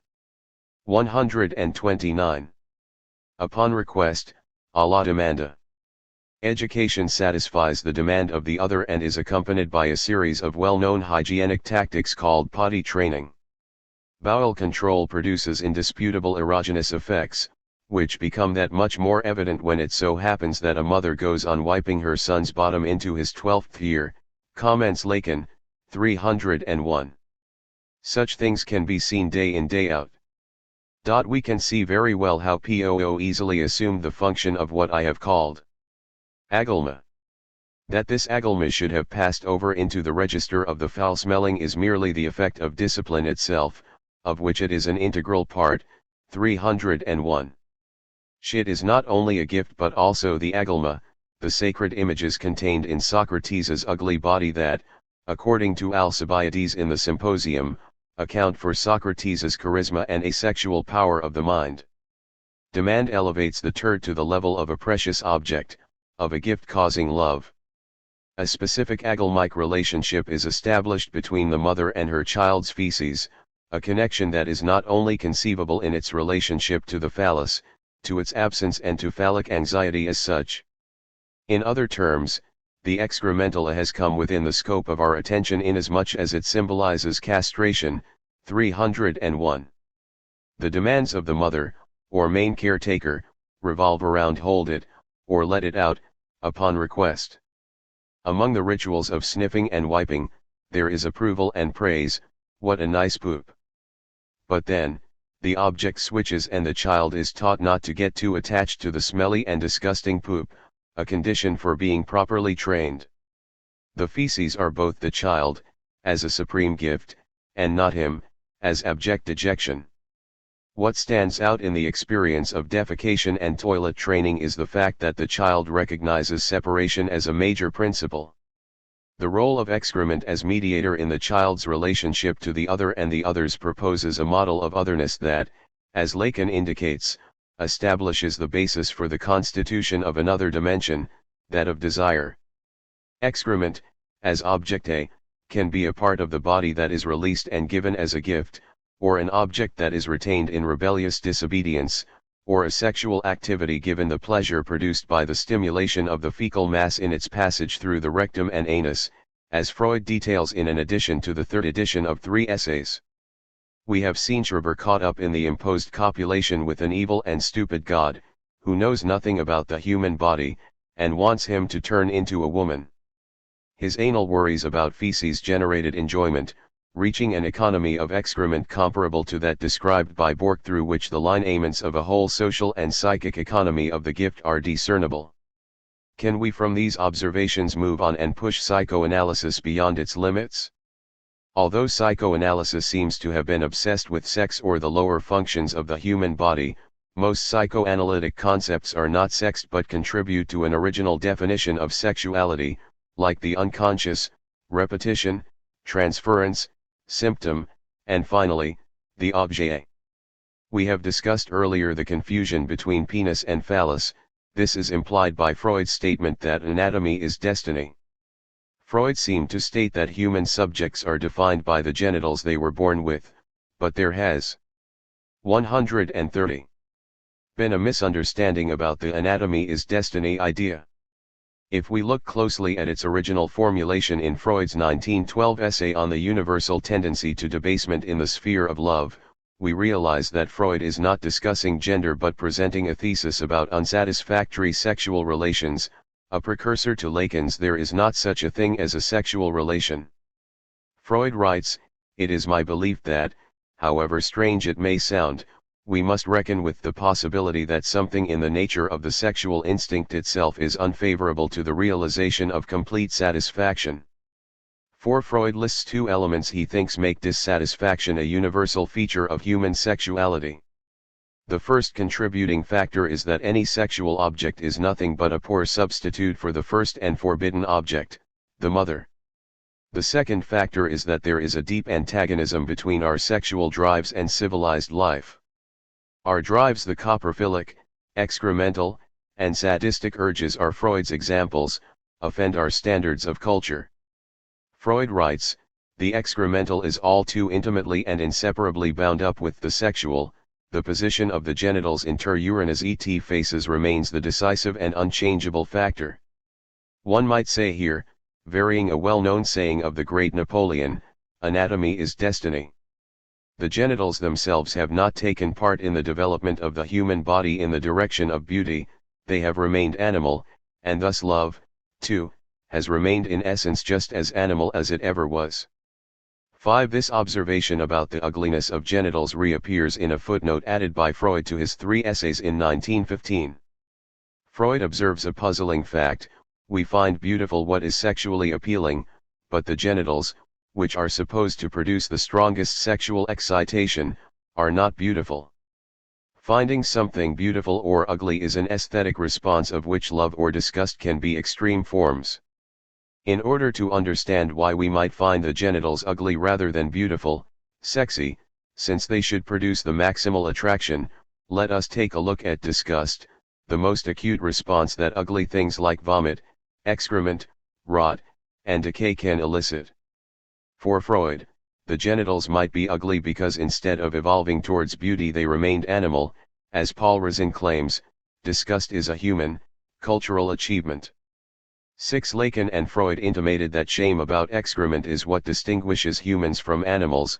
The feces that initially the child values, turns into a problem only when it becomes part of a symbolic network that ascribes to it an abject value. Then the child learns to worry about how and when to dispose of it. In the larger context of society, this civilized concern reappears in the need to build sewers, better toilets, and perhaps in recent debates about public restroom access that have turned shared bathrooms into a battleground for transgender rights. Beauty and the Beast. Let us consider now an example, the movie The Crying Game, 1993. In the film, a man, Fergus, is about to have sex with a beautiful woman, Dill. She undresses and reveals that she has a penis. Fergus first vomits and then physically attacks Dill. Fergus's attraction to Dill unsettles his gender identity and causes him to question. 131. His sexual orientation. Fergus is shaken with disgust upon discovering his desire for Dill. His own attraction has taken a turn from the normative heterosexual aim. We know from hysteria that the other side of revulsion is desire, and that violence is often a reaction to the awareness of this disturbing reversibility. Freud also observes that disgust interferes with the libidinal overvaluation of the sexual object but can in turn be overridden by libido. Disgust seems to be one of the forces that have led to a restriction of the sexual aim. These forces do not as a rule extend to the genitals themselves. 7. Disgust can deter from achieving satisfaction, but it can also create an interdiction whose very transgression enhances pleasure. The sexual instinct in its strength enjoys overriding this disgust. 8. In a later section of the essays devoted to fixations of preliminary sexual aims, which introduces for the first time the notion of sublimation, Freud writes, "Visual impressions remain the most frequent pathway along which libidinal excitation is aroused. Indeed, natural selection counts upon the accessibility of this pathway if such a teleological form of statement is permissible when it encourages the development of beauty in the sexual object. The progressive concealment of the body which goes along with civilization keeps sexual curiosity awake. This curiosity seeks to complete the sexual object by revealing its hidden parts. It can, however, be diverted, sublimated, in the direction of art, if its interest can be shifted away from the genitals onto the shape of the body as a whole. It is usual for most normal people to linger to some extent over the intermediate. 9. The beauty of the body is sexually arousing, but the most exciting zones, the hidden parts, are not beautiful. Let us take a closer look at the footnote added in 1915 where Freud introduces this paradox. There is to my mind no doubt that the concept of beautiful has its roots in sexual excitation and that its original meaning was sexually stimulating. There is an allusion in the original to the fact that the German word Reiz is commonly used both as the technical term for stimulus and, in ordinary language, as an equivalent to the English charm or attraction. This is related to the fact that we never regard the genitals themselves, which produce the strongest sexual excitation, as really beautiful. 10. Is sublimation and the interest in art a strategy to move away from the ugliness of genitals? The presence of disgust in sexuality was a fact observed early on by Freud. In a letter to Flies from January 1, 1896, Freud noted that the physical proximity of sexual and excretory organs must inevitably arouse disgust along with sexual experiences. 11. He remarks in Dora's case that the genitals can act as a reminder of the excretory function, a fact made explicit in the male, since the same organ is used for micturition and sex. For both sexes, despite efforts at idealization, excrement is inseparable from sexuality ever since our birth, reiterating that this is due to the fact that inter urinas et faces nascimur. 12. Freud's recurrent observations about the connection of sex and excretions remind us of the passage in the Phenomenology of Spirit in which Hegel remarks that nature combines the organ of its highest fulfillment, the organ of generation, with the organ of urination. 13. It is worth considering the various implications of this urethral passage in Hegel's philosophical masterpiece. When Hegel observed that man's most perfect organ, the organ of procreation, is at the same time the organ of micturition, he did not use the German term urinieren, urination, but the strong and vulgar word, pissen, piss. The use of this rather crude term has surprised critics. Vincenzo Vitiello considers that this coarse word is chosen strategically. 14. Hegel's use of strong and body language is interpreted by Donald Philip Vereen as a calculated attack against the pseudoscientific claims of phrenology. Hegel refutes here the physiognomic proposition of phrenology and its speculations that cranial shape can predict and determine human behavior and character. All this boils down to stating that one can reduce the spirit to a bone, which reveals a profound ignorance, Unwissenheit, a not knowing, disguised as Wissenschaft, science, or genuine Wissen, knowledge, of the spirit. With this wordplay on Pissen and Wissen, Hegel exposes the oversimplification and utter nonsense of phrenology. Hegel uses this vulgar term to challenge the false science of phrenologists who reduce the mind to the skull. Today it would be brain mapping. The extraordinary remark corresponds to his amused delight when observing that the same organ serves as the noble organ of generation and the base organ of urination. For Hegel, at least, anatomy is not destiny. Hegel's observation on the joke of nature anticipates the critique of what could pass as the psychoanalytic conflation of penis and phallus. Hegel refuted the claim of phrenology that the skull could be a map of the mind, by ironically affirming the opposite of what he thought. Thus he writes, the spirit is a bone, but then proceeds to debunk this thesis. If we consider the body as a map of circulating and accidental erogenous zones, can we say that Freud might be playing a similar game when he says, anatomy is destiny? Can the phallus both pee and excite? Or is that supposed to be too disgusting a question?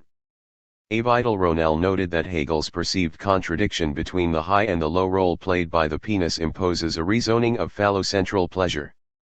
This shift of position reveals a spreading network of erotic localities 15 that are progressively desexualized because, as Freud notes, initially, sexual pleasure is not attached merely to the function of genitals.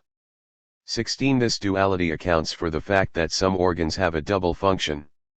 Ronell adds, in the history of philosophy the dual-functioning organ was poignantly named by Hegel and later commented by Kierkegaard. The former understood the penis to be in contradiction with the vagina, performing as it does the two essentially opposing tasks of producing semen and piss, generative substance and waste product. 17. Thus the penis would not have a choice, it is subjected to opposing and contradictory forces, while other organs appear more volition-ally-oriented. 18. Ronell cites Freud's example of the mouth as one such organ with double function.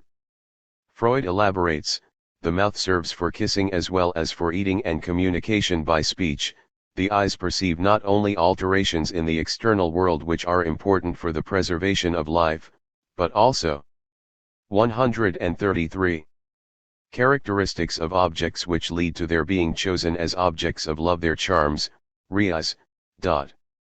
19. As we have seen, Freud thinks that reis is what makes us perceive something as attractive, sexy, in a word, beautiful. Freud uses the example of a dual-function organ, the mouth, an organ meant to be used to eat and drink, but also to kiss. Even the most passionate lovers will hesitate before sharing a toothbrush, forgetting that kissing may entail a more extensive exchange of bacteria. Freud writes, the use of the mouth as a sexual organ is regarded as a perversion if the lips, or tongue, of one person are brought into contact with the genitals of another, but not if the mucous membranes of the lips of both of them come together. This exception is the point of contact with what is normal. Those who condemn the other practices, which have no doubt been common among mankind from primeval times, as being perversions, are giving way to an unmistakable feeling of disgust, which protects them from accepting sexual aims of the kind.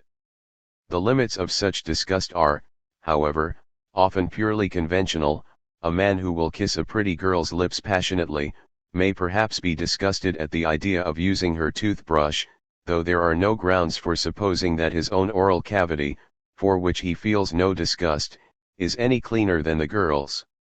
Here, then, our attention is drawn to the factor of disgust, which interferes with the libidinal overvaluation of the sexual object but can in turn be overridden by libido. 20. Is the kiss taking place because the girl is pretty, or does she appear pretty in order to override the disgust that her mouth might elicit? Neither one, nor the other. Freud concludes that, in human sexuality, the most sublime and most repugnant things appear in intimate dependency. As my argument about Schreber and Freud's reading of Bork's book suggests, a better way to understand what can make an object appear attractive or repulsive, ugly or beautiful, or even indifferent, would be to situate it within Lacan's concept of the object A.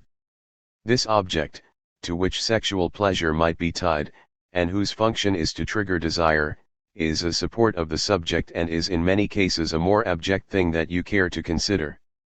21. We have seen that the child feels ashamed of excrement only after the feces have become an object that represents what the child believes he or she means for the other.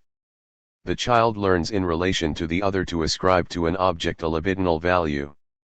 Feces offers the child an early experience in bodily loss, and the baby's bowel movements become precious as something to please others, for instance, the mother. This is how the anodyne POO goes from being raised to the level of treasured gift to become an abject refuse renounced with disgust. What if a penis appears as something not much better than a piece of excrement? The child itself can be a gift, as in Freud's economy summed up in the equation feces equals penis equals baby that we have discussed, or following the fate of exchanges, it can be a turd. But what happens when the whole body is experienced as abject? What is the role of the object when it goes beyond the wish to make the body whole? Why do some people experience their bodies as the wrong bodies? Is it that they feel that the organs they reject are organs without bodies?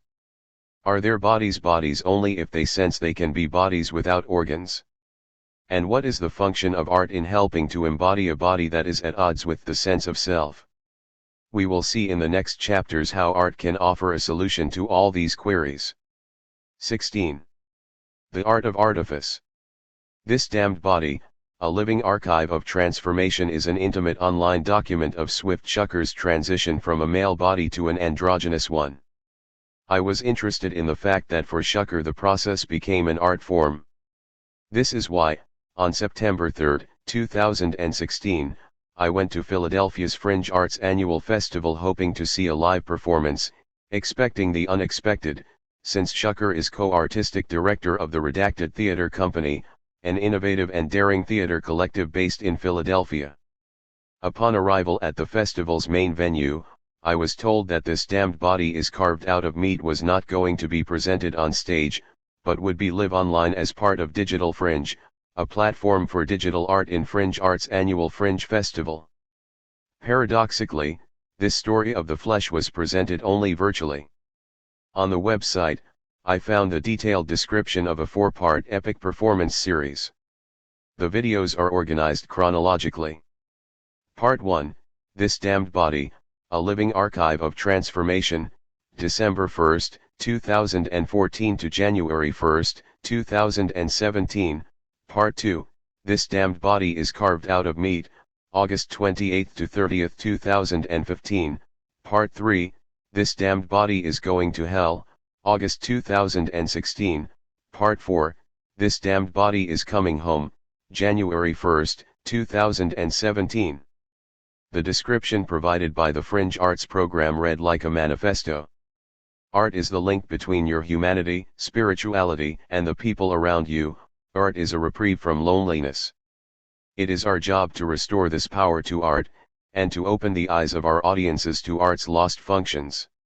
Theater is not necessary anymore. It is an elitist diversion for the upper classes, not much more than. 136. Entertainment. It is our job to use theater's unique power of direct, living presence to make the audience think, live, feel, live, question, live, dismiss, live, discover, and live forever. You will live forever. The greater the sacrifice, the greater the beauty. Before attending the festival, I had watched a video from the Living Archives posted during the fundraising phase of the project. 2. The trailer for This Damned Body Is Carved Out of Meat opens with an off-camera voice saying, "Hello friends, we are making a play." The use of the present tense brings to the project the immediacy and urgency of the now. It describes a project for a play, music recordings, and 2-year performance series about the difficulties, pleasure, and ugliness of living in a body, words that refer to an impasse, to enjoyment, and to aesthetics. We see a person who we might assume is biologically male, long dark blonde hair on one side, a shaved head on the other, pearls and hoops on the ears, nails painted bright red, writing words on their face with a black marker. No appears with arrows pointing over the shade of a beard, not ideal, on the Adam's apple, high, on the forehead, fine, with arrows pointing to the nose. While hearing of the need to help fund the project, we watch the video's protagonist wearing a red padded bra, black marker in hand, continuing to write on their body. We see the words hair, indicating chest and armpits, fake with arrows directed at the contents of the bra. The next scene shows the same person bare-chested, just wearing 2 pieces of underwear on top of each other, a black lace thong, and over it, a striped black and white brief. The accelerated writing on the skin continues, and progressively reads large on shoulders and hands, fake on the chest, hair towards chest and nipples, lint and undecided pointing to the belly button, fuck it, shave it all over the belly's hair, and alien creature under my skin on the right thigh. A longer version of this video was made available online during the Fringe Arts Festival under the title This Damned Body Week 1, Year 1. 3. It opens with the declaration, "I must start by telling you a lie." The lie is the account of a suicide attempt. The protagonist is led by marionette strings to jump over a cliff, a potentially deadly fall, but from which they are miraculously saved. It is during this narration that we see alternating images of Shucker lying naked in bed and images of Shucker getting a tattoo on their back. The tattoo is elaborate: a tree with a rope tied to it, and holding onto the rope, suspended mid-air, a naked person. Then the video cuts back to scene of the writing on the body. This includes frontal nudity. On the penis, the writing says, "I am fine with it." The video closes with a cliffhanger, "And now I am going to tell you the truth." The story juxtaposes the statement "I am fine with it" written on the penis with the preceding account of a suicide attempt. This is a poignant section punctuated by the voice of Shucker saying, "This body isn't mine, it isn't right, it isn't mine, and I don't like it." We hear the voice breaking because Shucker is crying. "I know I don't want to die. If I am gonna live, I have to hang that life onto something, I have to hold onto something." 4. We now see rapid images of Shucker painting. 137. Lines on their body with red lipstick superimposed with images of the tattoo in progress, another kind of writing on the body. "I know this body isn't mine. This is wrong. I am living in the wrong thing." The lines of lipstick get smeared, as if erasing the marks. Under the intense shadow of red color spreading all over the skin, the writing on the body becomes less legible, but still discernible. Shucker smiles to the camera in a disquieting manner. Here is a diary entry, an excerpt from Shucker's moving account of gender transition. All diary entries follow the same grid: pronoun today, changes noticed, money spent on transition expenses, number of times correctly gendered plus comments, dream, people I talked to today, people I actually communicated with today, what have you done to become better today, other comments, have you been saved? 5. In the March 31, 2016 entry, the dream was: me and N are in Boston, on a train. We're going to a doctor to treat N's foot, who is in the middle of a large park. We get off the train, and we're in a large tunnel complex, with curved ceilings and walls all of a beige brick. There's a person sitting at a table, and we go up to him to get directions, and he gives us a check for $100, made out to Pig Iron Theater, and tells us to give it to the doctor, who is to the left. We start walking down the tunnels, which become hallways, and become large rooms with many doors. We're getting freaked out because we don't want to get lost, and we run into another couple who's been trying to get out for a while. Together we find a kitchen which has a window to the outside, so we decide to leave through that, but it's locked, and when we try to break it, the glass isn't glass, it's a strange, incredibly strong material halfway between plastic and flesh. We get knives and slowly laboriously hack our way through this fake glass, and reach our hands outside to find that the outside world is a painted backdrop on this same kind of material, and there's no way out. Me and Naya start running, them sick on a broken foot, trying to retrace our steps, frantic to get out of the maze. We eventually find our way back to the entrance, and the man at the table asks us if we enjoyed the play, and explains that the maze was an experimental performance piece, by Pig Iron, and if we'd given the check to the doctor, we could have seen the end. We yell at him about how frightening it was and how we were trying to see a real doctor for a real emergency, and demanding he send someone to get the bags we dropped when we were fleeing, because we're sure as hell not going in there again. 6. I want to explore how art helps inscribe the body, the incredibly strong material halfway between plastic and flesh, as in Shucker's dream, which sends us back to my previous discussion of plasticity. 7. This will lead me to argue that writing plays a crucial role in embodiment by making a body become something else that is beyond plastic and flesh. Shucker chooses to be referred to as they. I will use this pronoun in my references to both the performer and to the character depicted. The description of the Year 1 video in Vimeo qualifies it as an epic, which suggests a heroic 138 quest or the attainment of a great feat. One wonders if this grandiose depiction is ironical, this damned body, an epic, 2-year, online performance art piece. 8. But let us note that what is most remarkable in this work is that Shucker's bodily transformation is not so much about gender as it is a reconciliation with life. I, Swift Shucker, a real human person, have a real physical body. It sleeps and sweats and shits and bleeds. It is visible. Other people can see it and smell it and notice it. After I die, people will look at my corpse and say, "That's Swift." They will be incorrect. I, this human person, have the wrong body. It is strange and hairy and breastless and I am not at home in it, and when people look at me, they see something which is not me. In the absence of God, I take myself into my own hands. If I am to be seen, I will be seen on my own terms. I, Swift Shucker, am becoming an androgyne.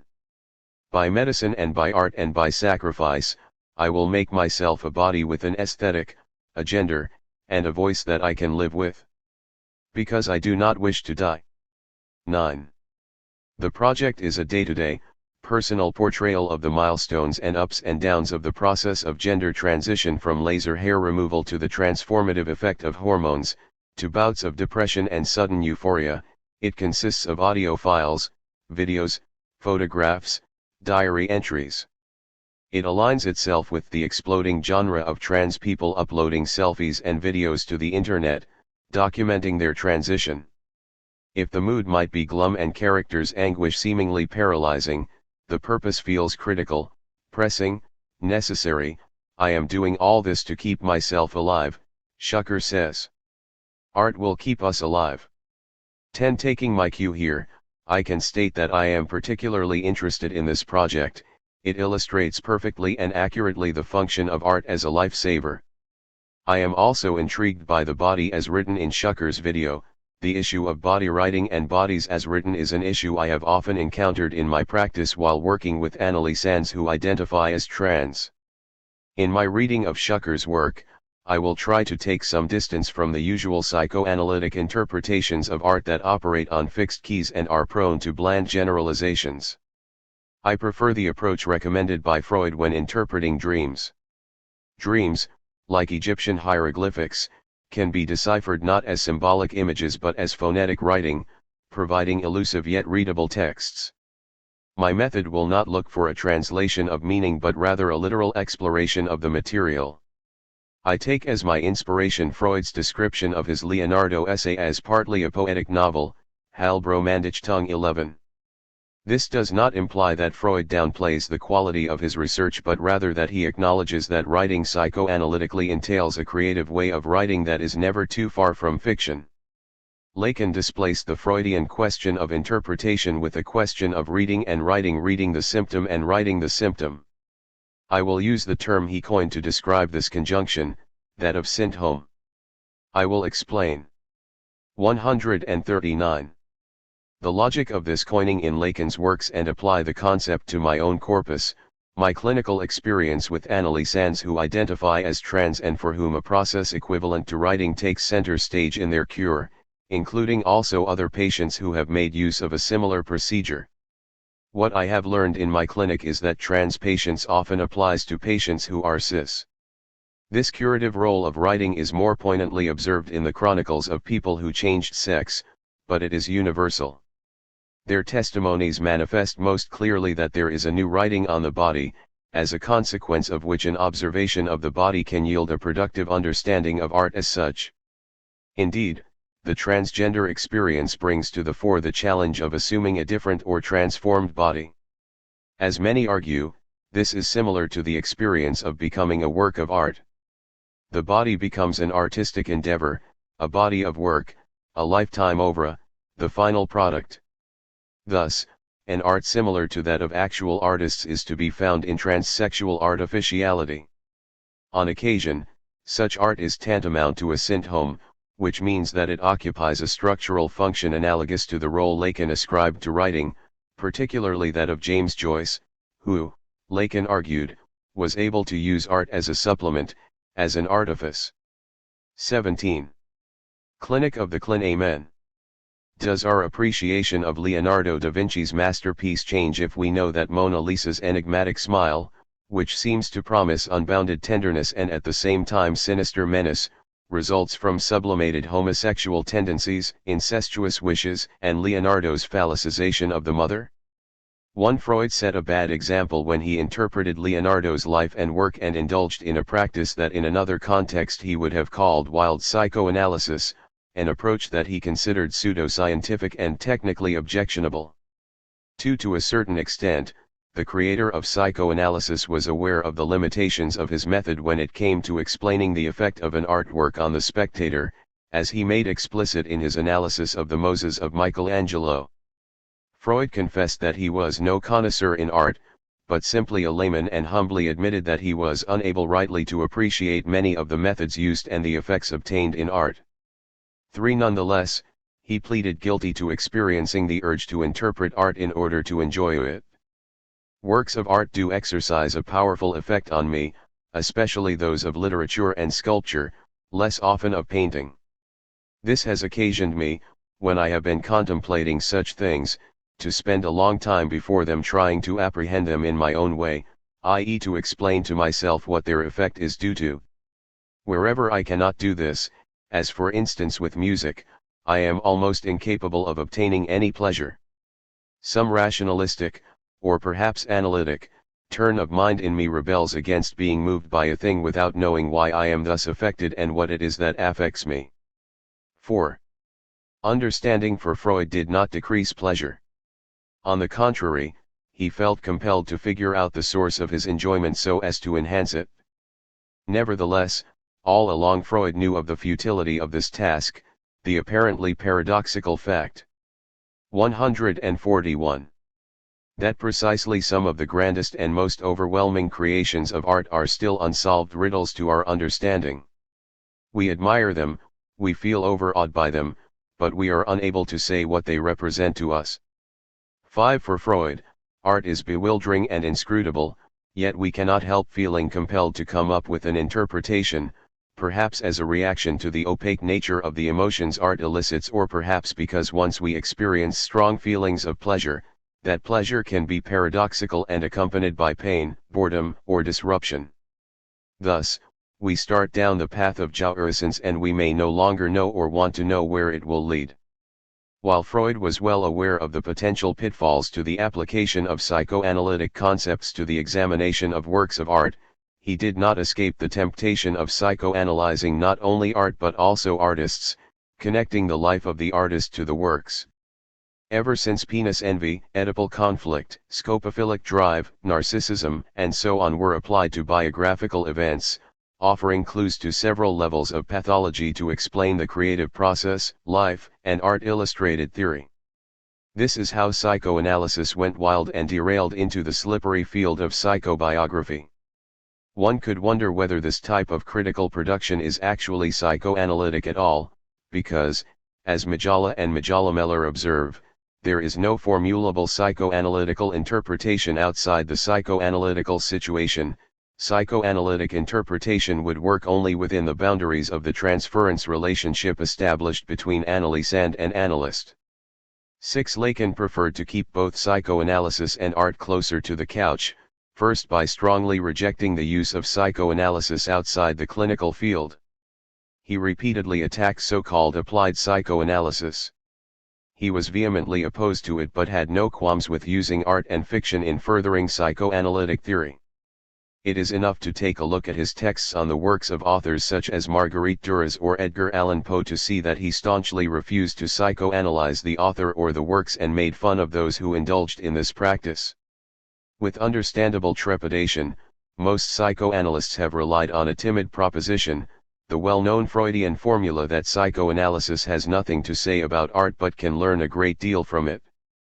Lacan eventually contradicted his position when he worked on James Joyce, often conflating in his analysis Joyce, the author, with Stephen Dedalus, the character. Lacan's reading of Joyce, however, is not an indulgent psychobiographical exercise. Like Sophocles' Oedipus for Freud, Joyce's fiction offered a new and revolutionary psychic paradigm. For Joyce, art played a central role, and his writings may have saved him from the psychosis that engulfed his daughter. He once blurted out that only a transparent sheet of paper separated Ulysses from madness. 7. Lacan's year-long seminar of 1975-6 focused on Joyce, offering an extensive exploration of artistic activity. As Lacan unambiguously stated in the opening session, this year will be my interrogation of art. 8. When Lacan turned his attention to Joyce's writings, he discovered a new understanding of art and creativity. From Joyce's art, Lacan deduced an original definition of the symptom.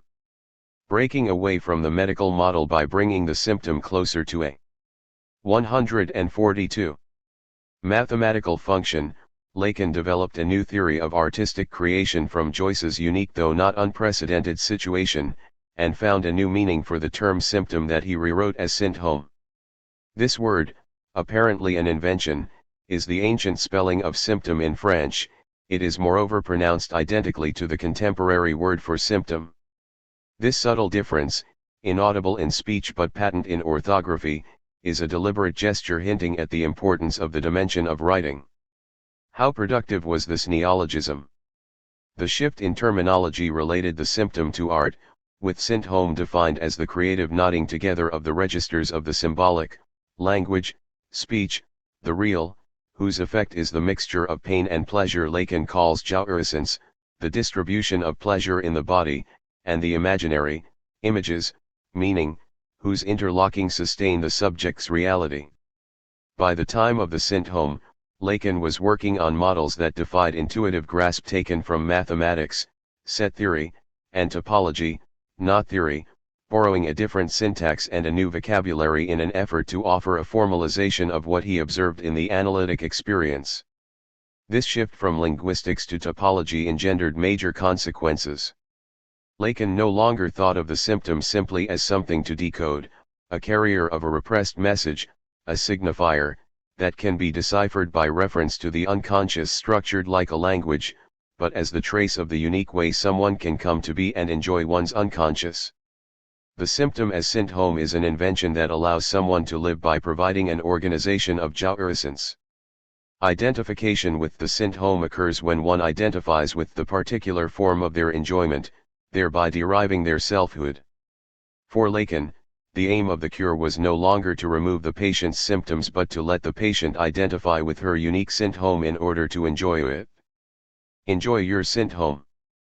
The syntome is inscribed in Lacan's theory of the Borromean knot, made out of three intertwined rings that correspond to the tripartite structure Lacan called the real, the imaginary, and the symbolic orders. Although heterogeneous, these registers intersect and are held together.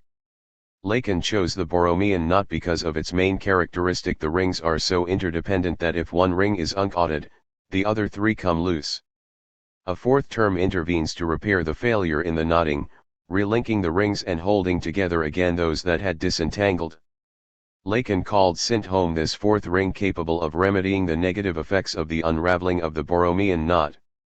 Inventing the syntome, Lacan not only put forward a new technical term but also opened a revolutionary theoretical avenue. Let us not forget that the term was coined for a gifted artist like Joyce, whom Lacan claimed personified the syntome. Lacan's theory of the syntome applied above all to the singularities of Joyce's art but could be generalized. Joyce's case constructed a clinical example explaining how the art of the syntome worked. 143. Lacan's idea was that Joyce's writing was a corrective device to repair a fault, a slip of the knot.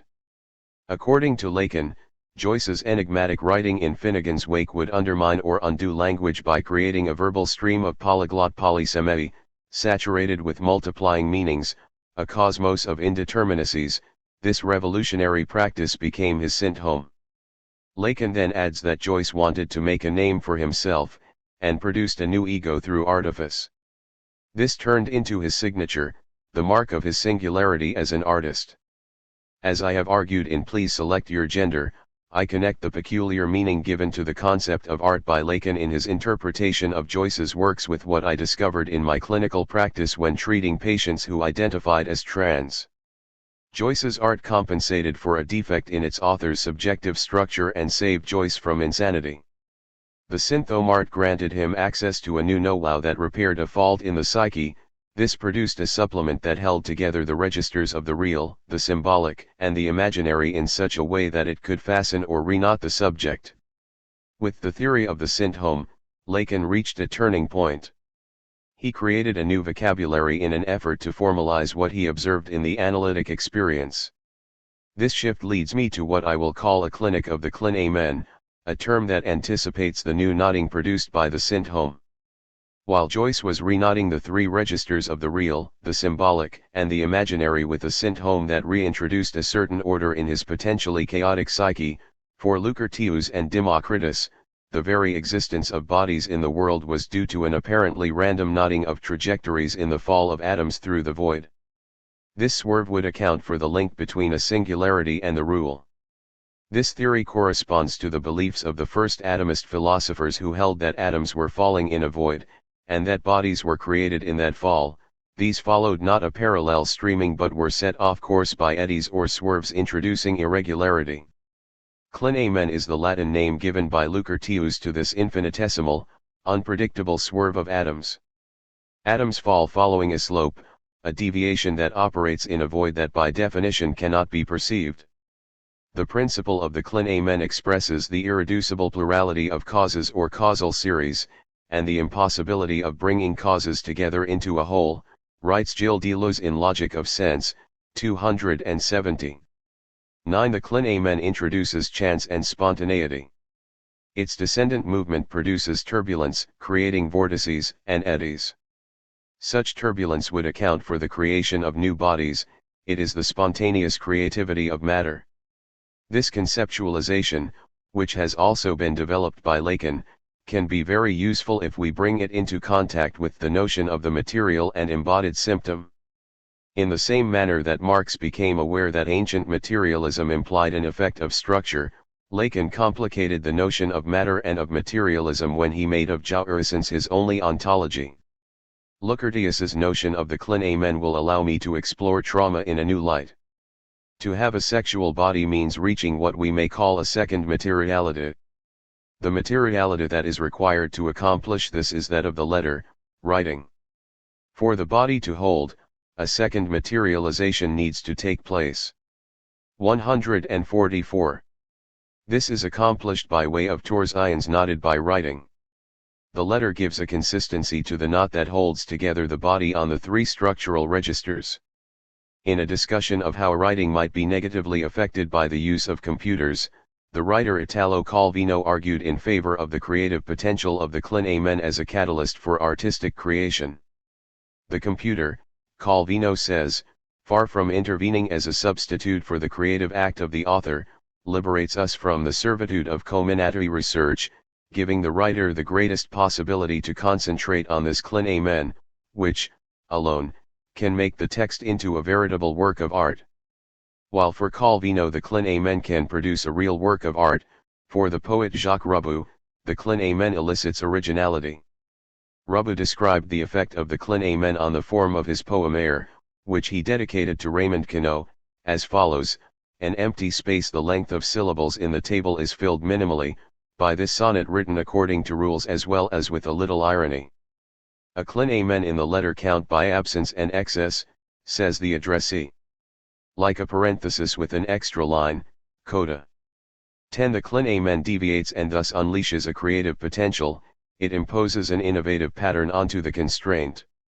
According to Peter Consenstein, Calvino and Roubaud are not the only Olympians writers, who are known for using constrained writing techniques, to count on the Clanamen as an atom of freedom, as Epicurus called it. The Clanamen operates as the source of creative deviations from the frame of the constraint. Paul Braffert in Atlas de littérature potentielle, for instance, calls for further research on the complex role of the Clanamen. We were proposing more and more to make explicit the constraining games than an author could not avoid, in order to make possible rigorous calculations and deductions, to the nearest Clanamen. 11. For Olympian writers, the Clanamen is an obligatory stage in creating something new. 12. Furthermore, the Clanamen makes possible new forms. The Clanamen is an obligatory element in all Olympian constraints, it participates in the evolution of genres, and formally reflects memory's plasticity and often unknown reasons for igniting. 13. Consenstein sees the Clanamen as an antidote to repetition. If a constraint remembers or reflects the process of memory, the addition of a Clanamen to it guarantees its continuity and plasticity. Without the deviation there is only a recursive and inescapable loop. The Clanamen functions as a constraint both flexible and rigorous and can inspire singular, original solutions for each writer. They are unique inventions outside the compulsion to repetition. When they amount to art, we might call them a synthome. I have suggested earlier that the experiences of trans people can allow us to see the function of art in ways that affect the life of everyone, men and women, transgender and cisgender alike. The trans person's transformation brings us close to the etymological meaning of techne, which in Greek means both technique and technology. Techne is not exactly art in the sense of fine arts, as Heidegger has skillfully demonstrated. Other equivalents would be expertise, technical knowledge, and even science. The art of the synthome is art but taken in an extended sense, it is more a know-how, a sort of singular knowledge that cannot be transferred to another person. In the case of sex change memoirs that I have 145 analyzed in Please Select Your Gender, writing a memoir gave the authors new bodies that could be named. 14. Before reaching my clinical example, I would like to rapidly sketch how Lacan arrived at the synthome. He moved from a theory of the signifier to a theory of the symptom as developed by dialectical materialism. Lacan famously proposed that it was Marx and not Freud who had invented the notion of symptom, 15, which led him to abandon the traditional Freudian notion of the symptom as message and as metaphor. The reasons were clinical. The language of symptoms may be metaphorical, but in the sense of being carriers, it embodies jouissance. The completion of an analytic cure does not rely solely on decoding of symptoms. Focusing on how the symptom gives a symbolic form to the real of the drive implies also transforming the economy of jouissance. Only then might analysis reach an end. Initially for psychoanalysis, the symptom was considered interpretable as a rebus, a decipherable configuration of symbols that went back to a repressed source. It spoke where it hurt, but, like a coded message, it could be undone by being translated. However, as Freud observed in Beyond the Pleasure Principle, after being interpreted, something remained unsolvable in the symptom, causing it to return. There was a beyond, even if the symptom caused suffering. That admission helps someone engage in analysis. The suffering also granted a painful form of satisfaction, one that hurts so good jouissance which one is compelled to repeat. In the words of Freud's patient known as the Wolf Man, the treatment's success relied on a willingness to relinquish jouissance. Freud said that one could get cured by analysis, on condition that one wanted to be cured. He compared it to a railway ticket. The ticket gives me the possibility to travel, but does not oblige me to. The decision is mine. 16 Then the cure depends on what Paul Verhege and Frederick de Klerk call a decision of the ego overdetermined by the drive. 17 They argue that the real of the drive is the real of the body that operates somehow independent of the subject. It is an instance that judges and chooses independently. 18 In Lacan's words, it is a jouissance that thinks, and yet the subject has to take a position vis-a-vis those bodily choices. 19 How does the ego choose? Already in the 1950s Lacan noted that the ego is structured exactly like a symptom. At the heart of the subject, it is only a privileged symptom, the human symptom par excellence, the mental illness of man. 20 Lacan soon abandoned the idea of the ego as symptom, or more interestingly of the symptom as ego, something to which he only would return to in his seminar on Joyce, more than 20 years later. For a decade or so, he presented the symptom as a metaphor that could be interpreted along the lines of his linguistics or rhetorics of the unconscious. Thus in the instance of the letter, Lacan wrote, metaphor's two-stage mechanism is the very mechanism by which symptoms, in the analytic sense, are determined. Between the enigmatic signifier of sexual trauma and the term it comes to replace in a current signifying chain, a spark flies that fixes in a symptom a metaphor in which flesh or function is taken as a signifying element, the signification, that is inaccessible to the conscious subject, by which the symptom may dissolve. 21 If Lacan here sounds 146 close to Jean Laplanche terminology, it is because he remains Freudian. The sexual trauma is repressed but its traces are encoded in the symptom. The problem of this position is that it does not take into account the important fact that symptoms can also be a source of satisfaction for the drive, and that they can embody and regulate jouissance. This observation led Lacan to the path of a realm beyond repression, representation, and knowledge, in other words, to what he called the real. As Lacan proposed in the seminar Encore, the real, I will say, is the mystery of the speaking body, the mystery of the unconscious. 22 No longer a message to decipher, the Sint-Home testified to a real that emerged transformed, overdetermined by a surplus of jouissance. The concept of the Sint-Home within the clinic of the Clin-Amen provides a helpful clinical tool. I find it useful to distinguish between pathological structures and non-pathological ones. Such a concept implies that the materiality of the body is not defined by organs more or less visible, it is not a manifest destiny. Embodiment requires at times a creative Sint-Home. In my practice, I prefer to talk about transgender symptoms by situating them in neurosis, perversion, or psychosis. Hervé Hubert already proposed a differential clinical practice of the transsexual Sint-Home in 2006 in order to move away from the medicalized pathologizing notion of transsexual syndrome. 23 In Horsexy, 1983, Catherine Millot was the first to observe that the transsexual transformation could have a function of Sint-Home. Millot sees in the transsexual transformation a function analogous the one that Lacan assigns to writing for Joyce. For many Lacanians, the name Joyce is synonymous with psychosis. This was not Lacan's position. Millot's claim also led many Lacanian and post-Lacanian psychoanalysts to assume that transgender manifestations were inevitably a sign of psychosis. Moving away from this position, Pierre-Henri Castel, 2003, investigated transgender embodiment and considered Lacan's notion of Sint-Home as a restorative construction when the Oedipal metaphor fails. Genevieve Morel discussed in 2008 what she called the sexual Sint-Home, a test to the limits of the phallic function. The notion was taken up systematically by Rafael Calafcassi in 2011 to propose a transsexual syndrome that could be found in pathological and non-pathological psychic structures. 24 Oren Goslan, 2011, 2015, and Sheila Kavanagh, 2016, have found the notion of syndrome to be useful in transgender embodiment to avoid the trap of pathologization. 25 As I proposed in 2010, I find that Jacques Lacan's theory of the syndrome offers an original framework for rethinking sexual difference trans and cis. Since a syndrome can be found in any structure, neurosis and psychosis, with the help of this theory, one can challenge the pathological approach too often adopted by psychoanalysis when confronted with non-normative expressions of sexuality and sexual identity.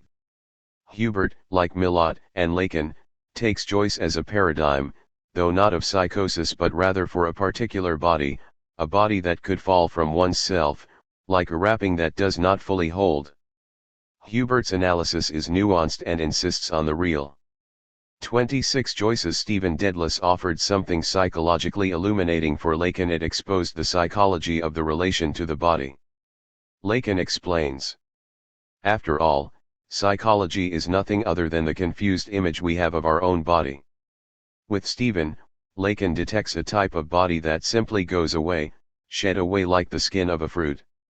He adds, having a relation to one's own body as foreign is a possibility, which is expressed by the verb to have that we use for the body. One has one's own body, one is not one's body in any degree. The relation to one's own body is entirely suspect for a psychoanalyst, since the idea of oneself as body has a certain weight. This is what is called the ego. 27 The clinical practice has confirmed that in many cases it is not enough to undergo corporeal reconstruction, for an ego scriptor needs to intervene in order to reclaim the body and craft a livable life. Only a concept like that of the syndrome, and we will understand better its devious logic in the next chapter, can therefore achieve this craft and make it enduring and endurable. 18. Making life livable. Lacan's later notion of the symptom led him to assert that normative heterosexuality was a syndrome and that sexual positioning also constitutes a symptom, syndrome she or a syndrome he called them. Being a he or a she would be seen as creations that attempt to make up for the disharmony between the sexes. As we have seen, Lacan's dictum "there is not such a thing as a sexual rapport" was introduced to account for a sexual drive that is fragmented and finds its jouissance in partial objects that are not symmetrical, which ultimately creates a disjunction between sexual partners. A positioning such as male or female or anything else altogether can be seen as a creation to endure the non-rapport. Assuming a sexual body in some cases requires the know-how granted by a syndrome. For this reason, Paul Verhaeghe says that romantic relationships work when the emphasis is not placed on the chimera of overcoming the disharmony between the sexes but on the freedom granted by a creation built around differences. Thus, lovers often feel the need to invent their own language, giving each other a private name. But let me first backtrack a little here. For Lacan, one finds creativity in the symptom that could at times be tantamount to art. This insight already appeared in Lacan's doctoral thesis, at a time when one can say that his encounter with the psychotic Amy made him a psychoanalyst. Working closely and systematically on a single case of paranoiac self-punishment, Lacan reached a sort of paranoid knowledge that allowed him to access a valuable insight on the role of art and creativity in the symptom. He discovered that the symptom's formal envelope, which is the true clinical trace for which I acquired a taste, led us to this limit which turns into pure creativity. In the case of our thesis, the Amy's case, these were literary effects, and with enough merit to have been quoted by Elyard under the reverential heading of involuntary poetry. 2. If the symptom was, as Freud observed, a compromise solution, this solution had to be a creative one, and its singularity connoted artistry, on occasion, even involuntary poetry. Amy's writings gave Lacan a glimpse into 150. How writing operates within the dimension of the real. The symptom was thus not a disabling problem but a creative solution. After his seminar on the 4 fundamental concepts of psychoanalysis from 1964, the impact of the real become more clear. A well-known passage of this seminar is devoted to the logic of trauma, and there Lacan evokes the Aristotelian couple duji and automaton, the event or chance accident opposed to the issue of repetition. He then defines THIRD as the encounter with the real. 3. It is an accident that determines this encounter, if the development is entirely animated by accident, by the obstacle of the duji, it is insofar as the duji brings us back to the same at which pre-Socratic philosophy sought to motivate the world itself. It required a clinamen, an inclination, at some point. When Democritus tried to designate it, he says, "It is not a meton but a den, which in Greek is a coined word. Nothing perhaps, not perhaps nothing but not nothing." For the discussion that follows is complex, as Madeleine Dola has noticed, because it combines in one single paragraph key concepts of different philosophers, Aristotle, Duji, Epicurus, and Lucretius, clinamen, and Democritus, den. Lacan seems to tackle all at once being and non-being, the one and the void, negativity, contingency, repetition, and the entangled connections between materialism and idealism.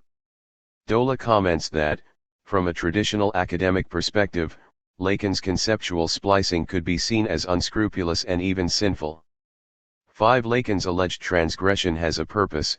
Democritus thinks the atom not as a body, not as an entity, not as a one, not as being, but as non-being. Dola surmised that such a departure from all types of ontology was putting Lacan on the track to the objecte, which is really the object of psychoanalysis.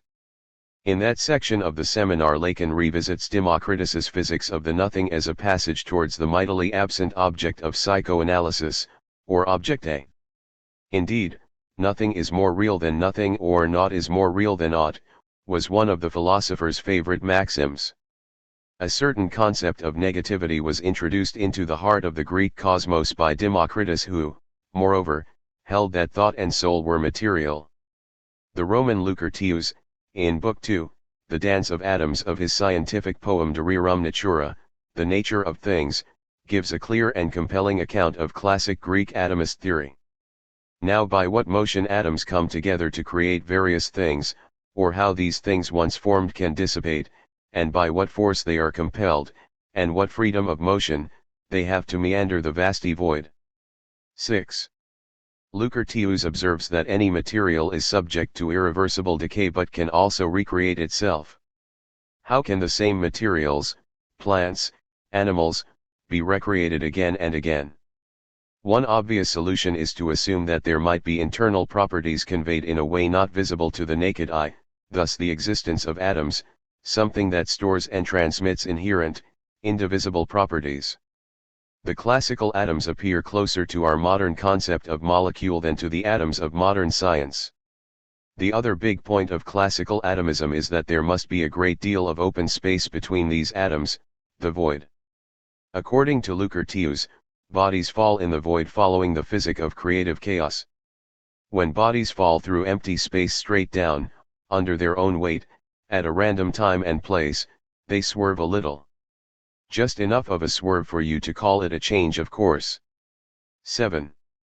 Lucretius argues that the void is absolutely necessary to explain how gases and fluids can change shape, flow, while metals can be molded, without changing the basic material properties. Democritus and other atomists thought that if atoms were indivisible, the shapes they took changed infinitely. These atoms existed in a void and moved about, combining and recombining. This movement required a void. Democritus said when naming the void a nothing that it was a no thing, that the one, nothing, exists no more than the other, thing. 8. Michel Serres insists on the drift in the movement through the void as shown in his illuminating reading of Lucretius. The clinamen, the atomic deviation or swerve, the minimum angle of divergence that created turbulence, functioned as a key, for deviation is the birth of everything. Serres's terminology and Lacan's present obvious parallels. Lacan uses the Lucretian clinamen to rethink the logic of trauma. If Lacan had insisted in Seminar 11 on the nothing, den, put forward by Democritus, it is because he finds another point of analogy, Atoms are like letters, which, combined into sentences, can be joined to form volumes. If we agree to take the deviation that upsets a preceding equilibrium as tuji or as an effect of the Lacanian, this conception introduces turbulence into an unconscious structured like a language. By introducing chance, turbulence makes of the unconscious a less closed system. If we can speak at all, it is because of this deviation. The Lacanian introduces a breakup of order, and thus is radically opposed to repetition. Michel Serres suggests that meaning is a bifurcation of univocity. 9. Turbulence disturbs repetition by troubling the flow of the identical, and pulls and pushes in the same way as the syntome does. Psychoanalytic work will use turbulence in a deliberate practice of equivocation and verbal punning so as to undo the set of fixed and univocal meanings initially presented by the analysand. 10. The practice of the variable length psychoanalytic session, Lacan's controversial technique of scansion, introduces a cut into a cycle of repetition. Above all, it interferes with the analysand's jouissance by introducing an inclination in the void, a Lacanian. Like a pun, the cut of the scansion reorganizes letters and sends the analysand towards an enigma whose resolution is not found in historical reconstruction but in the invention of new signifiers. The idea is to cause an effect of nomination and not of symbolic or metaphoric substitution. This is a movement that, unlike that of a metaphor, is not reversible. It is not moving down the chain as in the false knot that one finds in the Olympic rings, but a true Borromean knot in which all three rings are so interdependent that if we cut on one, the other three come loose. The issue here is not to replace one ring with another but to pull strings in a manner that will tighten a knot. Already in the session of Seminar RSI of December 19, 1974, Lacan talks about the limits of the metaphor, and proposes putting aside the search for meaning. I read this as proposing that the resolution of the symptom is no longer a deciphering of a hidden meaning but rather the creation of something new that appears in the void. This main change in Lacan's theorization of the symptom takes place in 1974, the year of Seminar RSI. In fact, just before the launching of the seminar, on October 31, 1974, in the Discours de Rome la Troisième Lacan declares, "I call symptom what comes from the real." 11. This idea is further developed in the opening session of RSI when Lacan comments on a labor strike. As analyst, I can only take the strike to be a symptom, in the sense that this year perhaps, I will manage to convince you of it, that the symptom, to refer to one of my three categories, belongs to the real. 12. Lacan then adds, it is in the symptom that we identify what is produced in the field of the real. If the real manifests itself in analysis and not only in analysis, if the notion of the symptom was introduced, well before Freud by Marx, so as to make it the sign of something which is what is not working out in the real, if in other words, we are capable of operating on the symptom, it is in as far as the symptom is the effect of the symbolic in the real.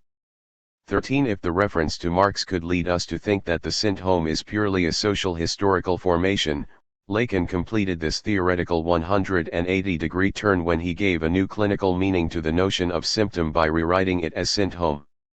This was in 1975-6 with Joyce's syntome. This new syntome appears at the place where the knot fails, where there is a lapsus in the knot. 14. The symptom, clearly located in the real, is knotted, considered like an equivalent of the real. The imaginary, the body, what separates the body from the ensemble constituted by the knot of the symptom to the symbolic. 15. Lacan illustrates here in an exemplary manner the clinical value of the symptom as a knot. This is an idea that I find extremely helpful in my work with the most varied analysands, but in particular with transsexual analysands. With them, one can observe the emergence of a new materiality in meaning, a language that seems to abandon the signifying chain. This chain will be replaced by the Borromean knot insofar as it pertains to writing. The joy of music. Jay started his analysis by describing himself as someone with a mild addiction problem. Moreover, Jay identified as a trans man, but this was not why he came to see me. He initially expressed no gender trouble. He passed Socially accepted as a man, he was never in the uncomfortable situation of having to correct pronouns. As for the addiction, he would consider himself just a social user. He would drink and take drugs with friends and acquaintances, and felt all along that the addiction was under control.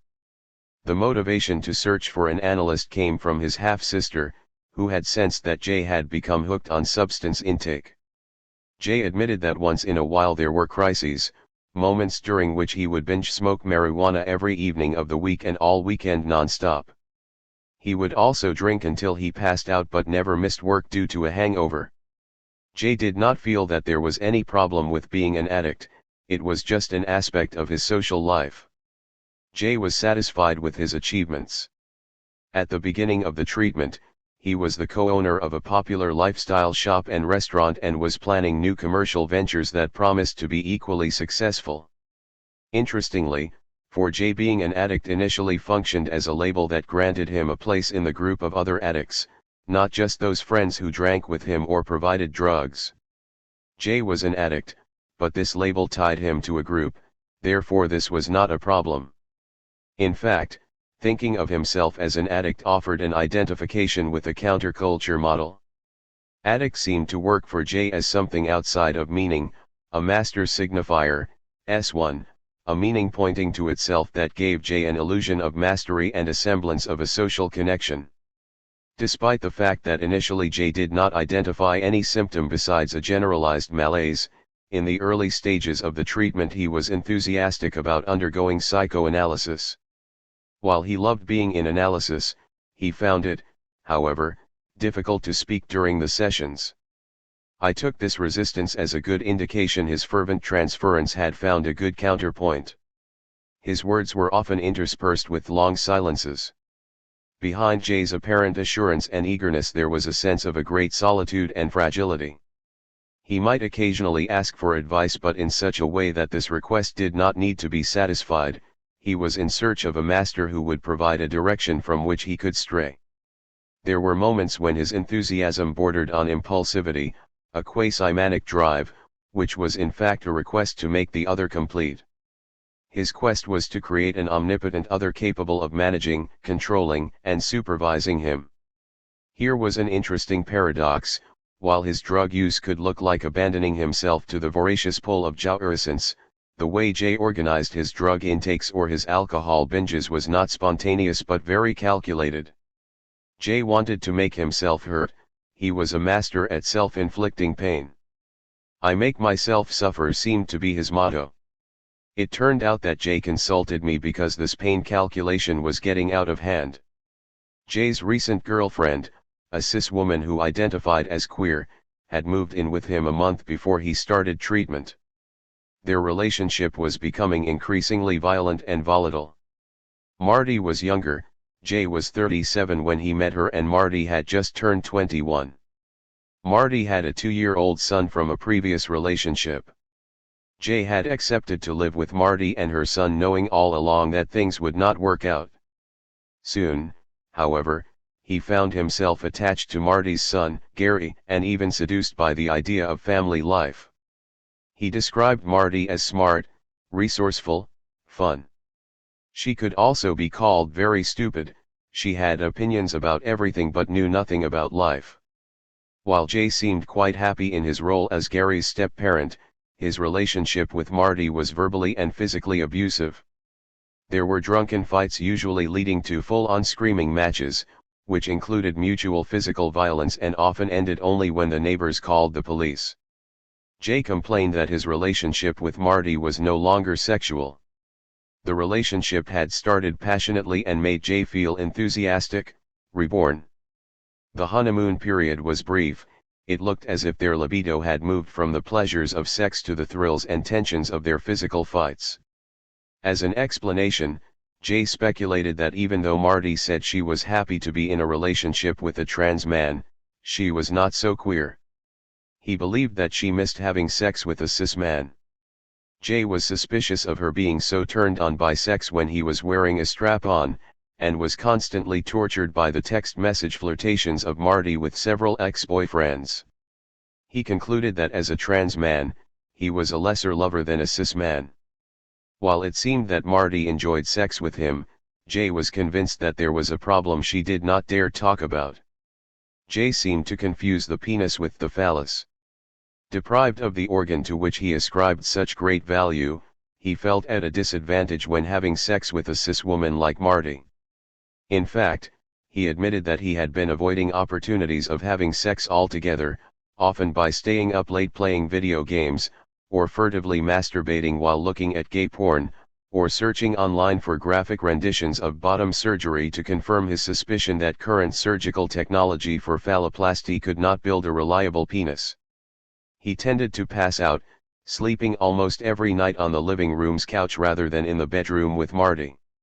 It looked as if Jay was avoiding intimacy, unconsciously enjoying his construction of his role as the rejected partner, victimized by Marty's seeming lack of interest.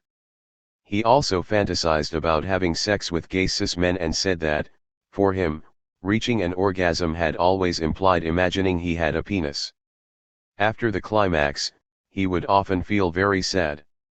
In the middle of such a stormy relationship with Marty, the waters of the analysis became troubled.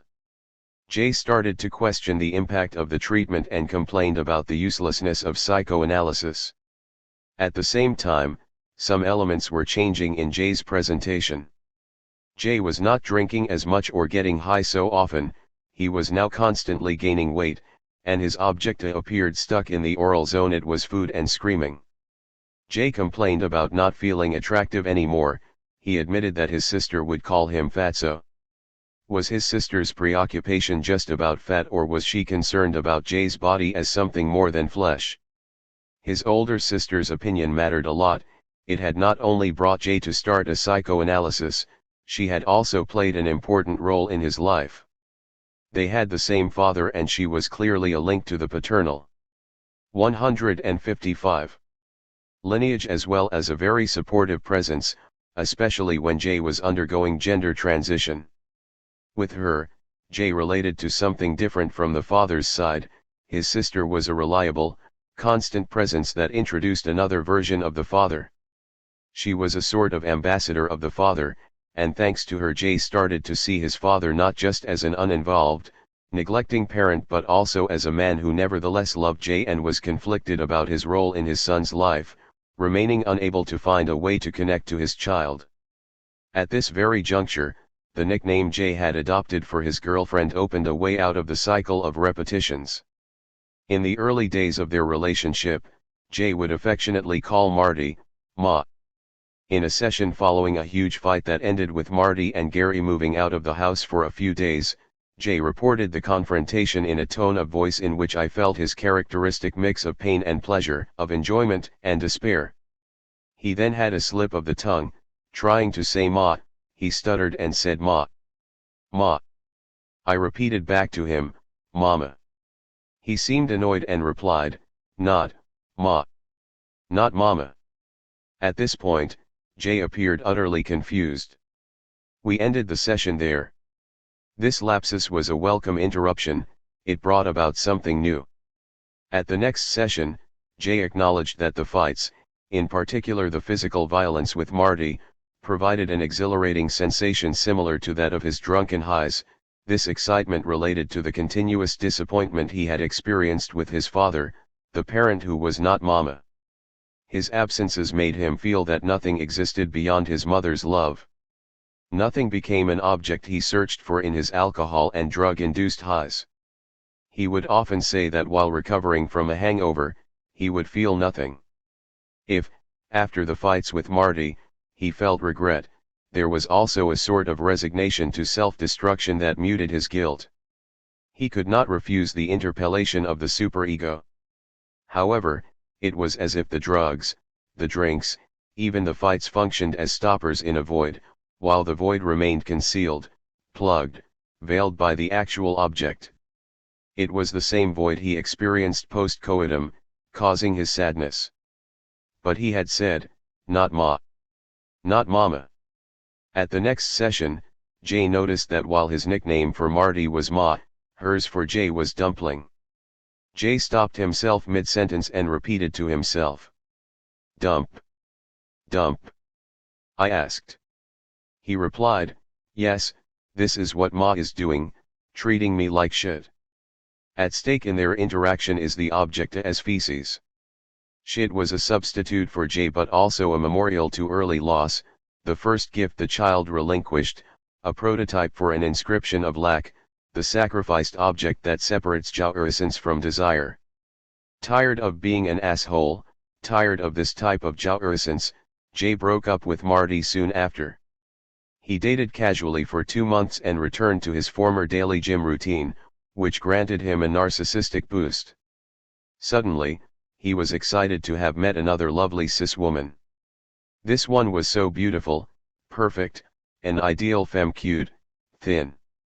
The new girlfriend, Alyssa, was the opposite of Marty, a little older and never confrontational. This relationship distracted Jay from the need to engage in drug use or heavy drinking. He no longer needed to carry the object in the pocket. Jay was able to feel depressed without falling into despair. He also felt more confident about sex with Alyssa. I thought it was not a good idea to have sex right away, but he did, and found with her the sex I always wanted. For once, Jay seemed to have found someone he knew really wanted him. She is so into me. She has such energy, such desire for me. I can't believe it. She was so aggressive, all over me. Fear was not too far away, I have to admit, it freaks me out a little. Soon after, symptoms emerged. Again Jay was very jealous, secretly checking his partner's cell phone, without any evidence. He was persuaded that Alyssa was going to betray him at any time. Jay developed panic attacks. He would become so anxious that he would feel as if he was going to die. This was accompanied by nervous eye twitching and bouts of insomnia. On top of that, his body was plagued by pains like neck contractures and sudden cramps and muscle spasms. The body that up to then had only been playing a role as a site of consumption took center stage as evidence of his suffering.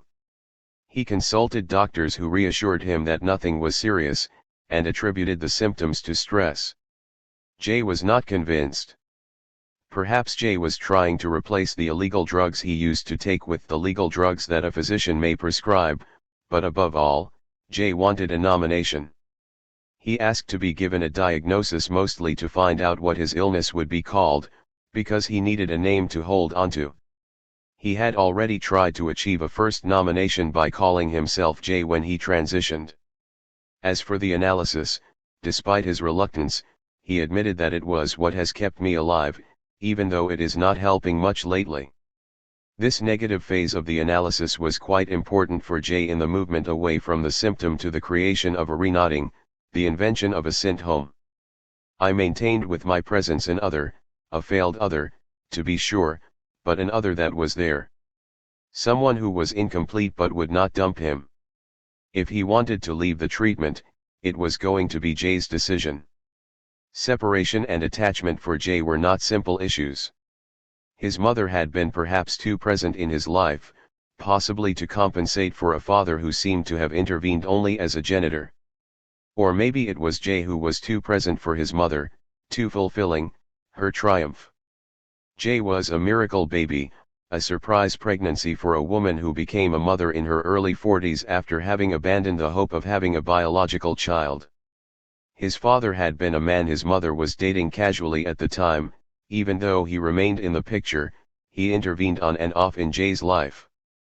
The parents did not become a couple after Jay's birth, and his mother never established a long-lasting stable romantic relationship afterwards. Jay's father was seen as an occasional visitor who would take Jay out for the day, once in a while and unexpectedly. At the time of the treatment, his position in Jay's life was no longer a peripheral and unpredictable presence. They would see each other regularly. They had a good time sharing meals together, but Jay had mixed feelings about him. As a child, Jay would long to spend time with his father and felt quite distraught when he would fail to show up to fetch him, which seemed to happen quite often, but felt that could never share those feelings with his mother. I just waited. I feel like I've spent most of my life waiting. Jay was aware that, I never left anyone, always someone else left me. He seemed unaware that at times passivity could be a passive form of activity. At this point in the treatment, Jay's increasing panic attacks imposed a limitation on his life. He would be afraid of going out. Jay was staying indoors, protected by four walls, the space in which he could sustain his desire. The relation with Alyssa was a loving one, but plagued Jay with insecurities. He could not trust that he could be the love object for her. He was in constant fear. He had let go of substitute objects, alcohol, marijuana, fights, that so far had concealed lack, and now the nothing that makes desire possible and life livable, appeared exposed, threatening. Jay was not only distrustful of Alyssa, but he also suspected doctors and even the psychoanalyst. He complained about the general inefficacy of those treating him. He berated the doctors because they failed to find the right prescription to medicate him, and he believed that the cause for his suffering was something in my body, and addressed a general complaint to me, his analyst, arguing that psychoanalysts do not know about the body. In fact, he had a point. I did not know much about his body, a site of intense suffering. He had never felt he was a man trapped in a woman's body. His body, however, was always at a disadvantage, always underperforming, somehow defective. It was a body that reminded him of having been born a female.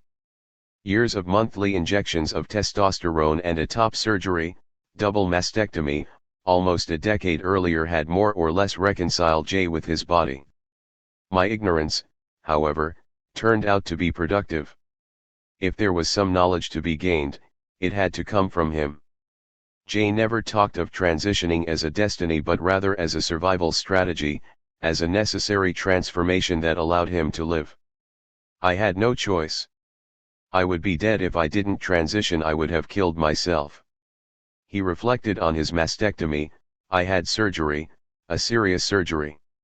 It has been all worth it. It has had a kind of healing quality. He said that he avoided looking at himself in the mirror for fear of finding traces of a female body. Whenever I am about to take a shower other than sex, the only time I am naked, I am reminded that I was born with a female body. It doesn't feel right, especially with all this body fat I have now. I do not hate my body, I just do not like it. I was born female but now I am male. It still puzzles me. Jay's new somatic symptoms, the constantly evolving pains haunting his body, did not appear reachable by word association. They did not seem to operate as carriers of a repressed meaning.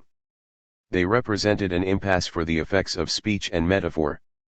In fact, they were closer to the real of his body as flesh than to the body and its jouissance, out of reach of symbolic, metaphorical reverberations. The symptoms required the symptom. It is often said that, for some artists, their most perfect creation is their ego. As we saw, Lacan observed this when he turned his attention to Joyce, whom he described as someone without an ego. If the ego is above all a projection of an image that sustains a bodily ego, the creation is an ego that is also the creation of a body. Similarly, it was at this juncture in the treatment that Jay produced a series of changes that were resolved by way of artistry, by way of a symptom. The object, a voice, opened a new way. There were no longer any substance-related crises, which were crises, cries for help that worked as an appeal to an absent other that he longed to prop up but in order to see it fail. Now the invocatory drive was not emerging in terms of the cruel imperatives of the superego that his drug and alcohol intake would try to simultaneously appease and exacerbate. The internal aphonic voice of reproach moved to the register of sound, to an acoustic field he could share with others. Jay had always loved music and collected many vintage vinyl records. In what looked like a sudden impulse, he sold his share in the restaurant he owned and paid back a loan from his mother that had allowed him to start that business. With the remainder, he started an online store for vintage records that developed into a very profitable site, buying and selling, as well as sponsoring and producing experimental musical performances. Something that started as a hobby became a full-time job. The object left the field of the other and became an object that circulated and that he could reclaim with a specificity that was unique to him. The voice still addressed him, but now the register of sound and acoustic materiality prevailed in a different manner. Not everyone listens to the music I like. But those who like it, love it. He did not feel like a pioneer, as a trans man, as an entrepreneur, because the other was castrated, but with those whose objecta was similar to his, there was a connection, a link that granted several profits. I care about this, in ways I could not imagine before. He now wanted to leave a mark, to make a singular contribution using his unique know-how. In that sense, he wanted to leave an inscription, a signature. With this new endeavor, Jay had to travel extensively, and that forced him to overcome his panic attacks. I was too afraid because I thought things over too much. It was just a matter of leaving. What Jay left was the fusion with the mother that included the restaurant. The new business brought him closer to his father, who up to then had been absent somewhat. The father had for a while been a DJ. Jay then understood that the name he has chosen was a way of rewriting his father's most treasured activity. In his new business persona, he was known as JJ. He even named the new company J Music, with the slogan "The Joys of J Music." He went from being called Jessica at birth to renaming himself Jay, and most lately to being known in the music business as JJ. Jay had never heard of James Joyce, but his synth home curiously rewrote a Joycean solution. As with swift chuckers, we see how a damned body carved out of meat could become flesh. 19. Body Trouble. Somebody who had chosen the pen name of N.O. Body wrote a beautiful, moving memoir originally published in 1907 under the title Memoirs of a Man's Maiden Years. 1. Because the alias N.O. Body can be read alternatively as Nobody or Nobody, the choice will be left to you. The nom de plume was inspired by Theodore Herzl's then famous utopian novel Old New Land, published 5 years earlier. The pseudonym is mentioned in the opening scene, which takes place in one of Vienna's most charming cafes, not far from Freud's house at Berggasse, 19. Herzl introduced 2 young men who were discussing an advertisement in a newspaper. "Well, just look at this." Schiffman handed the paper to Friedrich, and pointed to a small notice. It read, "Wanted, an educated, desperate young man willing to make a last experiment with his life. Apply N.O. Body, this office." "You are right," said Friedrich. "That is a remarkable advertisement. An educated, desperate young man. Such a man might be found, of course, but the condition imposed is a very difficult one. A man must be desperate indeed to throw away his life on a last experiment. Well, Mr. Body seems not to have found him. He has been advertising for some time. But I should like to know who this Mr. Body is with his queer tastes. It is no one. No one. N.O. Body nobody. Means no one in English. Ah, yes. I had not thought of English. Know everything, need nothing. 2. If his pen name called up the desperate character who was shown ready to throw away his life on an experiment in the 1902 novel, The Real N.O. Body, published his memoirs, because his life, he felt, had been an experiment. His life had been marked by the extreme pain caused by an erroneous gender assignment that had been covered over by secrecy and denial. The consequences were so dire that he reached a point at which he wanted to end his own life. N.O. Body's memoir opens with the revelatory statement, "This book tells a true story. I was born a boy, raised as a girl." Indeed, N.O. Body was born in 1885, assigned a female identity and raised as a girl. During her childhood, she nevertheless engaged in what was considered stereotypical male behavior. She showed no interest in girls' toys and a distinct inclination for games for boys. 3. Her adolescence was dark and torturous as her body developed in a masculine manner and she developed a strong attraction for women. After 2 decades of feeling at odds in her body, passionately in love with a married woman and contemplating suicide, a doctor suggested a minor operation, declaring, "You are as much a man as I am." That statement gave N.O. Body courage and hope. Moreover, the doctor added that for that kind of transformation, the authorities could not deny permission. For the memoir's narrator was born twice, first as a baby girl named Nora, and then again as a 22-year-old man called Norbert. No body was in fact Karl M. Bauer, a person who would have been called intersex today. Bauer was born as Martha in 1884 and died as Karl in Israel in 1956. His flat gravestone in the Kiryat Shal cemetery of Tel Aviv carries the date of his death but no date for his birth. 5. The memoir was an immediate success and went through at least 6 reprints. It inspired 2 silent films and even a satire, confirming the popularity of the work. 6. After his sex change, Bauer got married in October 10, 1907. His friends published this marriage announcement. Norbert Obadi, the author of the book Memoirs of a Man's Maiden Years, married Hannah Bernhardovna yesterday in Vienna, the same lady who plays such a prominent role in the last part of his book. Out of love for her, and with the help of excellent lawyers and medical doctors, he succeeded in persuading the Minister of the Interior to agree to change his personal registration to male gender. Body now lives as a civil servant in Berlin. 7. No body became just body, a truly embodied body, and not just through the intervention of a scalpel and the rectification of his civil status but also by the reknotting his subjectify through writing. 8. Body was able to complete and achieve a true transition, thus turning into an ego scriptor, as Ezra Pound called himself in his cantos. It is often assumed that transsexuals are marginal, exceptional beings whose experiences cannot be shared by most of us. My contention is that their gender trouble and their foundational uncertainties about their gender are universal. They point to the impossibility of fully representing sex that troubles the fixity of any identitary claim. Intersex, transgender, and genderqueer subjects challenge biological determinism and gender essentialism. This is why an activist of the stature of Magnus Hirschfeld gave his endorsement to the publication of No Body's memoir by writing the epilogue. Hirschfeld published many cases of what was then called hermaphroditism as proof of the existence of a congenital bisexuality, and imagined that bisexuality would lead to a third sex he saw rooted in nature as an interior androgyny that made the body both male and female and thus neither fully male or female.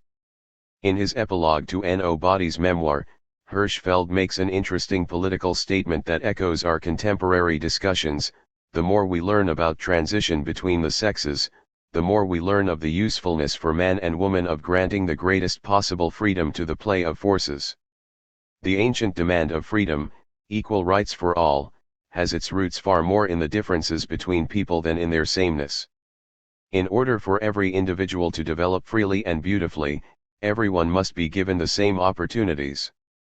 9. Hirschfeld's comment on the epilogue revisits one of the main themes treated in this book, a freedom defined as the right to choose one's gender, the respect for individual differences, and the pursuit of beauty. In 1907, Hirschfeld also makes a claim that remains close to Caitlyn Jenner's declaration about her transition, when in 2015 she talked about having a female brain. Hirschfeld states, "The sex of a person lies more in his mind than in his body, or to express myself in more medical terms, it lies more in the brain than in the genitals." 10. As we have seen, according to this logic, gender appears still coupled to the body, not between the legs but higher up, between the ears. Or is it perhaps under the logic of being born this way that gender identity gets disembodied and denaturalized to be then re-embodied and renaturalized? Born This Way. Lady Gaga's famous song Born This Way interests me not because I would be one of her fans but because I want to explore what J. Jack Halberstam has called Gaga feminism, that is, a feminism favoring gender and sexual fluidity. For Halberstam, Lady Gaga is a loud voice for different arrangements of gender, sexuality, visibility, and desire. 11. Gaga's multiple messages would be very wide-ranging, as she is deploying new matrices of race, class, gender, and sexuality, and even questioning the meaning of the human. 12. Halberstam describes Lady Gaga's fashionista feminism as one that hints at emerging formulations of a gender politics, a feminism invested in innovative deployments of femininity. Characterized by their excess, their ecstatic embrace of loss of control, in a maverick sense of bodily identity. 13. While most gender transitions happen as Stoller, quoting Winnicott, argues to give expression to the subject's true self, Gaga is placed at the opposite end of authenticity, celebrating the unreal, the unstable, and the artificial. 12. She is a phony, so much that Halberstam calls Gaga's feminism a feminism. 12. Indeed, Gaga would incarnate a new form of political engagement that is a monstrous outgrowth of the unstable concept of woman. 13. Representing more than her person, Gaga deploys artificiality with such relentlessness that this makes an artist of her. Gaga goes beyond the pop songs and becomes art. 139. Gaga takes her place in a prestigious genealogy along with Emma Goldman, Yoko Ono, Grace Jones, Shulamit Firestone, Marina Abramovic, musicians like Ari Up of the Slits or Polystyrene of X-Ray SPEX, and even the Invisible Committee. Gaga contains multitudes, both a media product and a media manipulator. She is a mega brand, a switch point for body futures. Gaga represents an erotics of the surface, of flaws and flows, because she situates herself at the heart of consumer capitalism. In sum, Lady Gaga would be a Karl Marx on sky-high platform shoes, someone ushering in a revolution not just in economics but also in the relations between the sexes. In her shows, Lady Gaga burns the usual divides imposed by gender norms. Under the call sign "Fashion is my freedom," she once showed up in drag as her male alter ego, Joe Calderone, upsetting some, delighting others, always surprising with her gender theatrics. Gaga challenges gender norms in her song Born This Way. She sings that we are all born superstars, adding the famous injunction not to be a drag, but to be a queen instead, meaning that celebrity trumps gender. To say that one has been born this way might suggest that Lady Gaga has embraced a certain essentialism, which has been seen by Halberstam, who praises the Gaga spirit of anarchy but adds a warning: forget about Born This Way. 137. Nevertheless, I contend that it is precisely in Gaga's contradictions that we can best ascertain the spine of a liberatory anthem. 137. In the lyrics of Born This Way, we hear the famous refrain, "Don't be a drag, just be a queen." This phrase, repeated 3 times, contains implicitly the expression drag queen, with the admonition about not being a drag, opposed to being a queen. Art is the way to become a real queen, as the mother of the singer wished little Lady Gaga to become one day, which was just a matter of time since we are all superstars. All we need is a little lipstick and big hair to let the superstar shine through. Gaga, whose birth name is Stefani Joanne Angelina Germanata, started calling herself Lady Gaga after meeting a drag queen called Lady Starlight. Lady Starlight told her that she was doing much more than making music, she was doing art. 139. Stephanie followed suit, and rather than being a drag she became a queen in drag. Others claim that her name derives from the song from the group Queen called Radio Gaga. 139. In both versions of how Lady Gaga became her name, her self-nomination follows the path of the signifier queen. This reappears in the difference stressed in the song's lyrics between not a drag and being a queen. The rest of the song's lyrics proclaim the foundational American Dasein: a good dose of individualism will save you, it is enough to be proud of one's identity to make it in America, we are all equal in our rights, and so on. This message is inclusive: let us be brave and accept difference as embodied by minorities discriminated against on the basis of ethnic, sexual, gender, and class disparities. One can just be a queen. Gaga invites us to a utopia in which one can belong to any race, class, be able or disabled, bullied, teased, or outcast, gay, straight, bi, transgender, for one can rejoice as long as one loves oneself. Gaga's message of inclusion and resilience inspired her to launch, with her mother, the Born This Way Foundation, which is a non-profit foundation established in 2012 at Harvard University. Its main mission is to foster a more accepting 164 society, in which differences are embraced and individuality is celebrated. 13. If there is a political program that would be heralded by the phrase "born this way," it cannot but evoke the expression that I often hear in my clinical practice. It is a phrase often brought up by patients whose whole existence seems devoured by the awareness that they were born with a gender at odds with their anatomy. That was, for example, what Jay was able to come to terms with. As we have seen, Jay was born with a female body but now lives a better life as a man. His was a process that I would describe as crafting a livable life, which entailed a gender transition. Jay's transition was a long and complex process dealing with sexual difference at both the imaginary and symbolic levels while negotiating with ineffable leftovers of the real that can be summed up as gender needs to be embodied, sex needs to be symbolized. By symbolized, I do not simply invoke the phallus, as I find it more productive to approach those cases using the logic of the synth-home. Let us add that Gaga's song twists the essentialist formula of "born this way" and actually makes it say exactly the reverse. Gaga pretended to impose a biological determinism but in order to accept a difference based on a paradigm of free choice. Born this way can then mean that I was born with a girl's brain in a male body. Here is a contrarian essentialism. What is revealed by Lady Gaga's song can be better understood within the logic of the synth-home provided we give another meaning to the idea of being born. A synth-home is a plastic renaissance of a subject, a new birth in which art can grant a solution only when confronting its contradictions. Only art can allow someone to become the queen or the king of his or her new autobiography. The argument of an anatomical destiny proposed by Lady Gaga in Born This Way presents a reality in which race, in the sense that this term is usually employed by the authorities in the USA, or sexual orientation are seen as a natural attribute, which is at the same time a forced choice. What choice are we talking about when the internal sense of gender appears to contradict the body, as if the body were an envelope that does not fit with the contents? Is this simply an image we use, or a metaphor most trans patients lie by?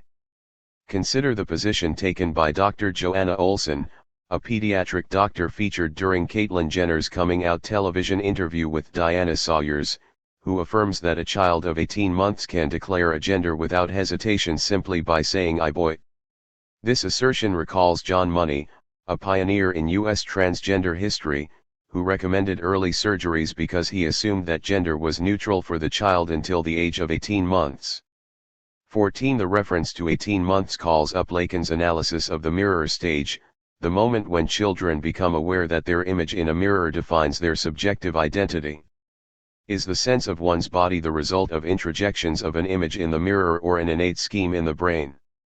What is the logic behind Caitlyn Jenner's idea is that a person can develop a gender as if it were an aspect of the personality, a trait that was up to then hidden, dormant somewhere in the brain.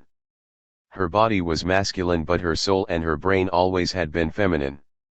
Are we here returning to Freud's thesis about the destiny, schicksal, or vicissitude of sex? One cannot help but note the contradiction observed by Eleanor Burkett, when Lawrence H. Summers, then president of Harvard University, declared that men outperform women in math and sciences because of sex differences in the brain. It created an uproar, and he was harshly attacked for his sexist essentialism. But when the idea of a sexed brain was put forward by Caitlyn Jenner to explain how she knew she was transgender, saying "my brain is much more female than it is male," she was praised for her bravery and progressiveness. 15. Freud avoided the Scylla and Charybdis of anatomy as a destiny, sex, versus gender as a social convention.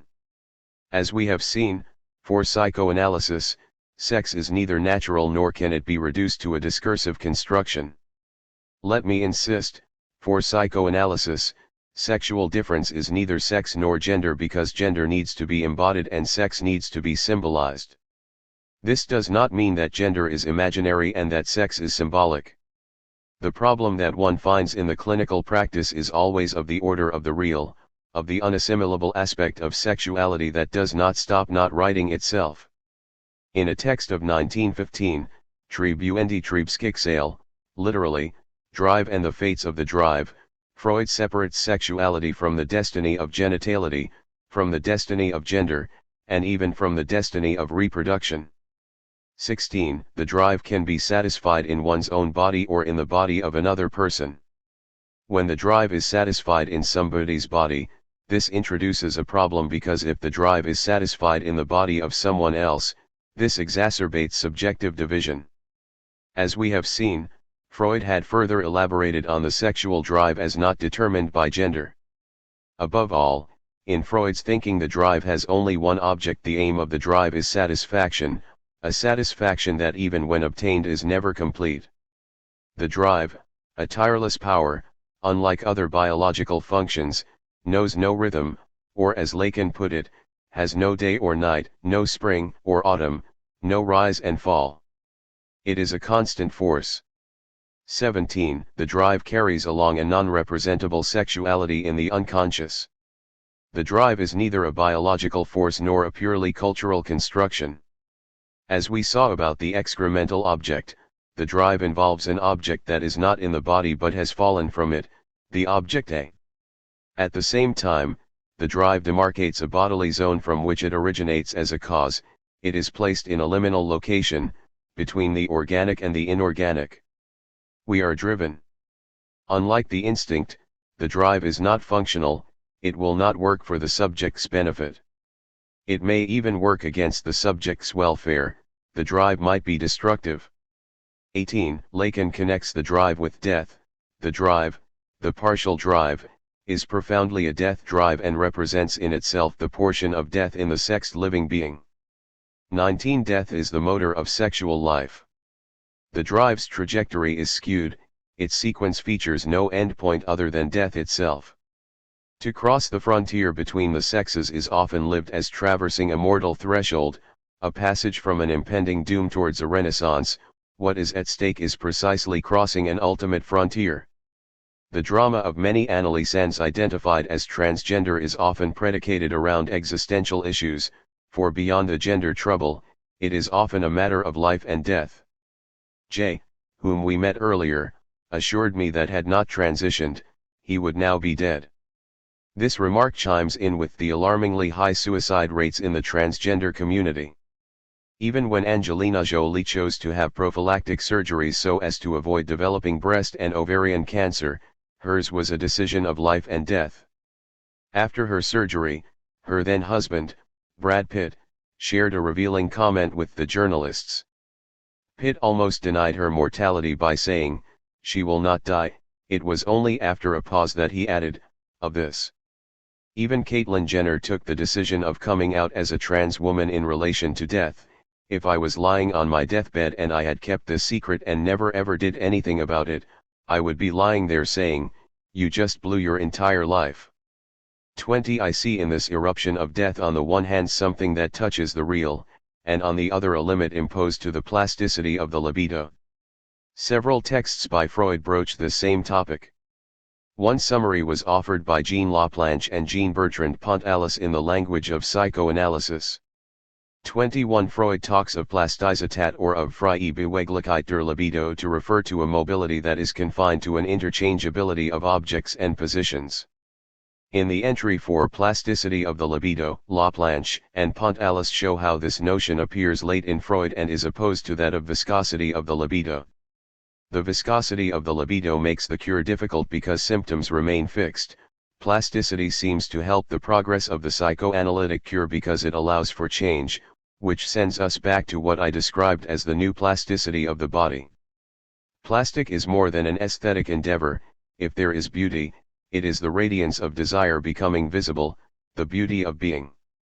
As the poet Wallace Stevens famously wrote, "Death is the mother of beauty." 22. This oft-quoted sentence means that no perfect work of art can satisfy our wish for a reality untainted by mortality. This idea has functioned as the red thread of my book, which emerged when I realized that the true issue in transgender manifestations was more often than not an issue of life and death. This is an important point that I had not perceived fully when I published Please Select Your Gender. Like many Lacanian psychoanalysts, I had focused on the conundrum of sex and gender, not seeing with the required clarity that the transgender request was directly aimed at the border between life and death. 23. However, all the elements had been known to me. Both Eugen Stinich and Harry Benjamin developed an interest in sex hormones as part of their medical research to prolong human life. They performed great numbers of rejuvenation surgeries in a quest for immortality. When Freud had a Stinich operation, his immediate concern was to slow down the progress of his cancer of the jaw, but as he said in Beyond the Pleasure Principle, he was aware that cancers are caused by pesky cells that stubbornly refuse to die. This complex knotting of then recently discovered hormones, undying cells, and the ancient wish for an immortal life somehow reappears in the request of many of the analysans who identify as trans. The triumph experienced in numerous cases, following the at times grueling process of gender transition, can be condensed in a simple sentence: I exist. This existence seems to have been given to them as supernumerary, an excess beyond the dichotomy of life and death, and then this excess ends up embodying the truth of their desire. Let me quote again Wallace Stevens: "Death is the mother of beauty, hence for her, alone, shall come fulfillment to our dreams and our desires." 24 As we will see with the myth of Tiresias, trans desire is not a desire to go beyond the binaries of gender, but a desire to overcome the limits of mortal existence. Coda. Phallus interruptus, or the snake's lesson. Lacan once called up the figure of Tiresias, the mythical man-woman who was also a seer, as a role model for all psychoanalysts when he mentioned Tiresias as the one who ought to be the patron saint of the psychoanalysts. This was in 1963. In his seminar on anxiety, Lacan once more turned his attention to this mythic figure, a character he had discovered when he started reading and then translating T.S. Eliot's poetry during World War II. The legend formalized by Ovid's Metamorphoses Book 3 has it that Tiresias became a prophet only after having changed sex twice. First, as a man, he came upon snakes who were copulating and separated them. The gods punished him for the interference with the natural process by transforming him into a woman. He remained a woman for 7 years, which allowed him to experience several aspects of femininity, being for a while a prostitute, a married woman, and even a mother. Tiresias saw similarly entangled snakes 7 years later. The spell could be undone by being repeated and Tiresias became a man again. We might wonder whether the discourse of science promising fast and easy sex changes for all is not imitating Tiresias's hasty gesture intervening in natural processes. But the payoff of the myth is that we may have to repeat the intervention so as to understand it better. Then the snakes can appear entwined on a stick as in the caduceus, our usual allegory of medicine, healing beyond death and sexuality. Tiresias was asked by Jupiter who derives more pleasure from sex, women or men. He was able to reveal to the gods the ultimate secret of sexuality. He reckoned that women enjoy sex 9 times more than men. Spite because she had argued that men enjoyed more than women, Juno punished the indiscretion by blinding him. As a compensation, Jupiter gave him the gift of prophecy. What Lacan found in Tiresias was less a model of sexuation founded on the denaturalization of sexuality than the awareness that what matters fundamentally is jouissance. Coda, Phallus interruptus 169. Before discovering in Joyce's work the idea of a saintly man who would be a symptom and a symptom, as we have seen, Lacan took from another famous modernist writer the figure of his patron saint for psychoanalysis, Tiresias. This Tiresias is telling us in no uncertain terms that psychoanalysis needs to learn more from the trans experience, and that this is the only way to progress toward a future marked by all sorts of gender trouble and body trouble. Indeed, if we play on the words, we may hear that for transference to take place, the analyst must embody the objective for the analysand, analysts who are such only insofar as they are the object of the analysand. 2. In another context, Lacan wrote, "It is not enough that the analyst should support the function of Tiresias. He must also, as Apollinaire tells us, have breasts." 3. Tiresias would thus represent for us the psychoanalyst as a seer who has been both man and woman, who has experienced what bisexuality really means. Here the psychoanalyst is a being moved by a desire for pure difference, ready to embody the semblance of the eternally missing object. Freud, we can argue, also referred to Tiresias when he foregrounded the myth of Oedipus as the cornerstone of psychoanalysis. We may remember that it was Tiresias who advised Oedipus after the latter discovered that something was amiss in Thebes. Freud also took on features of Tiresias. As we have seen, while fighting his cancer of the jaw, Freud underwent a Stinich operation, which in medical jargon is also referred to as castration, for it is a simple vasoligation that he hoped would help with his disease, increase energy, and make him feel young again. Stinich's cross-gender gonadal implants and his rejuvenation surgeries, or reactivation, as Stinich preferred to call them, were based on speculations about the aging process. Here was the beginning of all the later sex reassignment practices and operations. During the 1920s, the Stinich operation with its promise of eternal youth became extremely popular, and thousands of them were performed around the world. Freud had realized by then that psychoanalysis would have to push the sexual issue beyond the Darwinian concept of instincts and evolution. It would be forced to move in the direction of the death drive, in the hope of progressing even further, beyond death itself.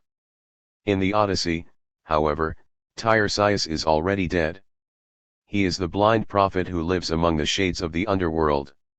If the rites are respected, if he is offered blood to wake him up, he will tell Odysseus how to go home. Tiresias incarnates truth beyond life and death. Joyce's and Eliot's friend Ezra Pound presented him in his retranslation of a later Latin translation of Homer. A sheep to Tiresias only, black and a bell sheep. Dark blood flowed in the fosse. I sat to keep off the impetuous impotent dead, till I should hear Tiresias. 4. If it sounds strange today, in our disenchanted world, to speak of offering blood to the ghosts, this metaphor conveys to us that we need to make such ancient allegories come alive by offering them some of our living substance. This allows us to go beyond the normative ideologies of sexuality and the fear of trespassing on the limits of life and death.